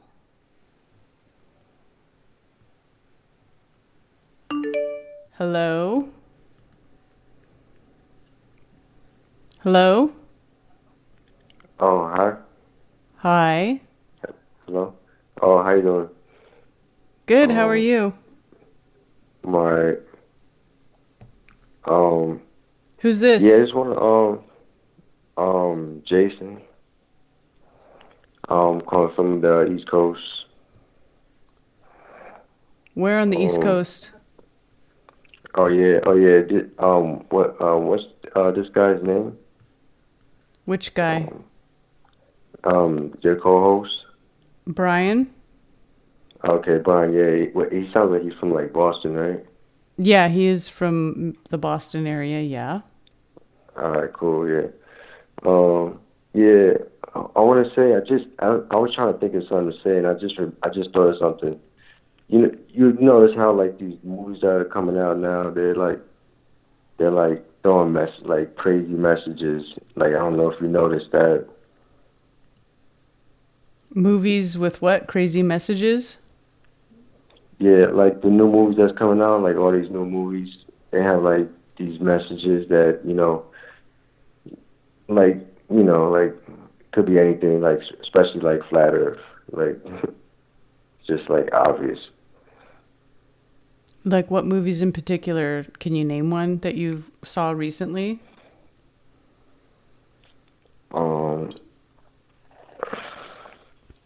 Damn, I'm trying to think.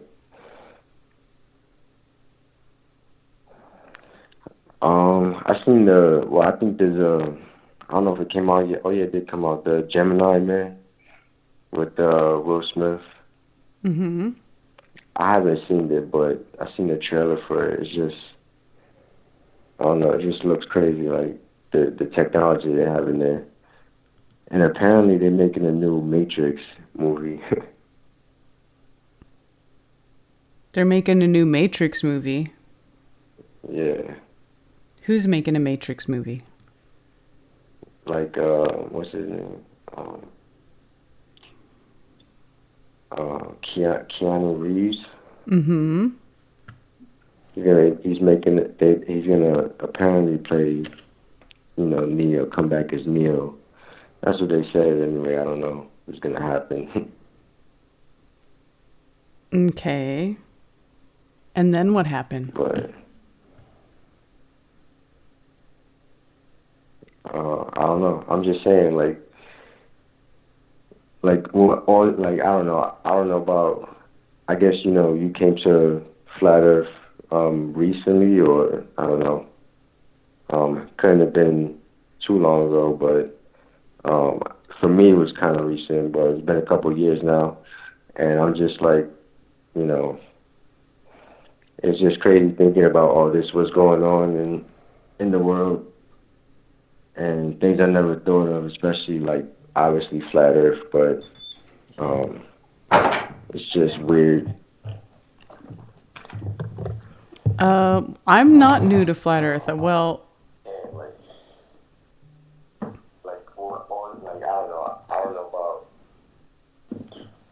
I'm back. Hi. Yeah, I still have this caller on the line. You all still think he's a troll? I can't hear the caller. How come? Because he's not talking. Oh, yeah, I don't know. Nah, you was talking. I'm waiting for you to finish talking. I have been in Flat Earth for 5 years now. At least 5 years. Oh. I don't consider myself new anymore. Maybe a couple years. Okay, yeah. You might consider yourself new, but I don't know. If you consider yourself new, I guess that's your own perception. Do you have any questions? Right. If you consider yourself new, what do you contemplate that you might want some more insight to from people that have been in this longer than you? Well,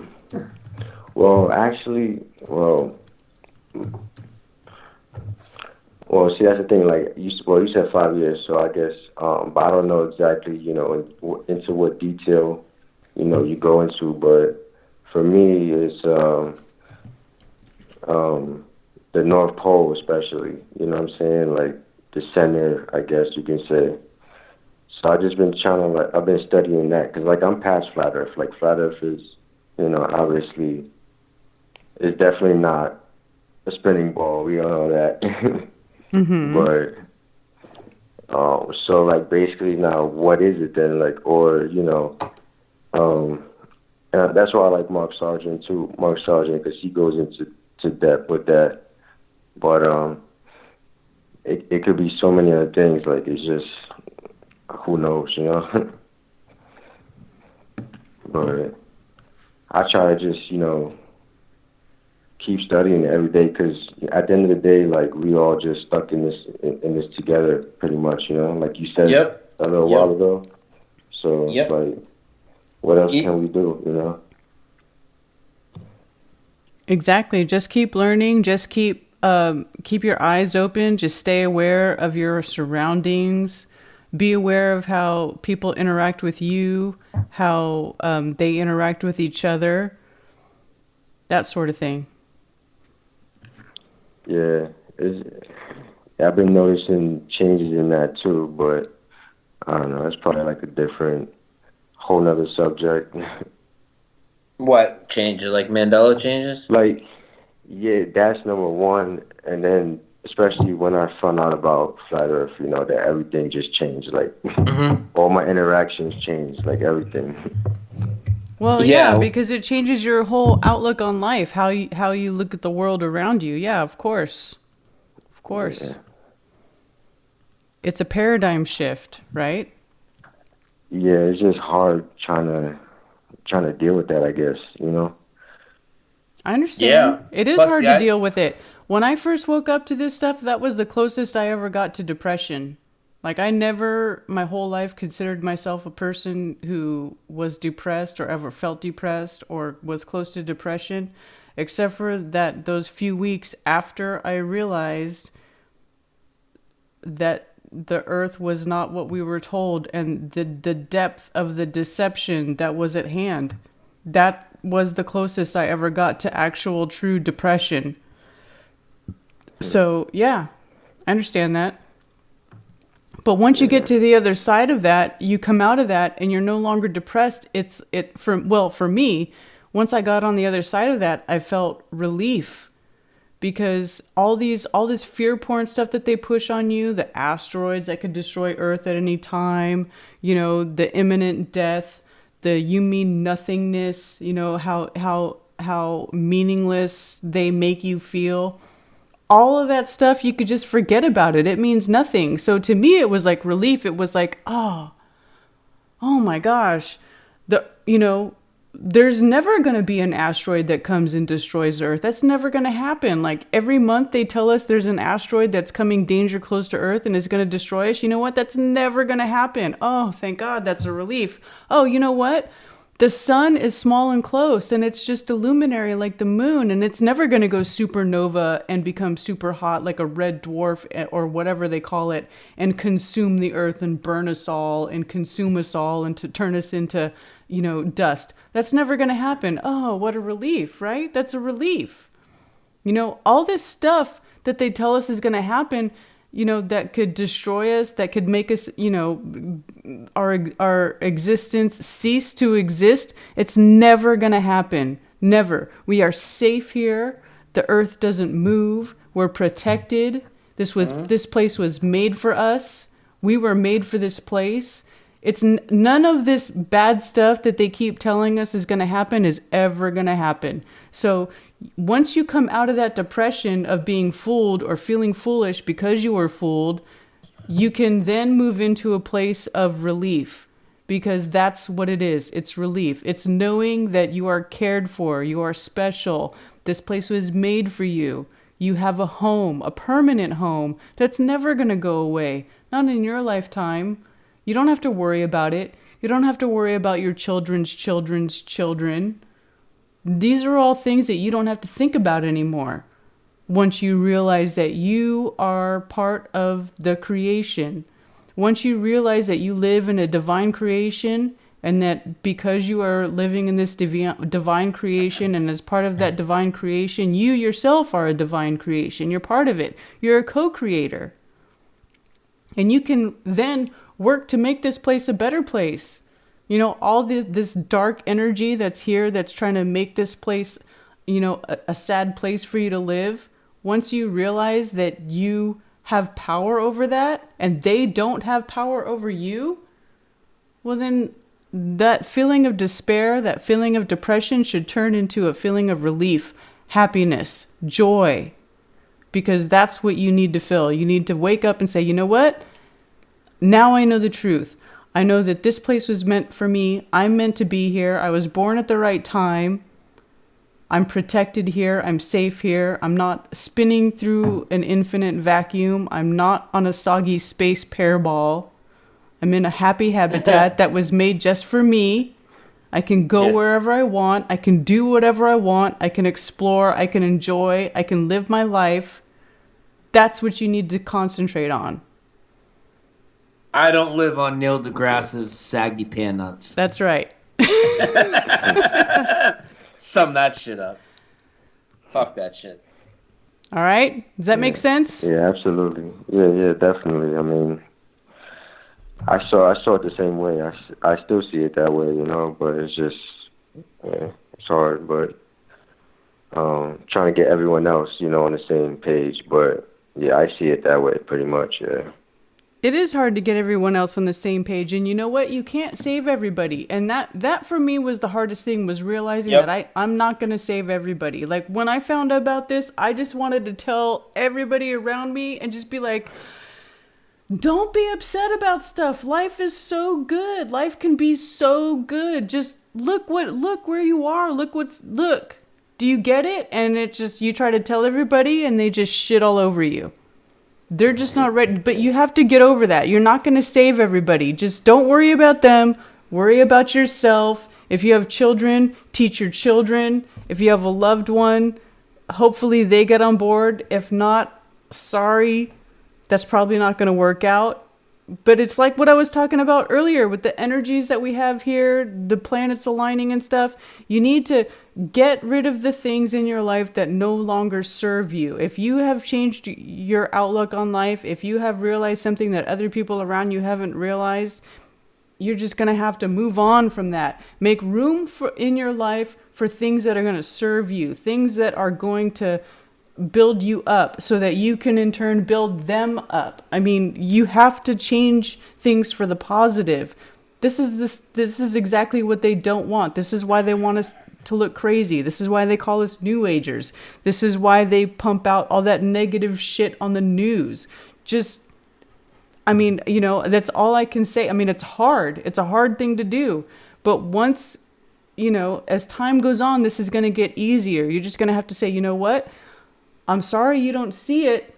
I tried to tell you, but hey, I'm going to go over here. I'm going to keep moving in a positive direction. You have to lead by example, because those people that maybe didn't see it when you tried to tell them, and you say, all right, look, hey, you know what? I'm sorry. Maybe this isn't for you. You go on and you move in a different direction and you keep moving forward. And then they're going to see you moving in a different direction. They're going to see you being happy. Maybe they'll follow. Maybe they'll recognize that and then they'll go that direction too. Maybe they won't. You can't worry about that. You can't save everybody. You just have to keep going. You have to keep moving forward. That's what we all have to do. That's how we're going to change the world. That's my opinion. Yeah, that's good advice, yeah. All right, don't be sad. Be happy. Yeah. Be happy that you saw it. Be happy that you saw it. Be happy that you had the eyes to see. Be thankful for that. You have to be thankful for what, you know, you have to be thankful for what you've been blessed with here in this physical world. Be thankful that you were blessed with the eyes to see. Be thankful that you have the knowledge, you know, to change things for yourself, to make life more positive for yourself. And then you can in turn try to make life more positive for those around you. Just keep working, keep moving forward, keep working to help people. If they don't want your help, you can't force it upon them. You know, it's like what they say, you can lead a horse to water, but you can't make him drink. If they're not thirsty for that knowledge, you can't make them take it. You know what I'm saying? Yeah. I just, especially like when I found out about Flat Earth, I just wanted to just, that's all I wanted to do. I still do, but, you know, I got a normal life, basically. So it's like, and it's hard, you know, just working, you know, these low-end jobs and... It's real hard. But I was talking about that the other day. It's real hard. It's hard to go in there and want to fucking strive to fucking like, to basically like try and move up a ladder at some bullshit fucking job working for people that are fucking idiots and totally asleep, you know? It's hard to want to do that. And to want to like, to want to work like 40 or 50 hours, like maybe in the past you would want to work. I couldn't, it's just like, no way, man. Like, it's just not the way to live. We were never meant to fucking have to work like that and slave like that all the fucking time, man. You know what I mean? Yeah. Just know that you're working to live. You're not living to work. Yeah. And I like traveling. I like to see places, and that's why I like the what they're doing in Europe right now with the tour. Mm-hmm. Yeah. I think that's a great thing right now. And dude, that's a fucking amazing thing right now, right? Yeah. Yeah, exactly. You know, and you can do something like that for yourself, but you have to start thinking about it. Imagine yourself in these places. Think about where you want to be. This is what we're talking about with the power of manifestation. You know, get some crystals. Get, and I know that, Karen, you're a new age witch. Fuck off with all that shit. Are crystals not part of the creation that the creator created for us? Are they not? So if crystals are part of the creation, should we not be able to use them with good intentions to help manifest the reality that we want to be, to help amplify the energy that we create within ourselves, to help create that manifestation? So do that stuff. Seek out these things that make you, that feed your good energy, your positive energy. If you want to change your life, you need to start it in your mind.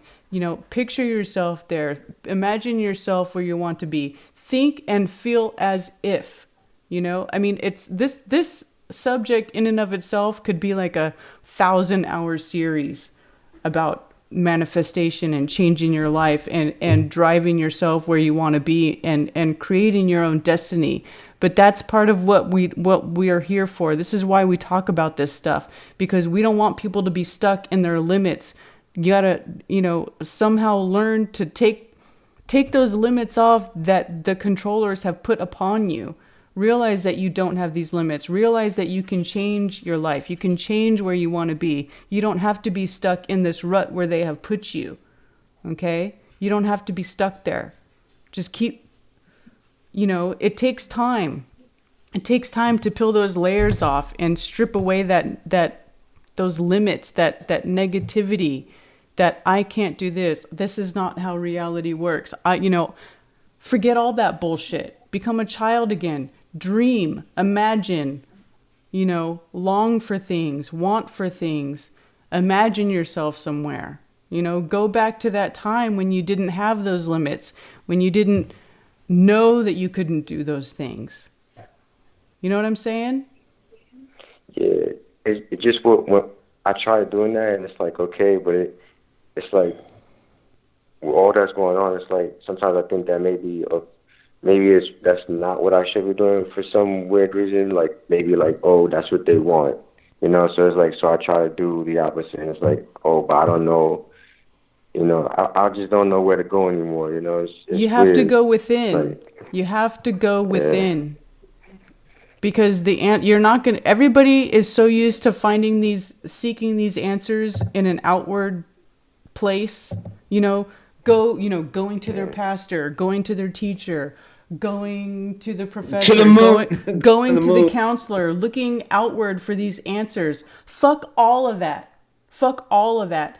Go within yourself. Go to nature. Go into a solid place of solitude. Meditate. Ask the universe what you need to be doing. Ask the universe to show you the way. And all you have to do is be quiet and be still and listen, and the universe will show you. Go within. The answer is within. You know it. This is the stuff that, I talk about this one. Oh, you're a new age witch. Who gives a fuck? Fuck all y'all. Go within. Look to yourself, because that's where the truth lies. Everybody's born with the truth inside of them. Everybody's born with the truth inside, and you have to go within to find it. Don't seek the answers from any outward source, because an outward source can never be trusted 100%. It can always lie to you. Men will lie. Man is a liar. Okay, but the creator is true. The creation is true. If you ask the creator and you go sit in solitude somewhere in a peaceful place inside the creation, and you ask the creator what it is you need to be doing, what is your path, why am I here? Don't try to answer it yourself. Don't worry about the answer. Just go, ask the question, put the question into the ether, and then you will receive that answer in time. Maybe not right at that moment, but maybe, later it will come to you. Why am I here? What am I doing? What is my path? What is my talent? What is my contribution here? Don't worry about getting the answer right away. Just ask it.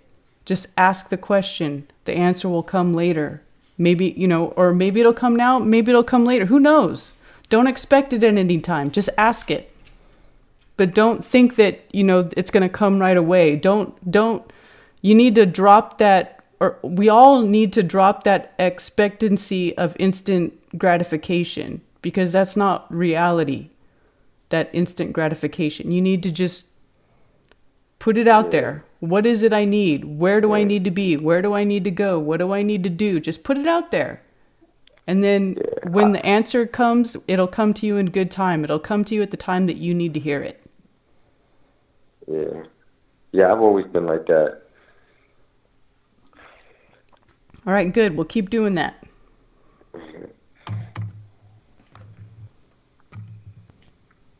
And also, what do you think about like organic portals, they call it, I think, or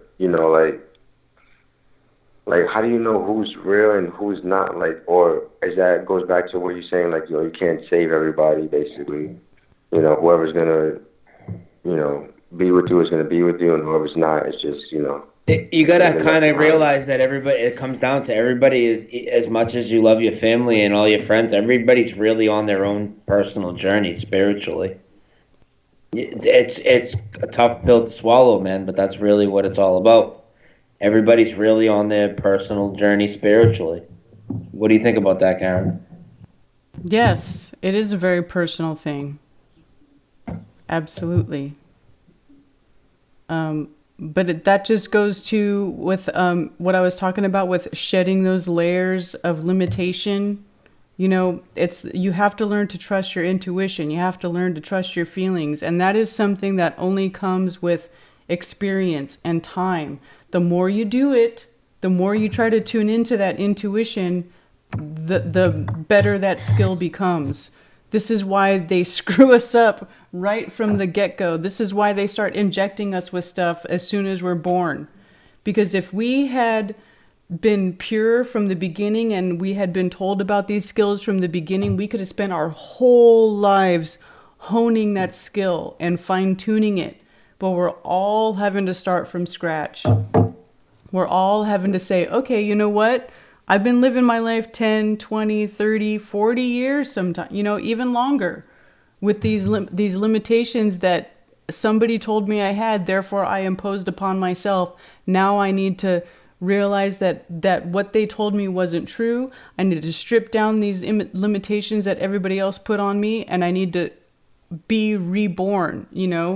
It's a rebirth. You need to strip out of that, shed that outer layer and come out of it and ask again, okay, I'm shedding all this. It's as if I know nothing. I know nothing.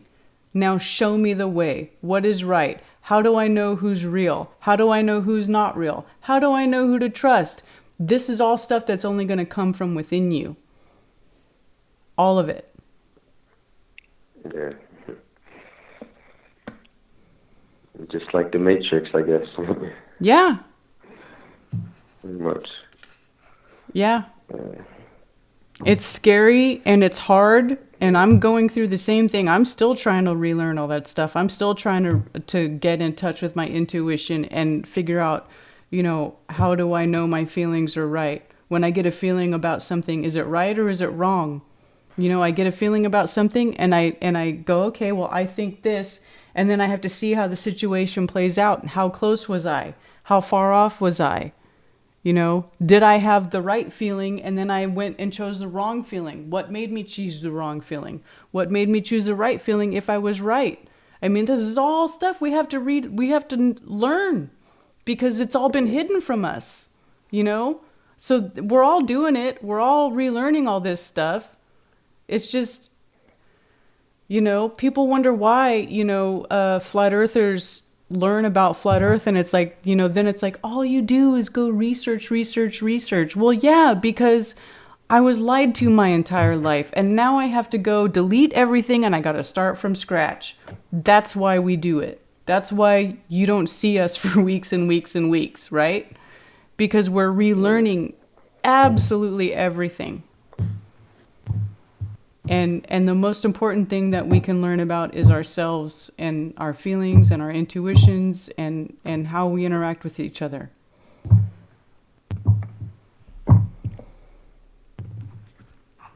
Yeah, I think it's starting to come together in a way, though, because, like, if you look at around, even people who are not, flat earthers, regular, people... they're kind of doing the same thing. They're being free or whatever you want to call it. I mean, yeah, they're also taking the path of, the media and whatever, and the control, all the control that we have. But at the same time, they're also trying to break free, I guess, in a way. So I don't know. I think maybe it's all coming together in a way. So we'll see, I guess, in the future, Just stay observant. Stay observant and pay attention to the feelings that come from within you, from your heart center especially. Pay attention to that. Pay attention to when it's right and pay attention to when it's wrong. Because that's the only way you're going to hone those skills. Yeah. Yeah, absolutely, yeah.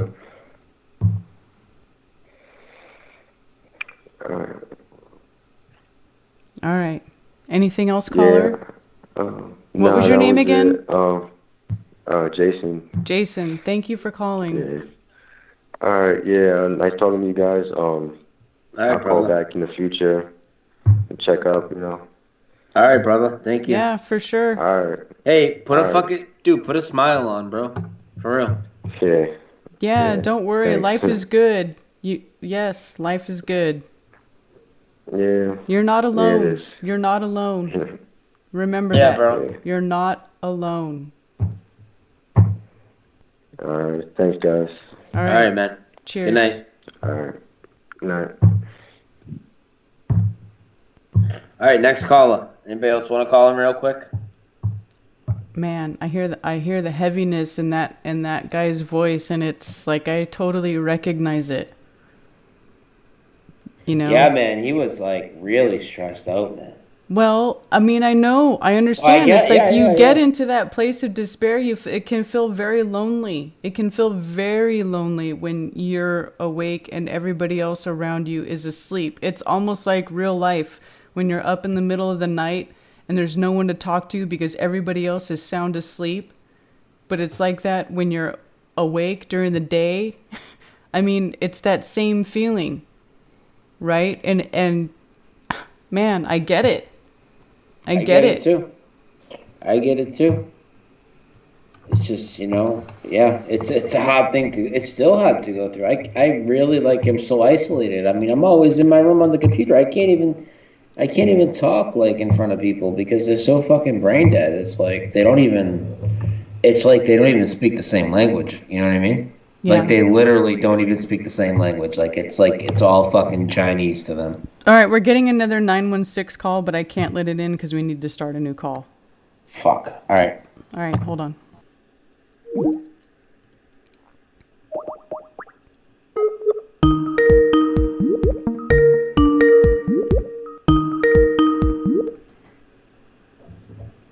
Hello.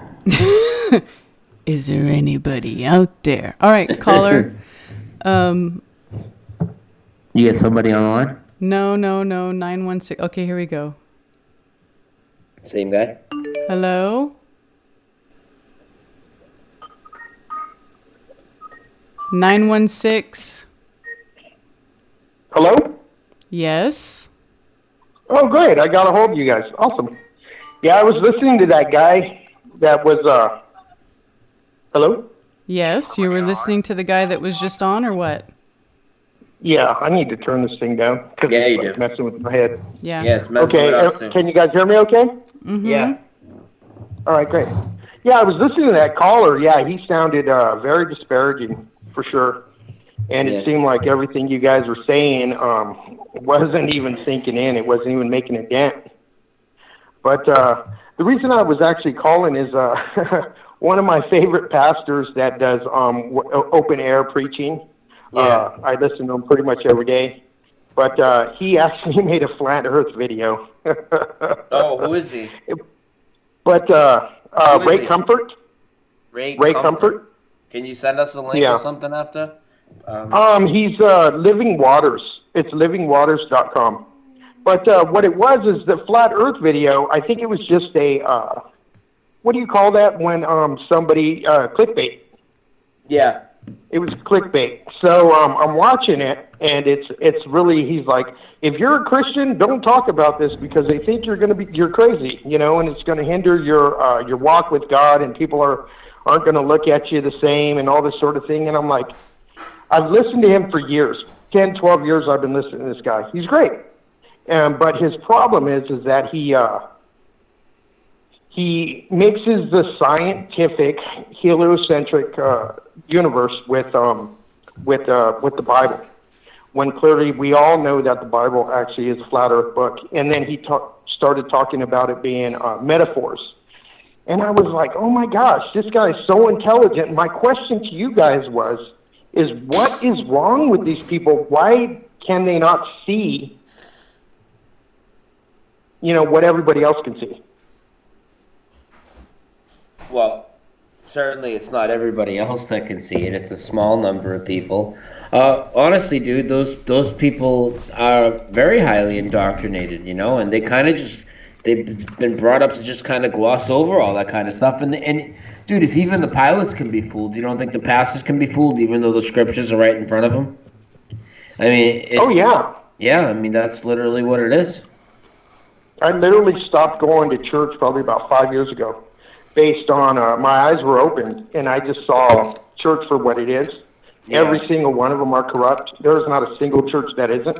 The only church that isn't corrupt is like when there's only like a few people, you know, gathered in his name, you know?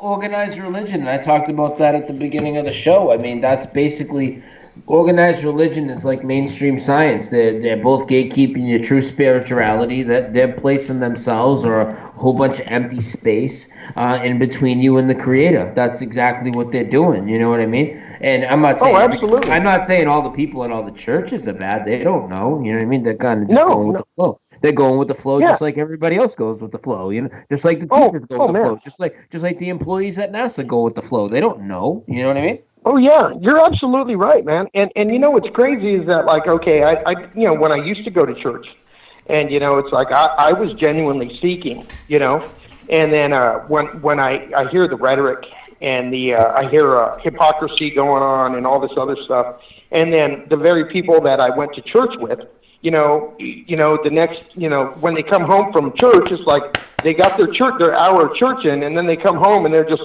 normal. It's like you're not even walking the walk, and I'm not saying that I'm any better than anybody else. I'm a sinner like everybody, you know. So when I see that, I'm just like, what is the whole point of going to church? Just for the religiousness of it? So, like I said, so I stopped. It's like literally to like any type of spiritual feeling you have, it's to like contain it, bro. You see what I'm saying? It's to like bottleneck it into this belief system. Yeah. And you know, earlier I was listening to you guys. I think it was you guys were talking when you first started. You know, like 5 hours ago. It was either you guys or the chat was talking about. You know, it's like read the Bible now while you can because it is literally changing. Yeah. And I'm one of those people that have been through it to and fro. I listen to it every single day. It is my life. You know, I'm a Christian. I'm a believer, right? And a believer. You know, that's it. That's the bottom line. So. When I started hearing these changes, not only did I look them up, but I was heavy into figuring out what's what. I went and bought different Bibles to see that some haven't changed yet. And you know, the wineskins, the bottles, the lion and the lamb, the wolf and lays with the lamb. It dwells with the lamb, and I was like, wow, this is actually happening. Yeah. And earlier on chat, by the way, this is Fast Teddy. Oh, what's up, Fast Teddy? Black Ted. Yeah, thank you. Okay. So anyway, earlier I was watching an old movie on a DVD, you know, when they first came out, and the previews were showing residue, you know, the ME residue. Yeah. And I was like, this is amazing because right there it's saying, Houston, we have a problem. Yeah. Tom Hanks, Apollo 11. Yeah. Right. And I was like, they're saying he never said that, and there he is in the residue on this DVD. Yeah. And then life is like a box of chocolates. Bam, right there. And I'm like, wow, look at, they're showing the full-on Mandela residue on these previews from this old DVD. Yeah. Anyway. Oh, it's crazy. Did you know that Forrest Gump changed again too? Like a couple weeks ago. Did you see that one? No. Okay, No. so all right, so I'll lay it out to you, right? So you know how it has tons of changes, obviously, but the first one, life is like a box of chocolates. Now is life was like a box of chocolates, right? Okay, Yes. everybody knows. Yes. Everybody knows that. Everybody also knows the argument the skeptics would make, and they would say we were confusing it with the scene when his mother, who happens to be Sally Fields, we don't even need to get into that yet. Absolutely. Sally Yep. Fields, Tom Hanks. I mean, number 1 and 2 Yep. culprits here. But so Yep. they always said we were confusing it with that scene because in that scene she says life is like a box of chocolates when she's dying. You know what I'm talking about? Right. I do. Well, now that scene changed, so all those arguments don't even make sense because now that end scene doesn't say life is like a box of chocolates. Now she says life is a box of chocolates. She doesn't even say the word like. So this whole conversation that everybody's been having to try to debunk us on that one doesn't even make any Wow. sense. Wow. So that's another incremental change that happens in front of people. Oh, man. If they would just pay attention. You know what? You know what the mind blower about the Forrest Gump one? Forrest Gump one was my ex-wife's name was Jennifer. Yeah. So I always used to recite Forrest Gump, especially when it was like, and then there's Jenny. You know how he used to say that? Well, how about the other part? How about the I may not be a smart man, but I know what love is. That What changed. love is. Yep. Yeah, now Oh, he it says- did? I Yeah, used to say you that know to her too. Dude, of Yeah, course I don't know what it is. Because he's talking to Jenny in that scene, right? So of course you said it to your girl. He used to say, I may not be a smart man, but I know what love is. Love is. Yep. And now he says, I'm not a smart man. He doesn't say, I may not be a smart man. He says, I'm not a smart man. Wow. That's crazy. Oh, man. See, this Mandela thing, I think it has to be God. Because biblically speaking, it's like God says he's going to send a great delusion. But I believe the delusion is literally for everybody across the board, no matter what genre you're into. If you're into movies, if you're into music, if you're into whatever, it's like in the Bible, it's like you're going to see it. So no one has an excuse to not know that he's making these changes Yeah, and it's man. bringing more people to him, Yeah, that's what I've been saying, man. Clues from the creator and possibly collective consciousness, and the two things together. That's what I've been saying the whole time, man. Oh yeah. It's weird. One day I just had the epiphany of what we just said. I was like, wait a minute. It's every genre. Music, entertainment, books, it's across the board. Signs, the A's are getting all funky. They're turning into what are they, upside down V's now? Yeah, we Some were weird just talking stuff, and about then that the earlier. S's. Man. Yeah. S's Oh, are the being S's? dropped. Dropped and added? Dropped. And extra L's are being added. Oh, Mark Hamill. He's got Yeah, two L's. the extra L's. Yeah, Sybil. The movie Sybil. I actually have that movie. Yeah, Sybil has two Yeah. L's now too. Yeah. Yep. So, and that's Sally Field. Sally Fields, Reeves. I don't even know anymore. I know it's Reeves though, because I'm one of those guys. I grew up watching George Reeves and Steve Reeves, and then when Christopher Reeves came out, I thought, is he related? Because they have all the exact same name. You've probably seen my Christopher Reeves video, right? Oh, I've seen all your stuff. Yep. All I've been right, doing this. I've been following every conspiracy since I've been about 20. Literally, whether it be JFK or, when 9/11 happened, I'm like, wait a minute, those look like demolition. That looks like demolition. Right off the bat, my first inkling was demolition, And it's funny because when I told other people, they're going, you know what? And that's all it took. It's like, look at the explosions. Look at Building 7. They're all, what? What's Building 7? Back then, yeah. And I was like, oh my gosh, this is some crazy stuff. What's actually going on here? Yeah. But anyway, you know what? You guys have been going for a long time. I don't want to keep you guys going since it's only 9:30 here, I think. Yeah. I've been listening to you guys since I've been at work. Awesome. Hey, we don't fuck around. Clearly. Yeah, I like that. I like listening to you and Photo Helix and we went for over 10 hours. Jesus man. Freak Computer G. Yeah, awakened saint. It's all good. Everybody, you know what? In every genre, every person, it doesn't matter race, religion, color, belief. You know, everyone's being affected by the Mandela. You know, one way or the other. The only people that aren't are the people that just don't want to see it. They don't want to hear it. Yeah, but You know, and it's mind blowing that people don't want to. They're still affected though. They're just denying it. Yep. Yep, it's absolutely true. There are no unaffected. We only have deniers. Yep.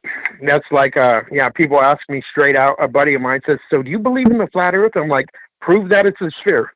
Show me some curve. You know, you show me, I tell my friends, you show me some curve and I'll walk away from ever saying it again. Yeah. And it's like, I think NASA's protocol is literally, fisheye lens. They say, don't forget to put the fisheye lens on that rocket booster when you're going up or whatever the case. Yeah. You know, we can't have them seeing what it really looks like. Yeah, and I tend to think they use even more video fakery than some people think, as far as like when people attributing things to fisheye lenses all the time. I think even higher percentage of that is just straight out video fakery, because that gives the perception that they're at altitudes that I don't even think they can achieve at times. You know. Oh, absolutely. You know, because there's no way. A funny thing happened on the way to the moon. That's a great thing for beginner people, but that's a gatekeeping movie because that's showing them fucking up a lot higher than they could ever be anyways. Well, yeah, you know what? In somebody's else, I don't even think, to be honest, when people have, I've watched that many times. When I first saw it about maybe 4 years ago, I think Mark Sargent shared it. And or linked it, him or Patricia Steer. Yeah. And so I watched it, and I watched it over and over and over because I cast it to my 60-inch TV, right? So I'm watching this thing, and I'm taking notes, and I'm like, wait a minute, something's getting in the way of the Earth. What they're saying is the Earth and the rocket ship they're in. What's getting in the way? I'm like, they're not even in the air. Because what they were trying to say in that, they were in low Earth orbit when they did this. Yeah, no, there's someone out there. Yeah. You know what I'm saying? There's someone out there. This isn't all. They're not even up. They're nowhere. Well, we already know that because supposedly they were X amount of distance to the moon when they shot this. When no, it's ridiculous. 17,500 miles an hour. Oh my gosh, so 10 times faster than a bullet. Imagine what that would do to your fucking body, dude. Come on, man. Dude, everything is. You know ridiculous. what? I shoot.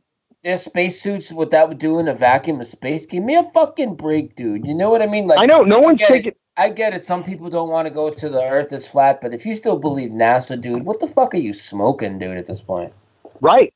And then when you tell people the $56 million a day that they're getting from our taxes, you tell them that a day. And when you tell them that, it's like 20 billion a year, some ridiculous number. When you tell people that, it's like they don't comprehend it. They don't even, it doesn't make sense to them. And then when people come back at me and they're going, well, I've seen the ISS. I'm like, you have? I'm all, you see, and then if I'm outside talking to somebody, I'm all, look at that plane right there. You know how high that probably is at the highest? 7 miles. Yeah, exactly. And how big is it to you? With the naked eye looking at it, like you say, you see the ISS, it's like, and the ISS is supposed to be 250 miles away. That's 7 miles. Yeah. 200, and I'm trying to make them grasp it. Grasp the distance. Yeah. And the ISS is supposed to be only twice as big as the jumbo jet. Dude, they tell you some of the craters on the moon are only 30, 40 miles wide. You can identify them with the naked eye, and they tell you the fucking moon is 237,000 miles away. Let that sink in. And people call us crazy. Dude, how the fuck do you think you can see 237,000 miles? The only way is if you were Superman Christopher fucking Reeves with the ass, bitch. Right. Yeah, or Will Smith in the that when he was in Hancock. Yeah. He made the heart on the moon, remember? Yeah. I think he made a heart on there or something. But that shit's close. We don't know how close it is. I disagree with most flat earthers that say it's a few thousand miles. That shit's not a few thousand miles away. Not in my opinion. I don't even think it's that far. I agree. Few hundred at best. It's not even that far. Because think about it, where we send our highest vehicles is what? 300,000, 350,000 feet it's like 20, at best. It's like 20 miles. 20 miles is the highest we've ever been with the U2 spy plane. Exactly. So that shit ain't no 3,000 miles away. You know what's crazy? When you're in a plane and you're looking outside the window and it's night and the moon's right there, it almost seems like you're at the same level, practically. Thank you. Yes. And it's mind-blowing. If you fly in a plane across the ocean at night, the moon's above you, right, when you take off. But once you get up in the plane, it's at eye level, and it stays at eye level. It's never still above you. But if it's where they say it is, it should still appear to be above you. Same thing with the sun. I just flew to Amsterdam, and we were flying across the ocean during the day, and the sun was on my side of the plane where I had the window next to me. The window seat. We all had to shut the window. Why? Because the sun was shining directly into the window. Because it's not above us. Sideways. It's right it was there. Level. Yeah, you know what? It's almost like, because a buddy of mine was military. I enlisted in the Marines when I was 17. But a buddy of mine, he's an ex-Green Beret, and he was on his way home, and I guess they, the guys, they were like chasing the sun. That's what he told me. They were chasing the sun, and they could never catch it. They could never get any closer, but it seemed like it was right there. Yeah. And it was X amount of hours in the sky. I think it's more like a manifestation of energy than an actual point in the sky, like an object. This is why we say it's holographic. The sky is holographic, but the Earth plane is a physical plane, but the sky is holographic. Because if you're on a beach, the sun rays will come to your feet, but if your friends a mile down the same beach, the sun rays will come directly to their feet as well. Oh yeah. That's absolutely true. Everybody's in their own little bubble almost. Their own little fishbowl. I think DITRH was talking about that. We're all in our own little fishbowl, so to speak. Yeah. Our own little. This is how you know that everything in the sky is based on our eyesight, right? Because everybody's view is different. It's anthropocentric when you look up in the sky, but the Earth plane is different, right? Yeah, I chased the rainbow once. Yeah, absolutely. I chased a rainbow once. I said, I'm going to get to that rainbow. I'm going to get that gold. So I drove and drove and drove. I literally did this one day, and when I thought I was getting there, it was moving. You know what I mean? Yeah. And it's almost like anything that's perceived by whomever, me, you, anybody, it's special for everyone. It's different for everyone, because here I am chasing this rainbow, and I wound up in a neighborhood I was unfamiliar with, but I just kept going. And I'm like, it's like the rainbow's right there going in that guy's backyard. But it wasn't, because then I went over there and it was moved again. And I'm like, wow, this is the craziest thing. And that's what it almost seems like the sun and the moon are doing. They're literally a manifestation. I like that word, manifestation. Yeah, of energy. In the air, of energy. Just like you're saying. I mean, everyone already has done the. Electric. You know what? Okay, so I do restoration. I do antique and muscle car restoration for a private collector. That's what I do for a living. So sometimes when I'm, I have like body filler dust is like on the plastic paper, on the plastic that's covering the car, because you want to keep the car clean. And I'll notice that the plastic itself generates static electricity. And so it's the most amazing thing with this dust. Actually makes little spheres all over the dust, all over the plastic. And I'm like, look at it. It looks like the moon. Perfect little circles. And it's because static electricity is built up. Yeah. And so that's like a little epiphany, a little like, wow, that looks just like the surface of the moon, And so I don't know. I'm thinking the moon, it has to be electric, especially with the cold laser light that everybody has to have tried this by now. You know, you buy the laser light, the laser thermometer, and you point it, and it's actually warmer in the shade of the moonlight versus the coldness. So in the the moonlight, no matter what, even if people say, oh, well, it's nighttime, it's going to be cold. Yeah, but it has opposite properties of the sunlight. Yeah, and it throws out the whole... If you're in the fucking sun, you go in the shade, you're whatever degrees cool. Let's say 10 degrees cooler for easy math, right? 80 degrees to 70 degrees. And if you're in the fucking direct moonlight and you go in the shade, it actually gets warmer because the moon is a cold light. That's not fucking coming from the sun. Yeah, and they're completely different. They might have an energy interaction, but it's not reflecting the sun's light. Oh, yeah. Absolutely, because it's just like a mirror. If you use a mirror and you reflect the light, all of us have done this as kids, you know, when we discover that we can shine a mirror reflection into somebody's eyes messing around, you could actually feel the warmth in the reflection when it's touching your eyes. You know, you could feel it touching your skin, the reflection off of a mirror, you know, across the street or whatever, you know? Yes. And so if the moon is reflecting the sun's light, it would have the exact same thing if you magnified it, because you could actually magnify the light as well, and the light is cooler when you magnify it. I mean, it's the craziest thing. So I've actually said this to a couple of people, and they're going, no way. And I'm like, do it yourself. Don't believe me. And that's what we all tell everybody learning this stuff. Don't ask me. You can ask me, and I could point you in the right direction or a direction, and then you go check it out. Don't listen to me. You know, that's why we're in this. That's why we are where we are in this whole, you know, conspiratorial, you know, whatever you want to call it. Because we took people's word for it, you know, and it's amazing because I was listening to another guy that used to be he called himself a backsliding Christian, and he doesn't do it anymore because he figured the Bible isn't correct, and it was just written by men and all this sort of thing. So I chimed in, and I said, would it have been better if it was written by giraffes? Would you have believed it then? I was just being silly, right? Who else is going to write it?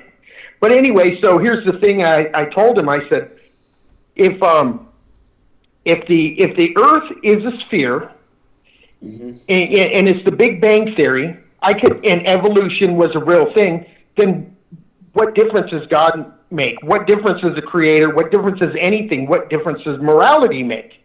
And these are, well, morality doesn't have to do with this, that, and the other thing. I'm like, but if you have no judgment at the end, then what's the point? If you have no judgment, you know, you could get away with anything. Look at Hitler. I mean, I'm not going to go there, but you know what I mean. It's like, hopefully there's a judgment waiting, you know, that there is some sort of judgment going to take place, because you can't get away with that. You can't just live, do all this terrible stuff. There's got to be some sort of karmic energy. There's some sort of karmic energy or retribution for what you do. Got to be retribution, You can't just go around being a shithead forever and just nothing ever happen. And get away with it, yeah. That's the law of attraction. It's like when you start putting good things out into the universe, that's when good things start coming back to you. You can see that law of attraction here, now, tangibly, in this current life. You don't have to wait for reincarnation. In my opinion, you don't. I mean, I've changed it. I've changed it. Like, I used to have a very negative outlook on life, and so a lot of negative things used to happen to me. Once I changed my outlook to a more positive outlook, more positive things started happening to me. That, to me alone, proves the law of attraction. Right. It's that whole thing, and you know, you get what you give. You receive what you put out. Mm-hmm. You know, it's a trip that you say that, because I always treat everybody the way I want to be treated, you know, and I treat everyone with respect. I don't care if they're homeless. I don't care if they got a business suit on. Everyone's the same to me. There's not a single person greater than another.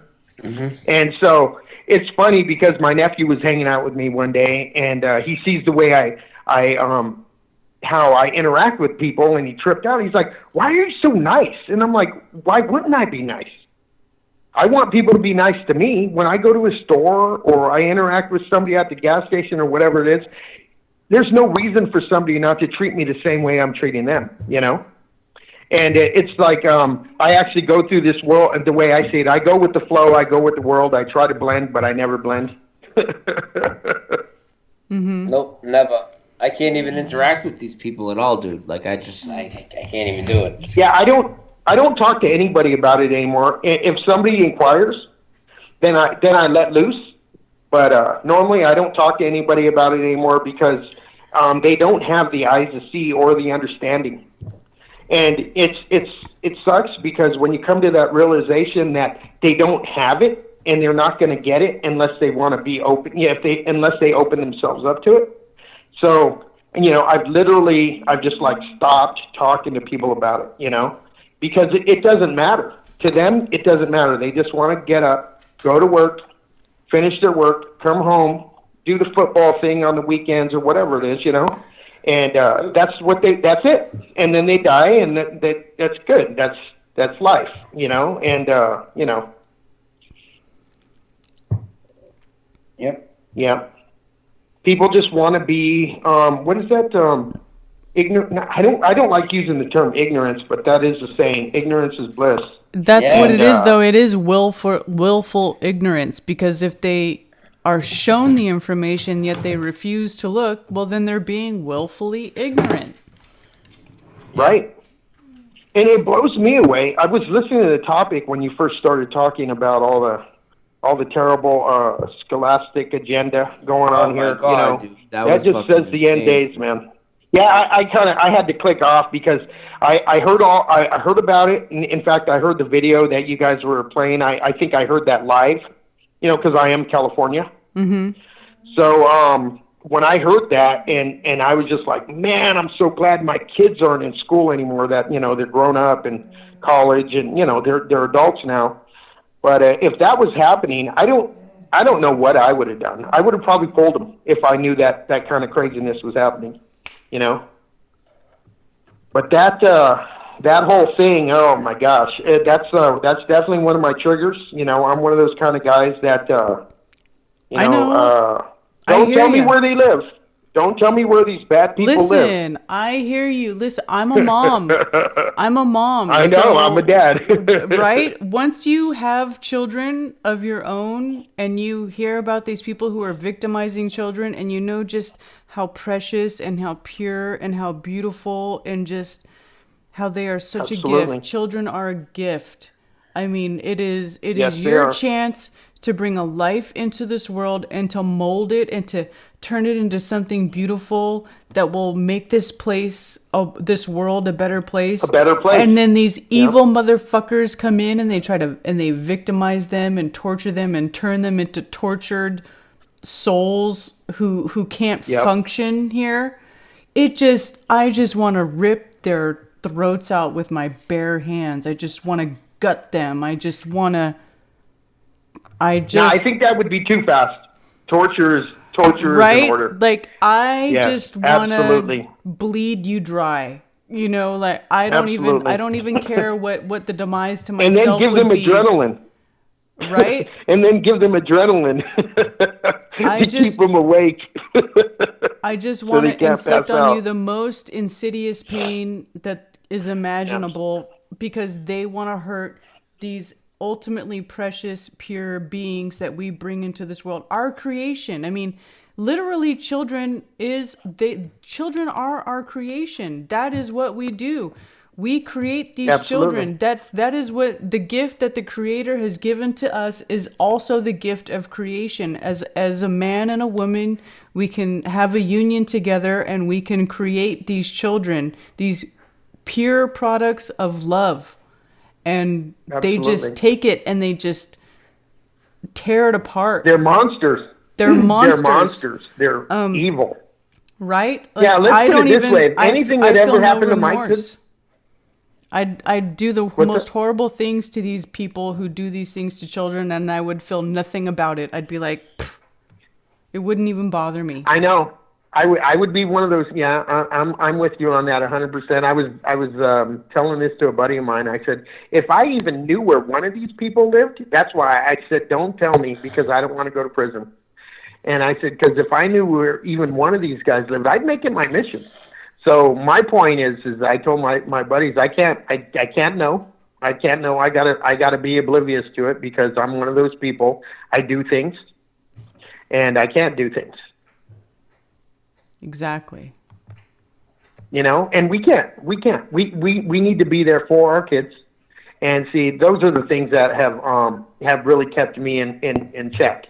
You know, I want to be that far. I want to get old. I want to see my grandchildren. I don't want to see them from behind parts.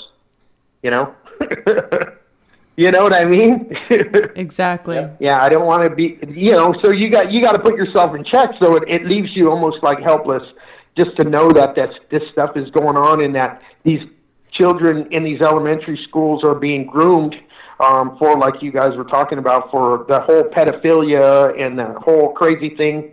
I'm like, oh my gosh. I mean, I was listening to that and I was like, oh, I can't deal with this. It makes you want to go insane, but that's why we talk about this stuff, because people have to be aware, because a lot of people don't know. There's probably people that live in that state that have children in those school systems that don't know. They don't know what's going on. Nope. Wow. So, you know, it seems like you would have to get a permission slip, because just like the radio hosts, who are they again? I know Armstrong and anyway. Getty. But it's like Armstrong and Getty, exactly. But even if they did get a permission slip, how many people just look at stuff? They're like, you know, kids bring it home and say, "Oh, Mom, I need you to sign this for school." Okay, and they don't even read it. They just sign it and send it off. They don't even know what they're signing off on. That's what my grandparents did. I got raised by my grandparents. They you know, they didn't even hardly speak any English, so when I brought home something to sign, they just signed it. They didn't know what they were signing. You know, they had no idea. You know, they didn't know I was going to the Redwoods in elementary. They had no idea. Or, you know, you know what I mean, right? The field trips and whatnot. Yeah. Or the camping, you know, at the end of the year, you do a camp trip and all this sort of thing. Yeah. But anyway, shoot. Wow, it's really great talking to you guys. Yeah, awesome. Karen, after this and caller, talking to Karen. Karen, after this caller, I need to crash because I am passing out. I know. I saw you yawning. Yeah, I'm boring. Sorry, Brian. I just hit the wall, dude. You know. I hear you. You've been on for quite a while, and what time is it there? Yeah, and I got up early. It's 1 a.m. Worked in the morning, and yeah. Oh wait, Karen, you're out of North Carolina, right? Yes. Oh, okay. So you're pretty close to him. You're both in. Well, we're in the same time zone, but we're not very there. close. But we're in the same time zone, yeah. Yeah, North Carolina. Yeah, and by the way, Brian, I did look up Costa Rica, and yes, it is not an island anymore. I know. I told you. I guess it wasn't. I don't know. It wasn't my reality. Costa Rica was Me definitely too. where I come from, bro. It's crazy. Oh my gosh, I'm tripping out on the geography and the body parts moving around. You know, the kidneys moving up and the heart in the center, and all these different things. The liver is huge. I'm just blown. It's mind blowing what's going on. I'm thinking that the Creator is actually preparing us physically for the possible tortures of believers in you know, to come. That's similar to what Paul Knight said. He said that he thought maybe we were being prepared for like a battle or something. Because if you look at what's happening, the kidney's more protected, the heart's more protected behind the chest plate. You know what I mean? Yeah. Lot of and then our eyes. The bones behind the eye socket. Yeah, all that shit. The bones behind the eye sockets, exactly. Yeah, it's kind of trippy. I'm like thinking, it's like, so if this stuff is changing to protect us, it's not a bad thing. And, you know, we all know that Satan is bad. Everything he does is bad, you know. Satan's not going to protect us. So these parts moving around inside of us and everybody, it's a good thing. So all good comes from God. So that's where I'm going with it, you know. Me too. Me too, man. Yeah. So anyway, I'm gonna let you guys go then, because I don't want to hold up Brian. Brian's like a zombie right now. Yeah. Nice. We're gonna wind down the show, but thanks for calling. Yes. Teddy. Very cool. Fast Teddy. Yeah. Yeah. It was just talking to you because you know, I was kind of still feeling it, from the way that topic gets a parent to fill. I was still feeling it, but now that I talked to you a little bit, did a little bit of venting, a little bit. I feel a lot better. Excellent. Thank you. Good. That's what we aim to egg do. salad. I love that. Yes, egg All right. salad. Cool. Very cool. All right, brother. Good night. Cheers. All right. Bye. All right. All All right. right, so I'm dead tired. Brian's ready to pass out, but for anybody that doesn't know, my mods can probably post my link in the chat. I'm sure everybody knows. And I will run a premiere that's going to start in a few minutes on my third channel for you guys, a show that I did a couple months ago that I would really like you guys to check out. So there's a link for it. We run premieres there all the time so people can still hang out. And I'm going to pass out. Karen, anything you want to say before we go? Yeah, I would like to thank everybody for tuning in and for staying on this long or joining us. And also, I put Brian's main channel link in the description. So if you're not subbed to Brian's channel, you can find that main channel in the description. And that's about it. And I would like to thank everybody for joining. And remember that you have the power. They don't have the power over you. Don't let them tell you you have limits. You are limitless. You are divine. This realm is ours, not theirs. It's ours. We only relinquish control because we allow them to have it. You have to submit. When people say, I do not consent, that's what you need to think about. When you say, I do not consent to you having control over me. No man has dominion over another. We have the power. They do not. That's all I got to say about that. All right. Good night, guys. And I'm working a lot this weekend, including a double on Saturday. So maybe something Sunday. And also, oh, don't forget, Sunday at noontime, I am going to be interviewing Guy Fawkes from the Mandela Effect Conference live. So Sunday at noontime, I'll be doing that. And then sometime next week, I'll be interviewing Roxanne and for her awakening interview over on my channel. So there's a couple show plugs, and I'm out of here. I'm going to bed. Good night, Karen. Okay, good night, Brian. Sleep tight. Sweet dreams.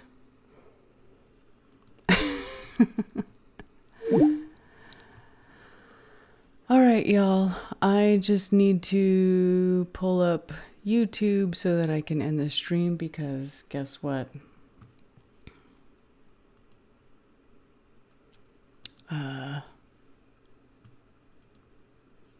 had to quit Chrome so that I could continue my stream without buffering. So I need to go back in here, open it back up.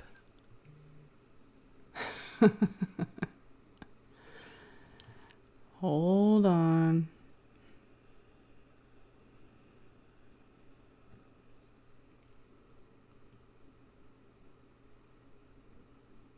And go into my studio.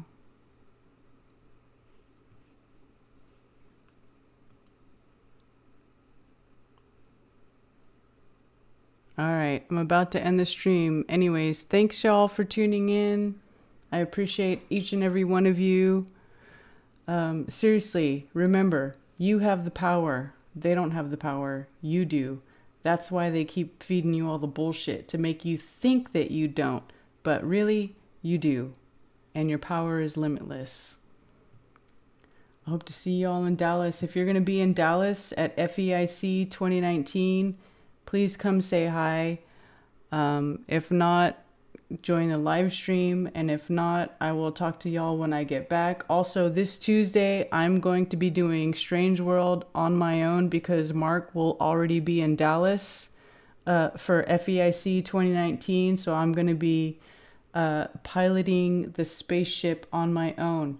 So if y'all listen to Strange World, please tune in. Give me a call. Cheers, y'all.